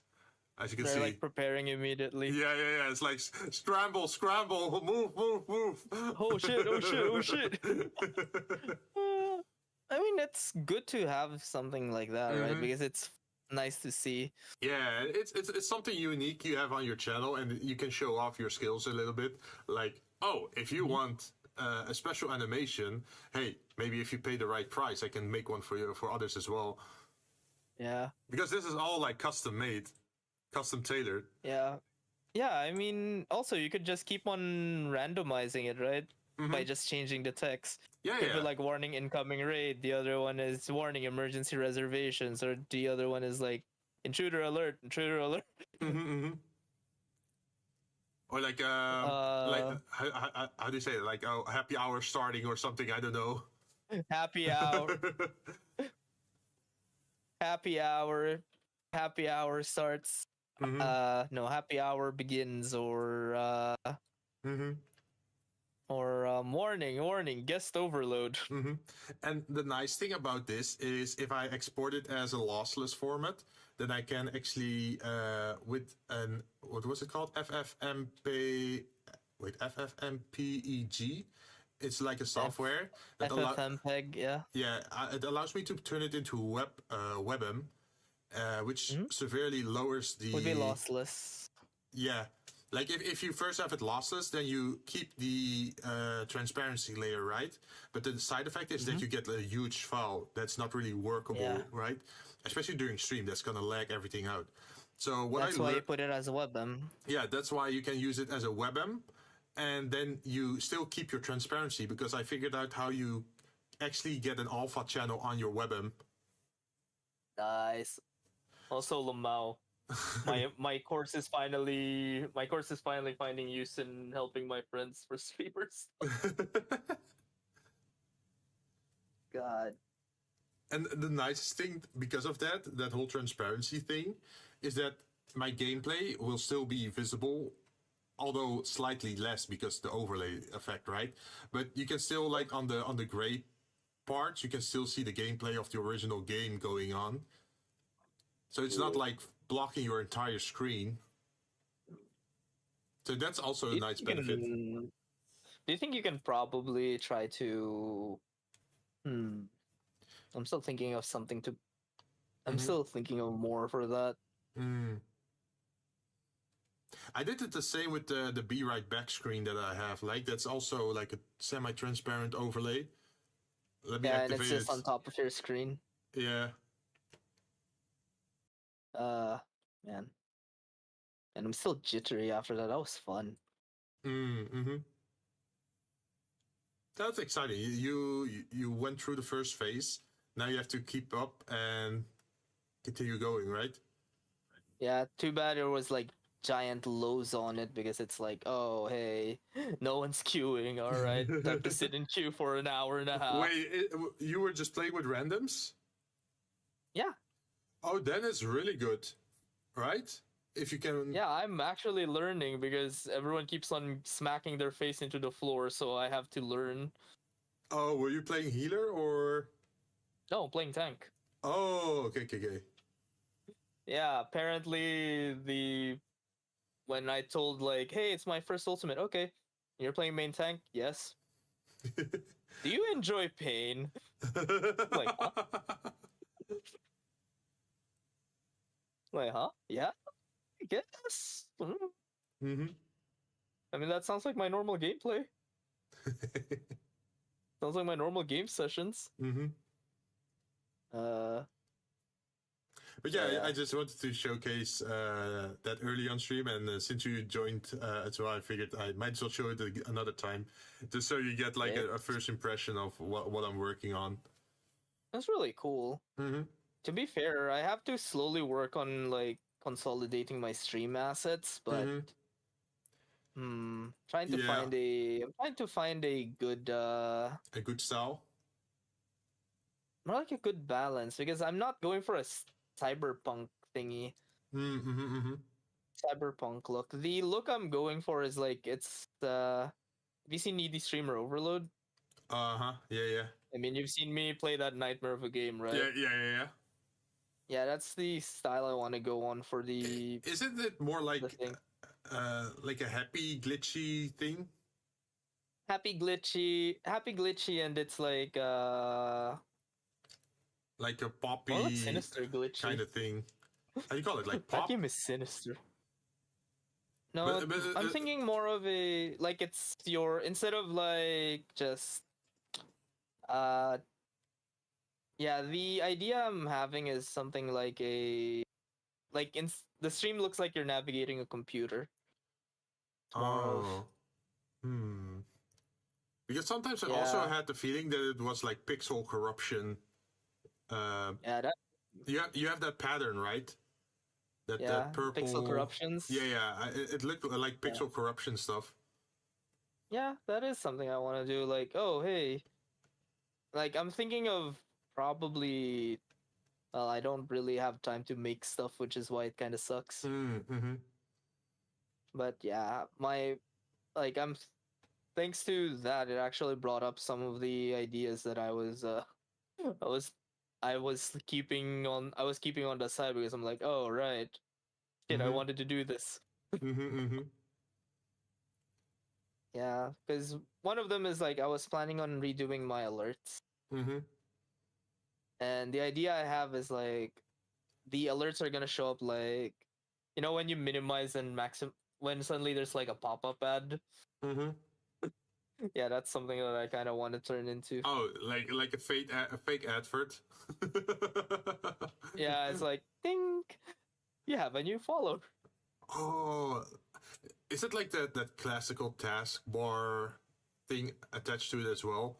Like you have the low line, the square, or like the rectangle, and then the X button. Yeah, then it just shows up, and then it just vanishes. Or it's like it shows up, then the mouse goes over and clicks an X on it, and then it closes. or it's like if you want to do it more glitchy, it's like it spawns in multiple times off center, half transparent, but then after like glitching or like moving around or like it's like turbulence effect, then it actually pops up correctly in the center of the area, even if it's like in the corner of your screen. Something like that could also be cool. Yeah, it's like it glitches around the corner of your screen, shows up in the middle. Yeah, it just breaks in half. What was that Penelope from Wreck-It Ralph? She also had that glitch thing, right? Yeah. Like imagine the message box does something like that. Oh, now you made me realize it. It would be nice to have it something like glitch out. Shows up in the middle of the screen and then it just fades away. You know, like how pixel characters slowly vanish. How pixel characters slowly vanish. You know, like when you die in Pac-Man. Oh, no, not Pac-Man. Yeah, like a fade Mario. out. Yeah, it's like, you know, it's just. Also, welcome back, Aiko. We're just talking a little bit about ideas on stream for like alerts or like rate animations. Yeah, I'm slowly reworking everything as I go. Yeah, I don't just play FF just for your information. Yeah, I've been working slowly on that as well. It's like in the first year, my stream looked a lot different together with my thumbnails. That's very simplified, right? But slowly I've been like upgrading my thumbnails and then also my schedule and then my overlays. And this time it's also time for like more complex animations for rate and subscription alerts. While also still doing the asset library thing. Like, Jesus Christ, I'm doing so many things. Yeah. Man, I just don't have time for creative stuff. Also, Aiko has also been mentioning this before. I still don't have a rate name or like a community name. It's so tough. I don't know what. We're the same. Huh? I don't have a community name either. Yeah.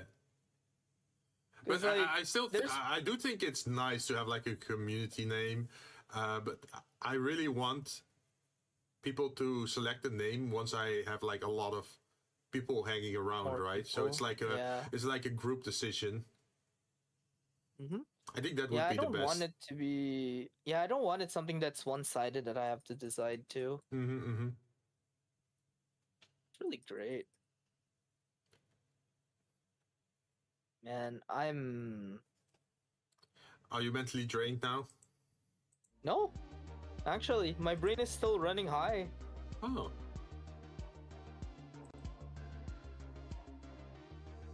Because my addiction isn't unlike most people, where it's like,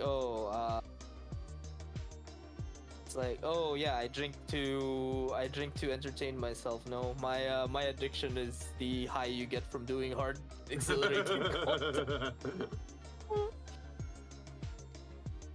Yeah, high speed and exhilarating content. That is my drug. Also, you mentioned something about tomorrow, about Warframe. Like, what was your plan for tomorrow? Actually, I'm planning to at least try to clear the map as you've shown me. Actually, I should try to log in today and do my mastery exam, right?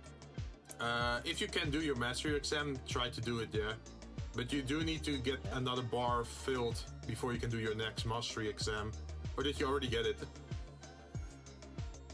Should actually check that. Wait, let me just finish my tribal quest. They just refreshed. Also, fair warning, I can guarantee you can do that storyline within one, or like those story quests within like 24 hours. Because sometimes there are moments in there where it says like, oh, you have to make an item, and then making the item takes 12 hours. Yeah, that's fine for me. At least that gives me a reason you can always to go back. balance. What I would recommend if you're streaming like your progression through Warframe, I'd say start with progression with the quest line until you hit a point where you have to wait, where they say like, oh, you have to wait for 12 hours before you can continue. And after that, just go after the star chart or like other stuff in the game. So what I should do later is that one thing, right? That was on my story quest. Also, Aiko's right. My brain is gonna feel like it's been run over after this goes down. Yeah, I'm actually curious because I wasn't expecting you to be that far into the star chart already. That you were already at Mercury and doing other stuff, right? Because you had Mercury, you had Earth, and another one, right? Which one was it? Yeah. Mars? Jupiter, I think. Could be, yeah. But yeah, I will say that certain mods only drop at certain spots. Things you definitely want to look out for would be elemental mods and elemental plus status mods. I think those make a big difference because having access to a certain element really makes certain factions a lot easier to deal with. I also did a bit of research on Warframe while I was doing Eden a while ago. Oh, really? What were you looking at? You gotta dual wield and do stuff, you know? Work, research on Warframe, and play FF14. Work was so boring you ended up going to the Warframe wiki. No, work was just weird today because it's like people blaming each other. Oh. Like, this isn't working, that isn't working, this isn't working for us, this isn't working for us. So have you followed the process? No? That's a process? Do you think it's not working? Yeah, they're like, no, it should work like the old process did. They're using a system from 2020. You're using a system from like 2018 now. The one you were using before is from 1995. God, that thing is they're still keeping that legacy system, and I'm still working with it. Oh jeez. Yeah. No escape, huh? Dude, that thing is so much of a relic of the past that it's only me and 2 other people that have like idea on how to use it or how the whole thing works. And I'm just gonna say it now, the whole thing is stuck together by crushed hopes and dreams of any IT who worked on it. It's spaghetti code on top of spaghetti code, man. Oh god, it's like League of Legends all over again, huh? No, think of it this way, Jinn. Imagine tofu dregs on the foundation, and then someone put really high quality materials for... Oh no, they just keep layering. Yeah, they just keep layering it, but the foundation is made out of tofu dreg. It's like that truck. Keep going, you're fine, and then suddenly it crumbles. We're not fine, we're on fire. Yeah, it's like imagine Imagine Mr. Bean's car, but the engine inside has been cobbled together from different F1 engines. Dude, the system was made on Windows 95. Oh. Yo, wouldn't it be high time to maybe update or replace the system? They already did, but they're keeping it as legacy because some of them are keeping it for legal reasons. Oh. Okay. But the problem is, even if it's being kept for legal reasons, imagine that 1995 system interacting with something from 2018. It's like making a boomer and a zoomer talk in a room using their own slangs. I feel this is like typical, well, for my country, it's like typical government software websites. Yeah. Like they made something like 20 years ago and they think it's still viable. Dude, you want to know how scuffed the system is being run right now? Mm-hmm. This isn't covered by my NDA, so I can actually say it. Mm-hmm. It's just a fair warning, you're still on stream, huh? Just in case. It's fine. What are they gonna do? What's gonna happen? It's like my boss is gonna find me? I doubt. Yeah, on this random Dutch Vtuber's channel. He's been my fan all along. Well, actually, the danger is closer than you think, because I think one of your co-workers is Dutch, right? Oh yeah, the bosses that I don't get along with. Yeah. Dutch. Who knows? Maybe someday he'll end up on Twitch. Oh, he's not Dutch. He's Swedish. Oh, Swedish. I thought you also had a Dutch person somewhere.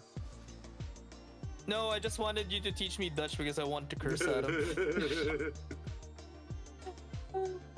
But it's funny because it's like the system is being run in a way where you're familiar with virtual boxes, right? You mean like running Windows inside of Windows or running Linux inside of Windows? Yeah, something like that. Yeah. That's what a virtual box is. So imagine this. The computer is running on Linux that is running a simulation of Windows 11. That is running a simulated version of Windows 95 because that's the only thing that can open the system. Ah. It's fucking Inception all over there. I think someone's looking for trouble. Uh-huh. Why would you do that though? Well, first of all, it's because the code is incompatible already. It's like trying to get a CRT TV to display HDMI. You can do it, but it's not gonna happen. Oh no. You can do it, but it's gonna cost too much, and even then you're like, bro. Why would you? No, I think it's the other way around. It's like trying to make a 4090 display on a CRT. That should be a better like comparison.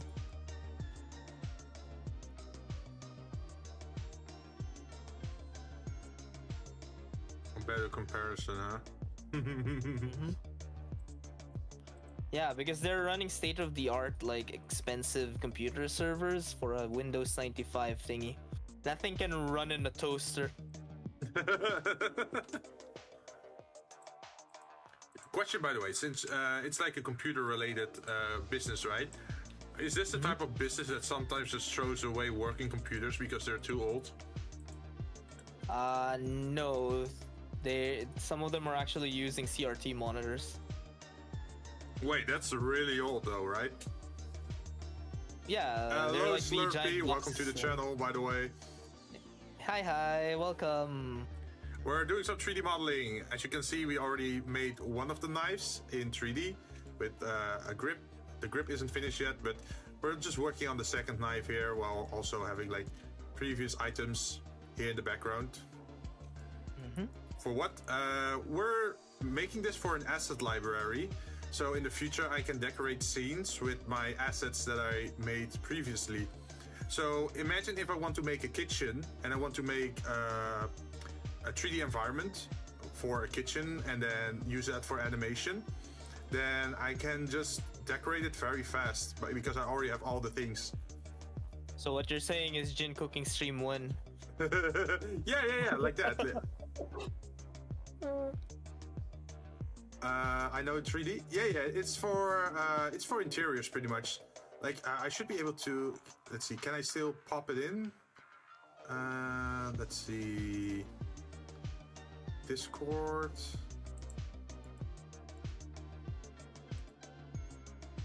This is Firefox.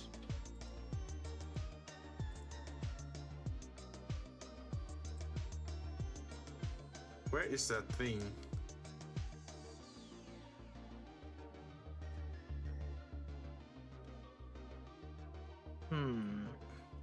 Preview drinks, is that it? Oh, there it is. Probably. So these are like things that I made in the past as well. Yep. Like my theme as a Vtuber is that I'm a bartender in the cyberpunk world, so that's why I make these kind of animations as well.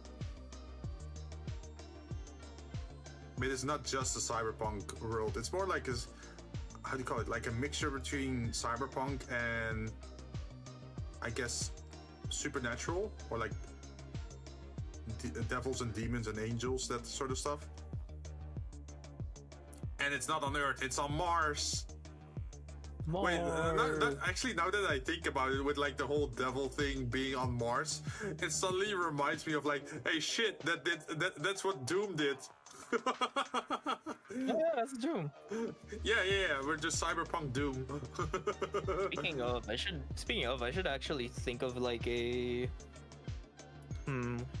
I should actually think of a thumbnail for tomorrow, since I'm pretty sure you're gonna get dragged in.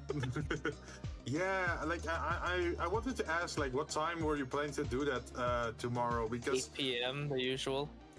Let's see, 8 p.m. That means it's like 1 p.m. for me.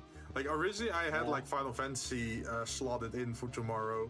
Oh, tomorrow? Yeah. Then we can do Final Fantasy first, and then I can just swap to Warframe later. Because how far do you think I am away from the end of Heavensward? Because I just want to get to the end of Heavensward. Did you finish the anti-tower? Yeah, I already did that. Yeah, I already did the. Thancred Depression arc. Yeah, I think so, at least. Let's see. Let's see. Other cool things, Slurpee. I think we got a Christmas tree as well. Let's see. Is this the Do you remember what quest did you animation? end on? Oh, sorry. Let's finish that one first. Like, this is something I did in December, where I 3D modeled a Christmas tree with all the lights and reflective things. And I used geometry nodes to place the presents with randomized colors and placement. But yeah, I'm still learning. I wouldn't say I'm an expert. I'm still a novice, or I consider myself a novice. And I'm trying to just learn as I go and try to make nice looking stuff and make stuff that I actually can benefit from in the future. So since I like making backgrounds and scenes, that's why I'm focusing on objects. Like, I know a lot of VTubers are more into like character creation or like character modeling for like rigging and stuff, but I noticed that's not really my strong suit. Yeah, at least you can do things better than I do. What do you mean? Bro, I can't draw shit. I can't draw shit, and my modeling skills have been kept in the dirt for like years now. You just have to get started someday, right? Yeah. When the time comes. When is the time gonna come? I don't know. Sometime in the future, maybe. Oh, Slippy is saying, I'm the type of person that would buy your asset library, since making everything manually for everything is too expensive to the client. That is true. Yeah. That is true. So yeah. And considering your art style, Jinn, your art style is actually well suited for people who want to make like semi-realistic. Like interior.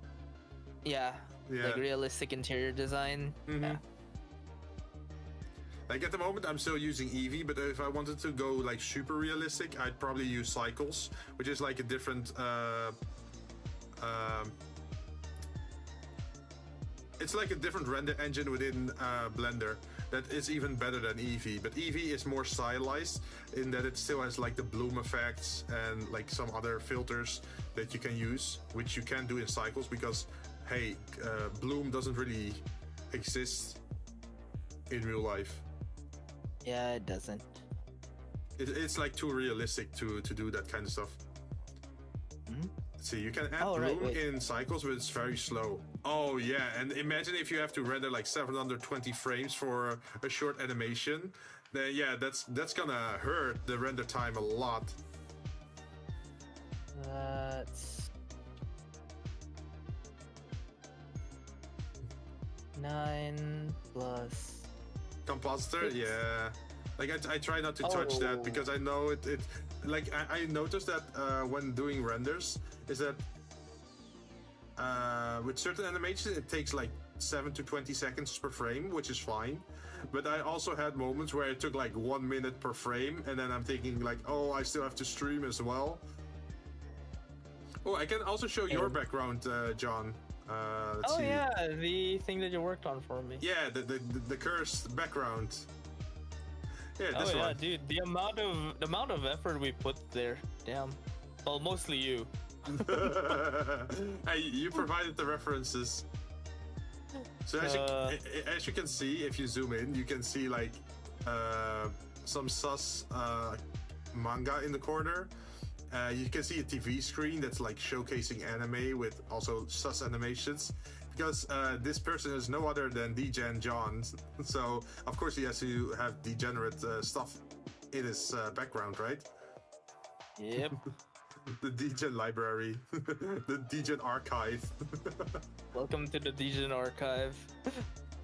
And then that central animation with like the purple vortex tunnel, that's also something that I made in After Effects, and then I loaded it in as like a 2D surface video, and then I applied emissive to it and gave it like the shiny glowy border as well to make it come alive. And of course there's something you can see in the corner, I think, here. Let's see if I can zoom in all the way. There's a body pillow in that pillar. Instead of a pillar, there's like multiple body pillows. Yeah, it's like a display of Iris's body pillow. Because this guy is a big Irish fan, and you have a different one at the other side. It's like a legendary artifact or something. The way it's like on a pedestal. Oh, they can see the TV. Oh yeah. Read one book and stay forever. Yeah, but that's pretty much the stuff that I did, and this was the second background that I did for someone else. The first background that I did was just for myself, which was my bar setting. Then I also made one for Jinn, and then I made one for John as well. And it was some good practice. It was I still love how much effort you put on it, because it's like a lot of there's a lot of Easter eggs there. Oh yeah. Slurpy's asking if you have a Gumroad page. I have no idea what a Gumroad is, to be honest. Is that like a site where you share your assets or something, or? It's I think it's an artist commission site. I should look into that then, because originally I was looking at VGen. It's like a store. Oh, then I should definitely check that out. Oh, that's the. Okay, now I remember. This place is the. Yeah, this place is a. Is it specialized for 3D assets? Yeah, there's a section for 3D assets. Oh shit! Hey, thanks for the tip, Slurpy. Hey, yeah, that could help you get some passive income. Any asset, but also 3D. Yeah, originally I was thinking about like starting with VGen because hey, I'm a VTuber myself and I just mostly do like VTuber related stuff. Like assets that I'm thinking of doing in the future is like that certain scenes you have like a desk at the bottom of the screen and then you have like a keyboard on top of it, right? Mm-hmm. Or like a mouse mat and a mouse. I was thinking if I make an asset for a mouse and a keyboard and a mouse mat, then I can easily do commissions for people that want like customized keyboards in front of their VTuber, right? But then it's still gonna be 3D animated, or like not really animated, but like 3D rendered. Well, speaking of, I'm actually tempted to just use my 3D model again sometimes. I don't know why, but VTS's tracking on my 2D model has been weird. Oh. Well, you can also just swap around depending on what you're playing. Like if you're playing like a 2D game, then you can use your 2D model, and then if you're playing a 3D game, then you can use your 3D, right? Yep. Like I keep swapping between like this model, like just the Discord Fugi PNG, and my proper 3D model as well. It's like whenever I'm working on like creative stuff in Blender, I use the PNG because it's like less load on my system, right? Yeah. Maybe I'll use your knives in the scene. Yo, am I gonna get credits? Am I gonna get announced in the description of the video then? Gotta get my name out there, right? Hey man. Also, I checked the thing. What was the last quest that you finished? The last quest in... Because if you finish, I mean, for Heaven's Sword, which one have you done? So up to what point? Let's see, Heaven's Sword, I think the last thing that I did was... The Word of the Mother, or did you go further beyond that? I think I came back to Horsefon's room, where you met him at the end of A Realm Reborn, I think. So that should be for those who have lost, I think. Yeah. I think it's that quest. 2, 3, 4, 5, 6, 7, 8, 9, 10. You only have 11 left to get to the end of Heaven's Sword, and then you have 19 quests to settle your score with Ilberd. Oh, cool. Hey, we gotta kill him tomorrow then? You want to? Because Well, I can move that Warframe stream if you want to go and fulfill old grudges. well, it would be nice to finally write that name off the list, right? Hey, if you want to fulfill your grudges, I'll be there for you. I don't mind moving the Warframe stream some other day. I might move it on a weekday, actually. Probably, I don't know how I'll actually move it, because it's like I kind of want to keep continuing doing Warframe with you, since it's more, I feel like it's more of an... It's more fun if you're playing it with someone else in general. Also, Didi, thanks for joining, and good night to you. Hope you have a nice rest tonight. Wait, is it? Wait, Didi, if you're from Asia, isn't it like 5 or maybe 7 a.m.? It's 5:30 in the morning now. Oh no! Get some sleep, man. I'm just trying to cool down. And thanks for the follow, Slurpee. But I have to... Okay, if you have an IG or something where I can check out more of your stuff. Well, I do have a YouTube as well. You should be able to go there through my channel, and then you can see the other short animations that I already have. I haven't uploaded all 15 drinks or like every animation that I made yet, but I'm slowly working my way through it because I'm doing like multiple things at the same time, right? So yeah, it's something that's still in progress.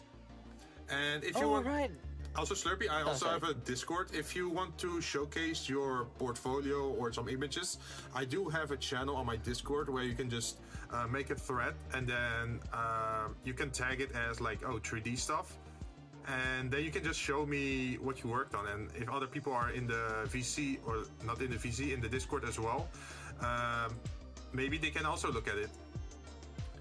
I actually, that's also for you, John. I actually changed my channel for Show Me into like a thread-based one. Wait, what the hell do I even post there? I can't even draw shit. Well, like, in general, the thread channel is pretty much like anything you want to show off or show to other people. So it could be art, it could be 3D project, it could just be gameplay, it could be trailers. Maybe you want to show a picture of your pet. Maybe you want to share music or a picture of food. I also have a tag for reviews or miniatures. So whatever you want, pretty much. Like if you want to show me stuff, you can do it easily there. Oh, cool. Then that means I have things in mind already. Yeah. I figured that would be nicer than having like 5 different channels, like, oh, a pets channel, oh, a 3D, oh, a 2D, gameplay trailers, and like it would be like too much, right? Especially for the size of my Discord, because it's still on the smaller side. So I figured like it's easier if you just compile it into one thread channel, and then you can just select on the tag. Have you used threads before, John? Yeah, I actually have some channels in mind that are threads. Frankly, haven't used them much.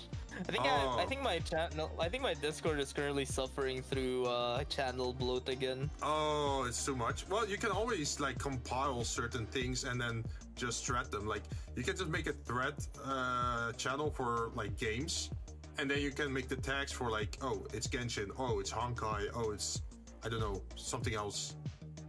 Yeah, so, I usually have it set as sections. There's like, there's an FF14 section, there's a PSO section right now. That's why I have it like that. I'd love to at least change a bit more, but if anything, the one thing that is a constant on my server is the waifu bot is still a war zone. Actually, I haven't claimed in a while. Actually, now that I think about it, this place has evolved from like, oh yeah, this waifu to like, okay, I must strike when, I must strike when they least expected claim and then vanish into the night. it just turned into all-out war. Yeah, but you know what? I find it funny to watch it every day. Every day we stray further from God. No, that's just me in a nutshell. Oh, maybe something I can also show off, since we're at the end of the stream anyway, if you think about it. Let's save this, double save it, yep. I also have another file for, let's see, I got some snacks and drinks. Oh, there you go. Damn. Thankfully, damn, you mentioning drinks actually pushed me back to what my thought process was before I got cut off. I just uploaded some screenshots. Idea. Ooh. Yep. Random thought idea if you can manage to connect it with your drink command. Like have a, you know those projectors? Like those 3D printers from the Orville? It like just beams a bit and then it shows the drink. Yo, those are like what Slurpee just posted. Those are some high-end, super realistic renders. That if you want to do architectural interior renders or like product renders, right? Ah yes, Jinn with Oh damn. Those look nice. Arcfizz, ooh. That's really nice good looking, man. Damn. Oh shit, I really like the teapot. Like you have the condensation on the teapot and then also the smoke. Like how did you do that? Did you do that with particles? Like particle system or something?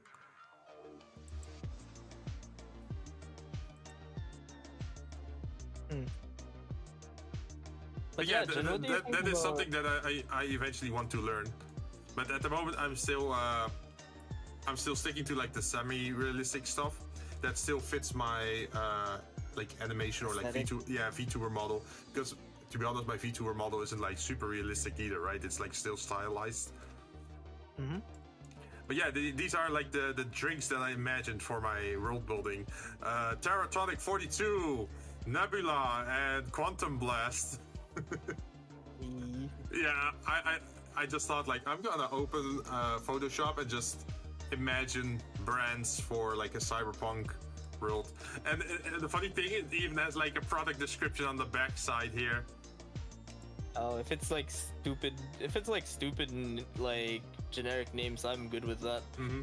Yeah, it literally says consumed at your own risk, which fits the cyberpunk world perfectly, right? Like, oh yeah, we're not liable for this.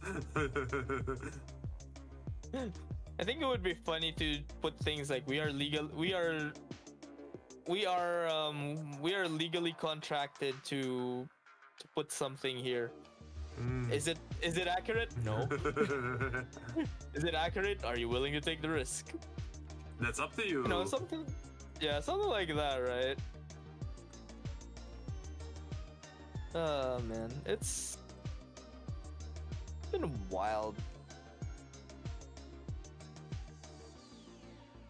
But yeah, about the Warframe thing, if you need to finish Heaven's Ward tonight, I am willing to move it. Oh wait, it's tonight for you, huh? For me, I'm still thinking like tomorrow, because it's like what is it, like 13 hours away still? Yeah, it's currently 5:30 in the morning here. And then we also have this stuff over here.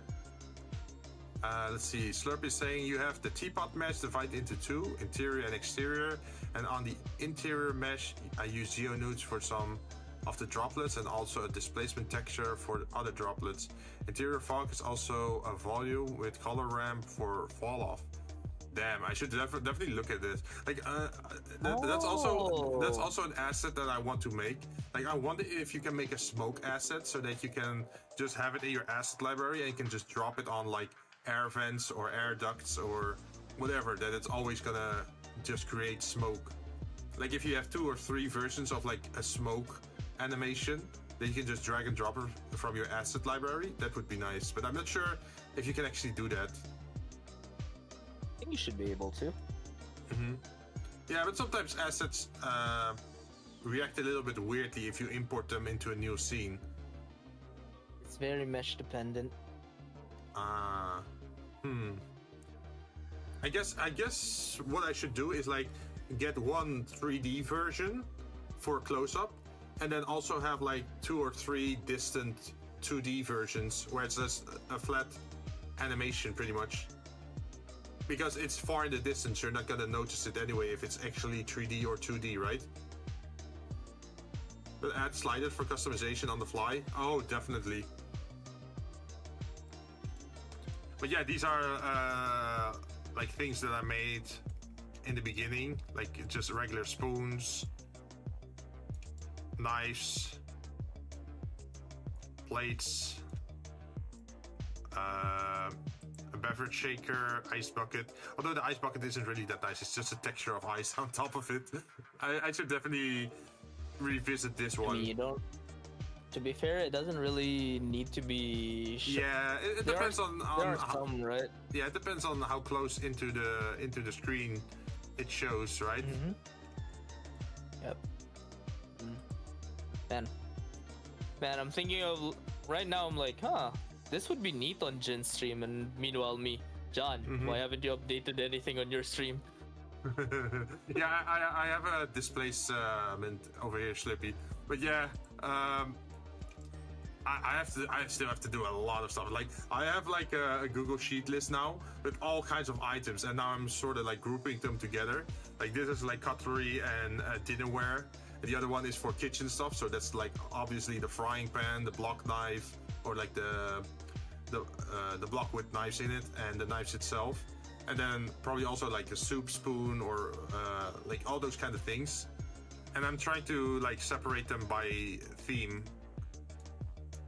Where are you? I'm at soup. What do you mean you're at soup? Oh, one thing that's also very cool. I already showed it earlier in the kitchen and asset file. Is these pots and pans? They're not static. This is not a static pot. I'm not sure. John, did you see this before or not? You actually showed it a while ago when I first rated you. Oh yeah. Where you can extend and yeah, I can make it bigger up to a certain size. So you get like a big pot, and then you can also click here, this one, and then you can just move it up, and then you got like a big. Well, this is like it's like comically big at this point. How do the UVs behave? Well, originally these were curves, and then I turned them into meshes. But this is if I go to the shading for this thing, yeah, you can see it's this is it. This is all it is in essence. Like just what is it? Metallic, high up, together with a little bit of roughness. So it's not like anything texture or complex related. Like if I add materials to it for imperfections, how will it behave? Oh, like a weathering effect or like rust effect? I have yet to try that. Can you add a texture map? I'm not sure how to do that, to be honest. Like that's the thing with me, is like I'm self-taught, right? So some things that are might be considered like elemental or like beginner stuff, maybe I skipped over them because I never encountered having to learn it yet. Hey man, at least you still retain at least you still retain all of those. I don't remember anything I learned from. Oh, you lost everything? Yeah, considering this was supposed to be my major in college. Yeah, I was just like, yeah. Hey, you gotta keep up the practice, right? Yep. No, I don't even remember how to use Blender anymore. I think this one does have a lot of how do you call it? Like vertices. Let's take a look. Yeah, there is a lot here. Like I understand the concept. I still understand like the conceptual way of working with it. Just can't control the thing anymore. Oh, well, hey, if you want to make stuff together sometime, or if you want to do Blender stuff as well, just let me know. I mean, I had someone else asking some questions before as well. Like they were trying to make soda cans as well, and they saw me working on it, so they asked some questions, and we figured it out together a little bit. So I'm totally fine. Yeah, I should probably at least dedicate a day of my week to not just FF14. Also, this is still like, how do you call it? This is like non-constructive. Like I can change the angle from 360 to 180, and then suddenly, bam, you only have like half of it. So you can still modify it, or like modify the profile a little bit. Or you can also say, like, if you want something that's like lower poly count, you can turn this to 16, for example. You can obviously notice that it's like less round, right? It's like it's less round. You can literally see the corners in this thing. But if you put it in the background, far away in a scene, you're not gonna notice anyway, right? Yep. So depending on how close it is, you can make it like more detailed or less detailed. In the material window,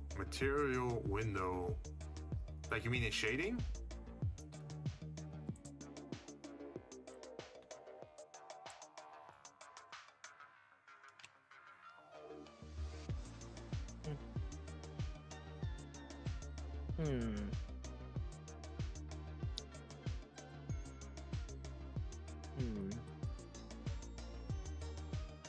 An image section now, create a new image, change resolution, and there you will see it generated something and change that to UV checker. Oh, that's if you want to like apply different UVs to it. Huh. I never really checked that, to be honest. I should probably do that more. There was something messed up with the soda can before, that it actually morphed the corner a little bit. Just have a checker map textures to check the UV look. See how they be. Oh, okay. So it's like a PNG sorta.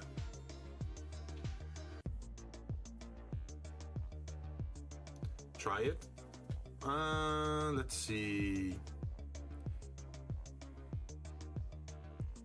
It's a PNG. Oh, so just like the checkerbox PNG, just import it and then put it as the texture for this thing, right? Is what you're saying?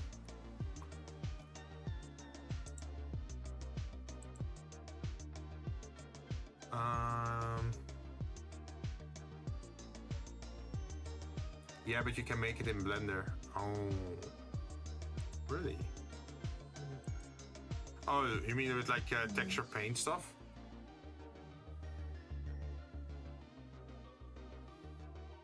Should actually consider probably trying out again. What, 3D modeling Although or? It has been 9-10 years since I Geez, that's a long time, man. And weren't you saying you were like, when you were like younger, you were like motivated to make a game? Yeah, that thing went down the drain. No. You just start simple. Just get RPG Maker, one of the various versions, usually on discount, and just make your like RPG 8-bit adventure setting. Like, just start simple, right? Like the first game you make, or the first thing that you make, doesn't have to be a masterpiece. Just, you know how fucked up my models were when I first started Blender? I think you've shown some of them. Actually, that would be an interesting collab to do, huh? What, like game stuff? Yeah, let's just game jam sometime. But probably when both of our schedules are more, you know. Oh, okay, now I'm getting it. So you're saying, sorry, Slippy is saying that I have to go to shading, I have to go to image texture, add it here, and then create new UV grid, I'm guessing.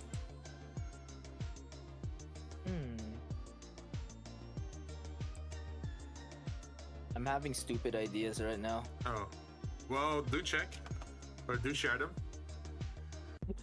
Oh no, I'm thinking something like, hey, what if we try doing a game jam? Like, it's maybe not this year, or maybe just the next, I don't know. Probably when both of us have more free time. Probably during a non-busy time of the year, probably. I'm like thinking like, maybe we should try and do a game jam. Like, it's just gonna be 3 days. 3 days of us just mashing together things. Like we discussed earlier for something like, okay, we're gonna be using this, gonna be using that. Okay, what's our goal? This, that. Okay, we should make a prototype. Then if we make a prototype, it would be something we can work on, right? Or some shit like that. I mean, you have to start somewhere, right? Yep. Interesting. The bottom pan is not showing anything. Like the top is like showing this, but the bottom is just showing nothing. Maybe it's a different material. No, I think it should be the same material.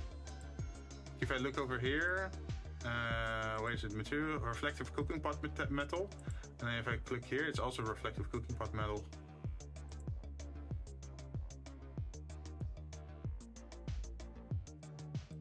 Oh right, hey Jinn, you want a reason to go to Stormblood? Sure. One of the crafting centered beast tribes is in Stormblood. And that's where they first introduced them. Oh, okay. Also, I see it. I see what you're meaning, Slippy. You can see it here way better. Oh. Okay, that's interesting that you can like spot that kind of stuff.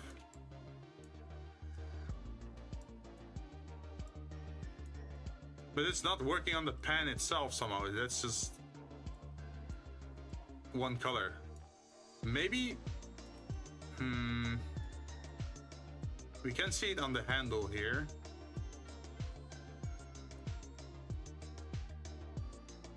Minimal stretching, maybe. Who knows? Well, at least we tried it, and I learned something new. So thank you for showing me that you can check your UVs with this. And then we can just easily uncheck it as well, right? Yep. Because when I add a roughness map to it, it will stretch in the same way. Oh, yeah, true. That's something I have to learn still, like the weathering effect on corners. Where it's, you can make it look as if it's like metallic, or where the paint has fallen off, right, on the corner of an object. But I have not done anything like that yet. Also, John, what kind of project are you thinking about if you were to collab something? Because if you think about it, we have like a big group of people that have very different styles, or like very different skill sets, right? Mm-hmm. I mean, we have someone that can do with coding. We have someone that's really good with 2D stuff. We have someone that does 3D stuff. I think I have an idea. Like for my own channel, I was thinking of like doing 3D animation eventually, but that's still far away from what I'm currently at, because I have to learn how to do special effects as well. Like I want to know how to make fire or explosions or smoke or like actually that's what's on my mind right now that we could do, and I think you're gonna be great if you do like the things like the special effects. Ooh. There's a simple game idea we can do that doesn't really require a lot of, well, it requires effort to code, yes, obviously. Visual novel. No, I mean a visual novel is gonna be easy, but it's gonna be a lot of writing. Oh.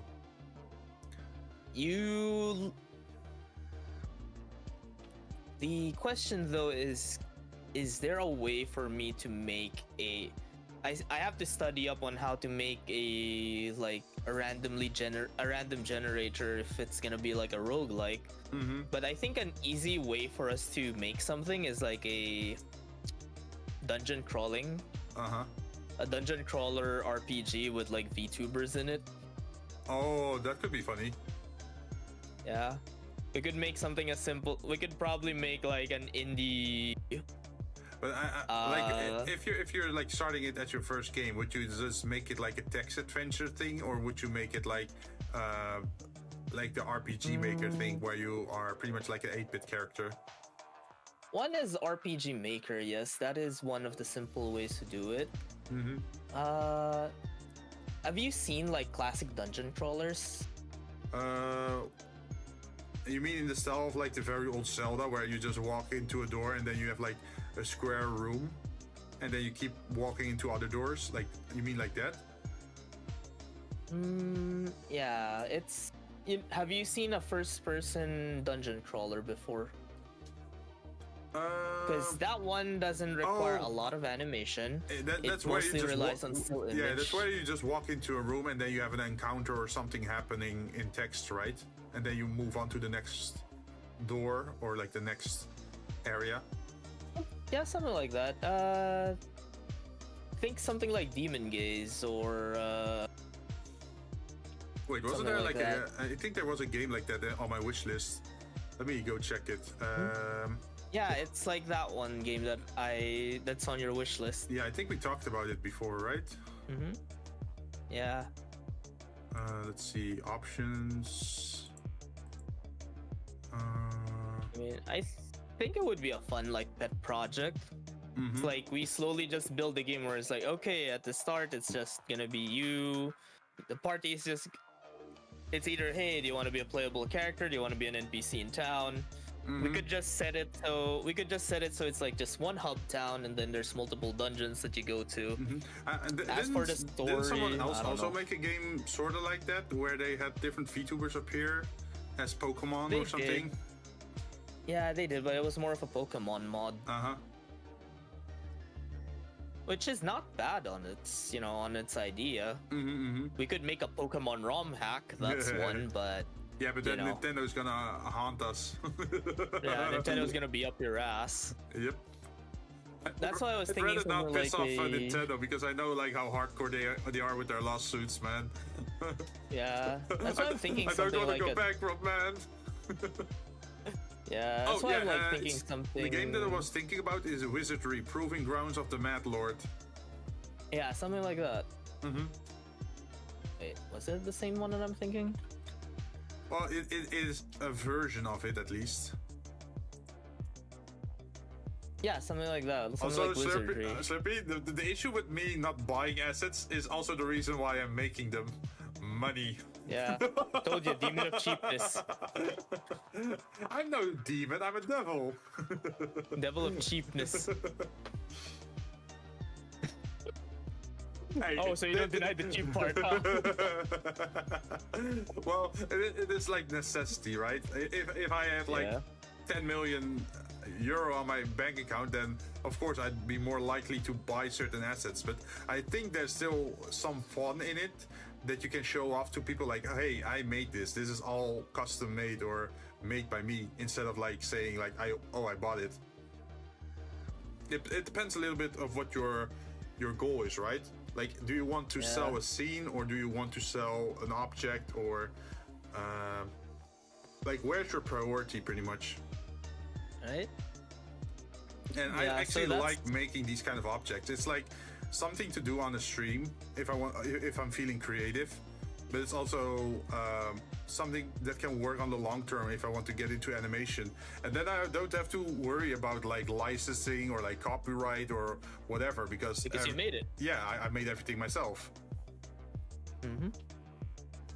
But yeah, I also wanted to do something that's not just FF14, and I've been thinking about it for like quite a while now. Oh, well, you are pretty much. Well, you're getting closer to having done everything in Final Fantasy, if you think about it. Oh yeah, I'm currently doing the hardest content already, so that's fun. Yeah, I'm thinking something like, I mean, it's either we make something like an RPG, which is simple. We can make something Undertale-ish, but I'd rather not. I think Undertale is already pretty complex, right? I mean, if you know Toby Fox, this Undertale wasn't Toby Fox's first game. Oh, well, so it sort of is his first game, but if you know about his history, that he did ROM hacks for Earthbound, for Mother, then you know that he has been like learning for a very long time and been polishing up his. He has skills under his belt. Yeah. He has experience, right? So that's why I figured like your first project, just do it something simple, even if it's just Pong or I don't know, something simple. Then you can already say like, okay, that's game one. What did we learn from it? What can we do for the next time? Or like, at least we know the basics now. What went wrong? What went right? And then you can keep going, right? It's the same way as why I wouldn't do a cityscape as my first 3D model project, because I'm bound to make a lot of mistakes if I instantly go for like a giant project like that. So that's why I'm that's why I'm sticking to like these small objects and learning as I go. It allows me to experiment more. Just like how this cooking pot is already an evolution from the frying pan, in that with the frying pan, just the handle was modifiable, and with the cooking pot, it's like the entire cooking pot can already be moved again. Huh. What was that thing? Yeah, there was something I kind of want to try making. Oh? Oh no, I mean, I'm already thinking of that other thing. Like even if you just want to make a short game for April Fool or for Valentine or for Christmas or whatever, like something easily and in theme, like it's a Christmas related game and all the presents are gone. You have to find them, something like that, and then you talk to different people who are like the Vtubers, and then you bring them back, and then at the end you have just all the NPCs like sitting at the Christmas tree or whatever. Like something short, something simple. That's fine as well, right? Yep. Oh, Ico, that's a good plan. Bonking simulator. Bonking simulator. Well, that's just making whack-a-mole and just put laser on every single one of the panels. Yeah, but that still counts as a first game. If you can make it work, It does. and people have fun playing it, like bonking laser or whatever, or other people, then that it already works. Yep. Yeah, but I think I'm starting to have an idea on what I want to make. Because my thoughts is, it's not gonna be a grand adventure like a JRPG. I want it to be like I want it to be a JRPG, yes. Unfortunately, I am not smart enough to do an ATB combat system yet. But I'm thinking of like probably this is just thoughts on my end right now. Like I want to make like a small episodic like series of games where we develop it on our own, and it's like, okay, this it's still like classic RPG gameplay where it's like, this character can heal, this you just have to choose attacks on a menu, something like that, right? But I kind of want to make it in a way where it's like, okay, want to make it episodic where we just start in like something simple, like, oh yeah, this is just a blank canvas. We just start with one character. Let's probably start with me. I have a more simple idea. You just make a digital board game. Or that, yeah. So the only thing you have to do is literally like throw dice and make multiple squares where you can land on. That's the basic of the game, right? Like looping around, making circles. But then for each tile, you can expand on it. Like you can suddenly add money to the game, or you can add items to the game, or cards, or like RNG stuff, or properties that you can buy. So it's a very simple, basic code foundation. It's a simple structure. And then you can add plugins, or well, not really plugins. How do you call it? Like add-ons or plugins or like extensions on top of that foundation to make the squares or the landing spots do certain stuff, right? Depending on where you land. I think that could also be very simple. It's a simple thing. What I recommend you then to do is not have static PNGs for the character models. No, allow people to import their own PNGs for their character, like their 8-bit character, so that people can actually play as their own 8-bit VTuber model or whatever if they want to play it. Yeah. That could also be interesting. Yeah, that's an interesting idea. But yeah, running on the concept I was thinking a while ago, it's still a simple game, because if it's just gonna be something from RPG Maker or something, because I'm still trying to think of where do I make it, because where you make it is where you have to just keep on rolling with it. Oh yeah. I don't think I can make it I don't think Unity is a good idea to use right now for me, because no. Sweet mother of God, that is a Pandora's box that is hard to work with. Yeah, and besides that, Unity was also kind of in the news last year about them trying to make a subscription model or like something weird with. It's also a new. It also turns into a beginner trap. I fell into that before. Oh, you mean like once you start, you just stick to it? No, it's more of a. Oh yeah, it looks simple, and then you go in and you're like. Oh no, I have Unity installed on my computer because I use it for my 3D model, right? And I'm just modifying things on my 3D model, and I'm already thinking like, what the fuck is this? Yeah. And I'm just adding accessories to my 3D model with a tutorial and everything, right? Yeah, that's why I'm like thinking first, but I already know that I want to make it like a simple RPG. it's not anything like, oh, there's crafting. There's no. It's just like a simple, hey, here's your party members. You can get them from doing this. You want to buy stuff? Here's an item shop. Buy it there. You want gear? Here you go. Buy it here. What I'm thinking of something is like, I'm not even thinking of like giving gear to like the characters, or I don't even want to give levels to them. But yeah, probably level up system is simple. But what I'm thinking is something like, hey, you start the story, you play as me. Okay, that's the first chapter. Then you get a hub town. Okay, what's the next chapter? You either go to Jinn, you go to Shin, you go to Who, you know. It's simple to make because it's just the same character models that you use. What you're describing is Sonic Adventure DX. Something like that, yeah. Because in the main menu, you select like, oh, Sonic, or oh, Amy, or Tails, or Knuckles, or Big the Cat. Yeah, but it's a simple RPG, and then you just mix and match your party members. Like, for example, Jinn, what's Jinn's kit? Oh, Jinn's kit is like a machinist. Okay, what's John's kit? Oh, John's kit is he just has self-destruct. He just has, he has a bag of holding, pretty much. Yeah. Like, he has infinity, how do you call it? Like infinity space, or... No, what's the name for it?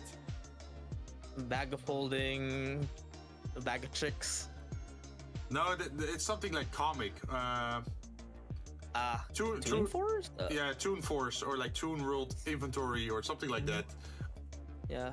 Like, because you kept like... cartoon bags, yeah. Yeah, because based on like the forest, you had like unlimited bombs. You could just pull out your bag constantly. Yeah, see, that would be an interesting thing. We don't need to animate we don't really need to animate it aside from like the visual effects on the attacks. Yeah, well, if you think about it, even like Pokemon, those were also just images, and okay, the images sometimes move left and right, and then you had like the animated like laser beam or like fire breath or whatever, but the characters were just standing still in the original Pokemon, like blue, red, and yellow.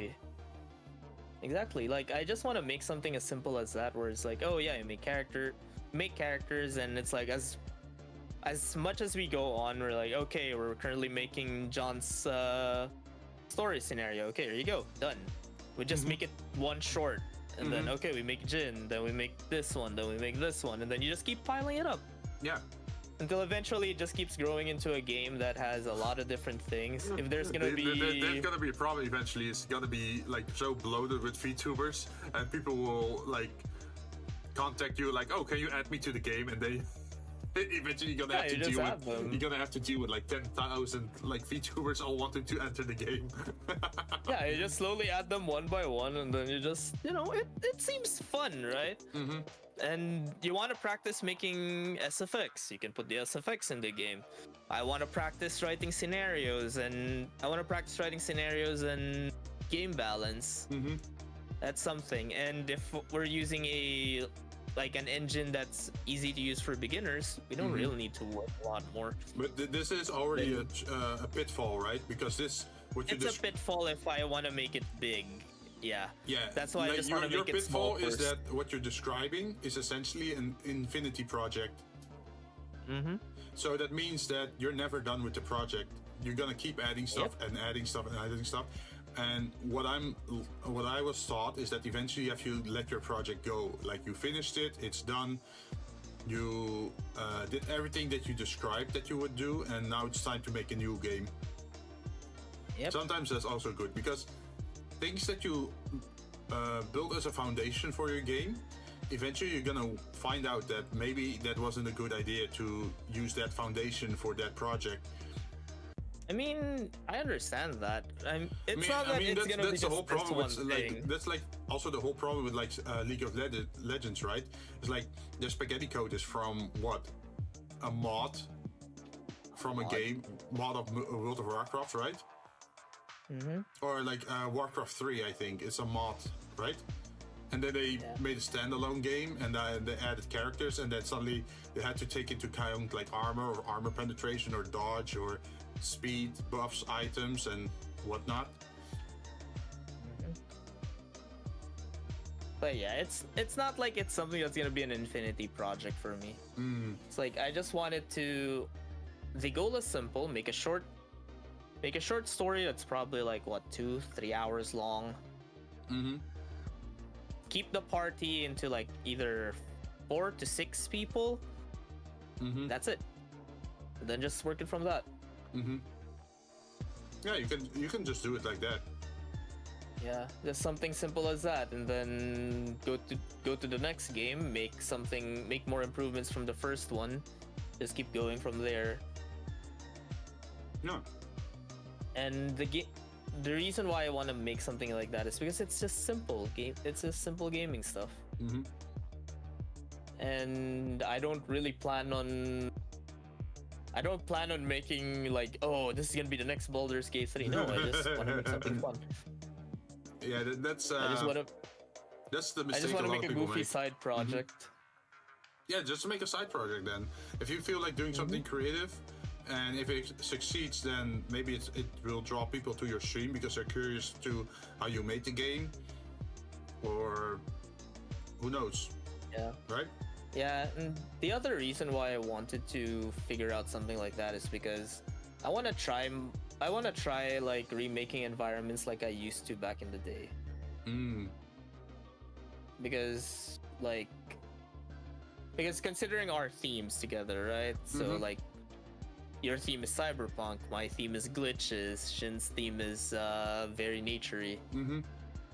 Like if the more I continue working on things like that, I can at least practice myself into making, environments.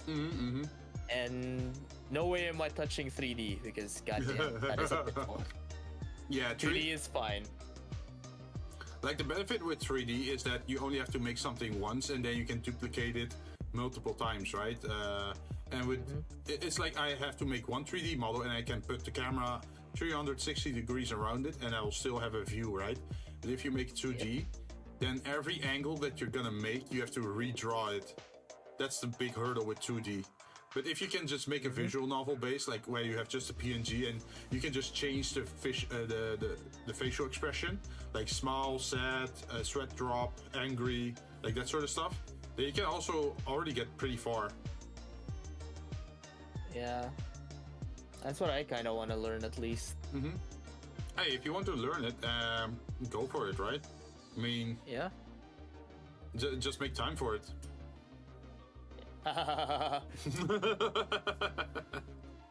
Man, free time.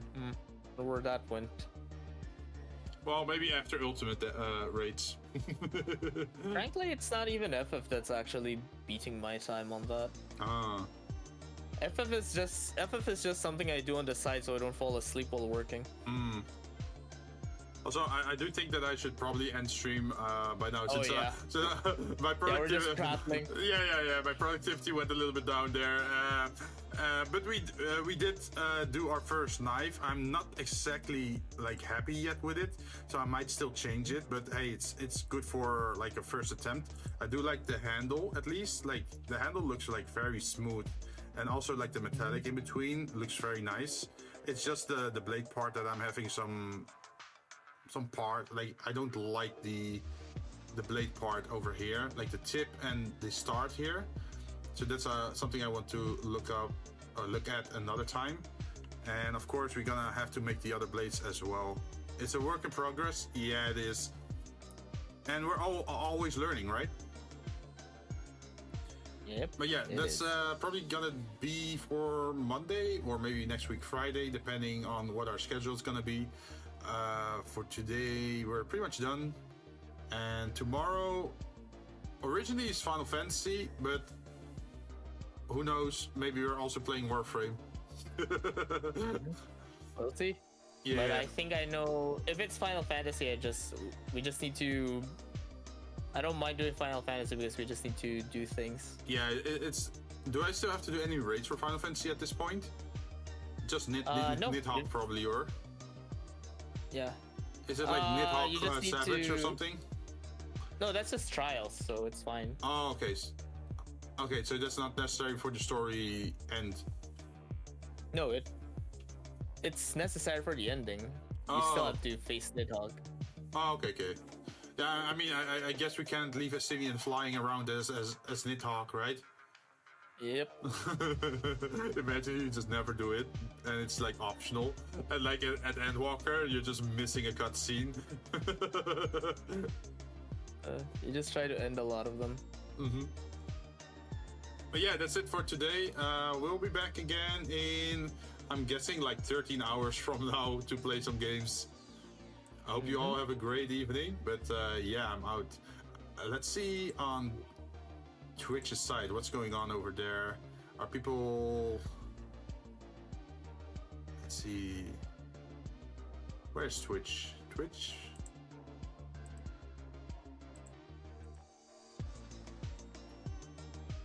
Like, are people still playing games at this hour, or? I mean, it's currently 6 a.m. I notice that usually at my time, when I'm done doing my thing, because most of the people that I interact with are from Asia, right? That there's no one online because it's like 7 a.m. in the morning, 5 a.m. in the morning.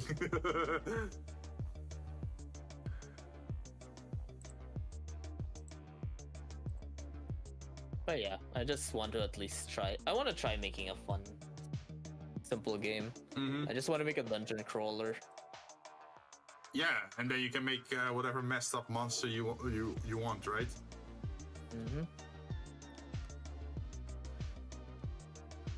Also, the dungeon crawling is more fun because it's like Would you do it roguelike, or would you just still have progression in it? See, that's the reason why it would turn into an infinity project if I turn it into a roguelike. Like, make something like Darkest Dungeon, but it's just VTubers, and then you just keep pulling them out of somewhere, right? Yo, Darkest Dungeon with VTubers, that could be funny. Actually, yeah, it kind of does. Cause like, instead of like, oh yeah, the VTuber died in the dungeon. All right. Yeah, but instead of like having stress and HP, you literally have like endurance and you have a sanity or something, and then the enemies are like random events that can happen as a VTuber, like drama, or how do you call it, controversy, or hate group, or hate tweets, or like something like that, and then it lowers your endurance and your mental state, and then if you hit the cap, you graduate.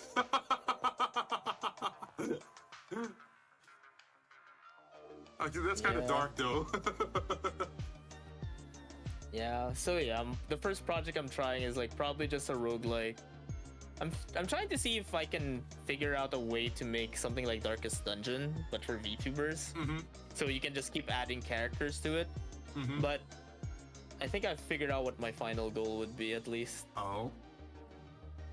Yeah. My final goal is to make a write a design document for whatever you want to do, and state what your end goals or end product is going to be, because the problem with like bigger projects is that you're gonna keep adding stuff if you don't put a barricade around your end product, because you're gonna keep expanding, and then it's never finished. Like, that's always a problem. Yeah, I understand that, at least.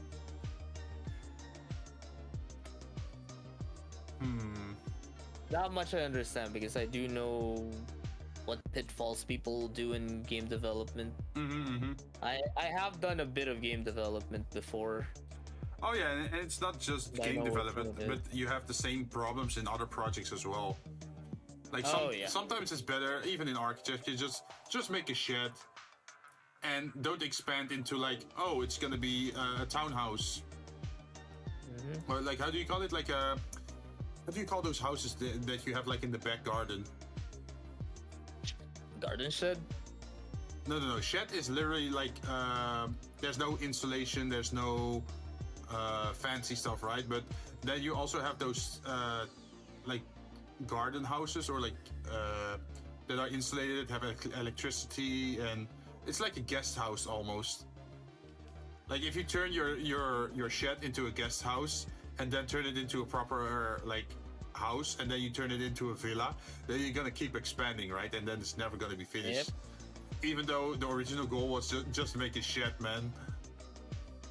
Wait, isn't that the whole problem with Yandere Simulator as well? Is like they kept adding stuff. No, Yandere Simulator's problem is that they refuse to get help. Ah, yeah. You know you're working on a huge project. You have like the main issue that I keep seeing that he keeps bringing up was, oh, I'm answering too many emails. Then stop answering emails. Work on the game. Yep. Like no. the concept was fine. It worked great. He should have just kept it simple instead of like making a multi-rival campaign kind of setting. Right. Look at us just keep on prattling. Yeah, we're just prattling. Yeah. At the same time, I'm still looking like for someone to raid, but I'm not really seeing anyone that I want to raid at the moment. You can always just. Yeah. But yeah, one of these days, I'm gonna try and at least work on something. Right now, though, is not a good time because it's busy time. I think my free time would start at like... Depends on... When do most Europeans go on vacation? Let's see. I'd say it's coming up. Usually like around end of June, July, August, like in that area. That's where usually the school holidays are, like the summer vacation is. And then a lot of people go on holiday, like even construction is like inactive for like 1.5 months. Okay, then that should be my opening to do something. Oh, because you're expecting that your boss is, or like your work is also gonna slow down, or? Yeah, because if I'm gonna start making something fun like this, I'm gonna do it like that. As for the game engine I'm using, I'm thinking either RPG Maker or something more flexible. I'm going to head out. Take care of you too. All right, see you later, Aiko. Right, see you later. Yeah, let's. We'll see you later for Final I'm just gonna end stream since I couldn't find anyone. So see you guys tomorrow then. Bye bye. Bye bye.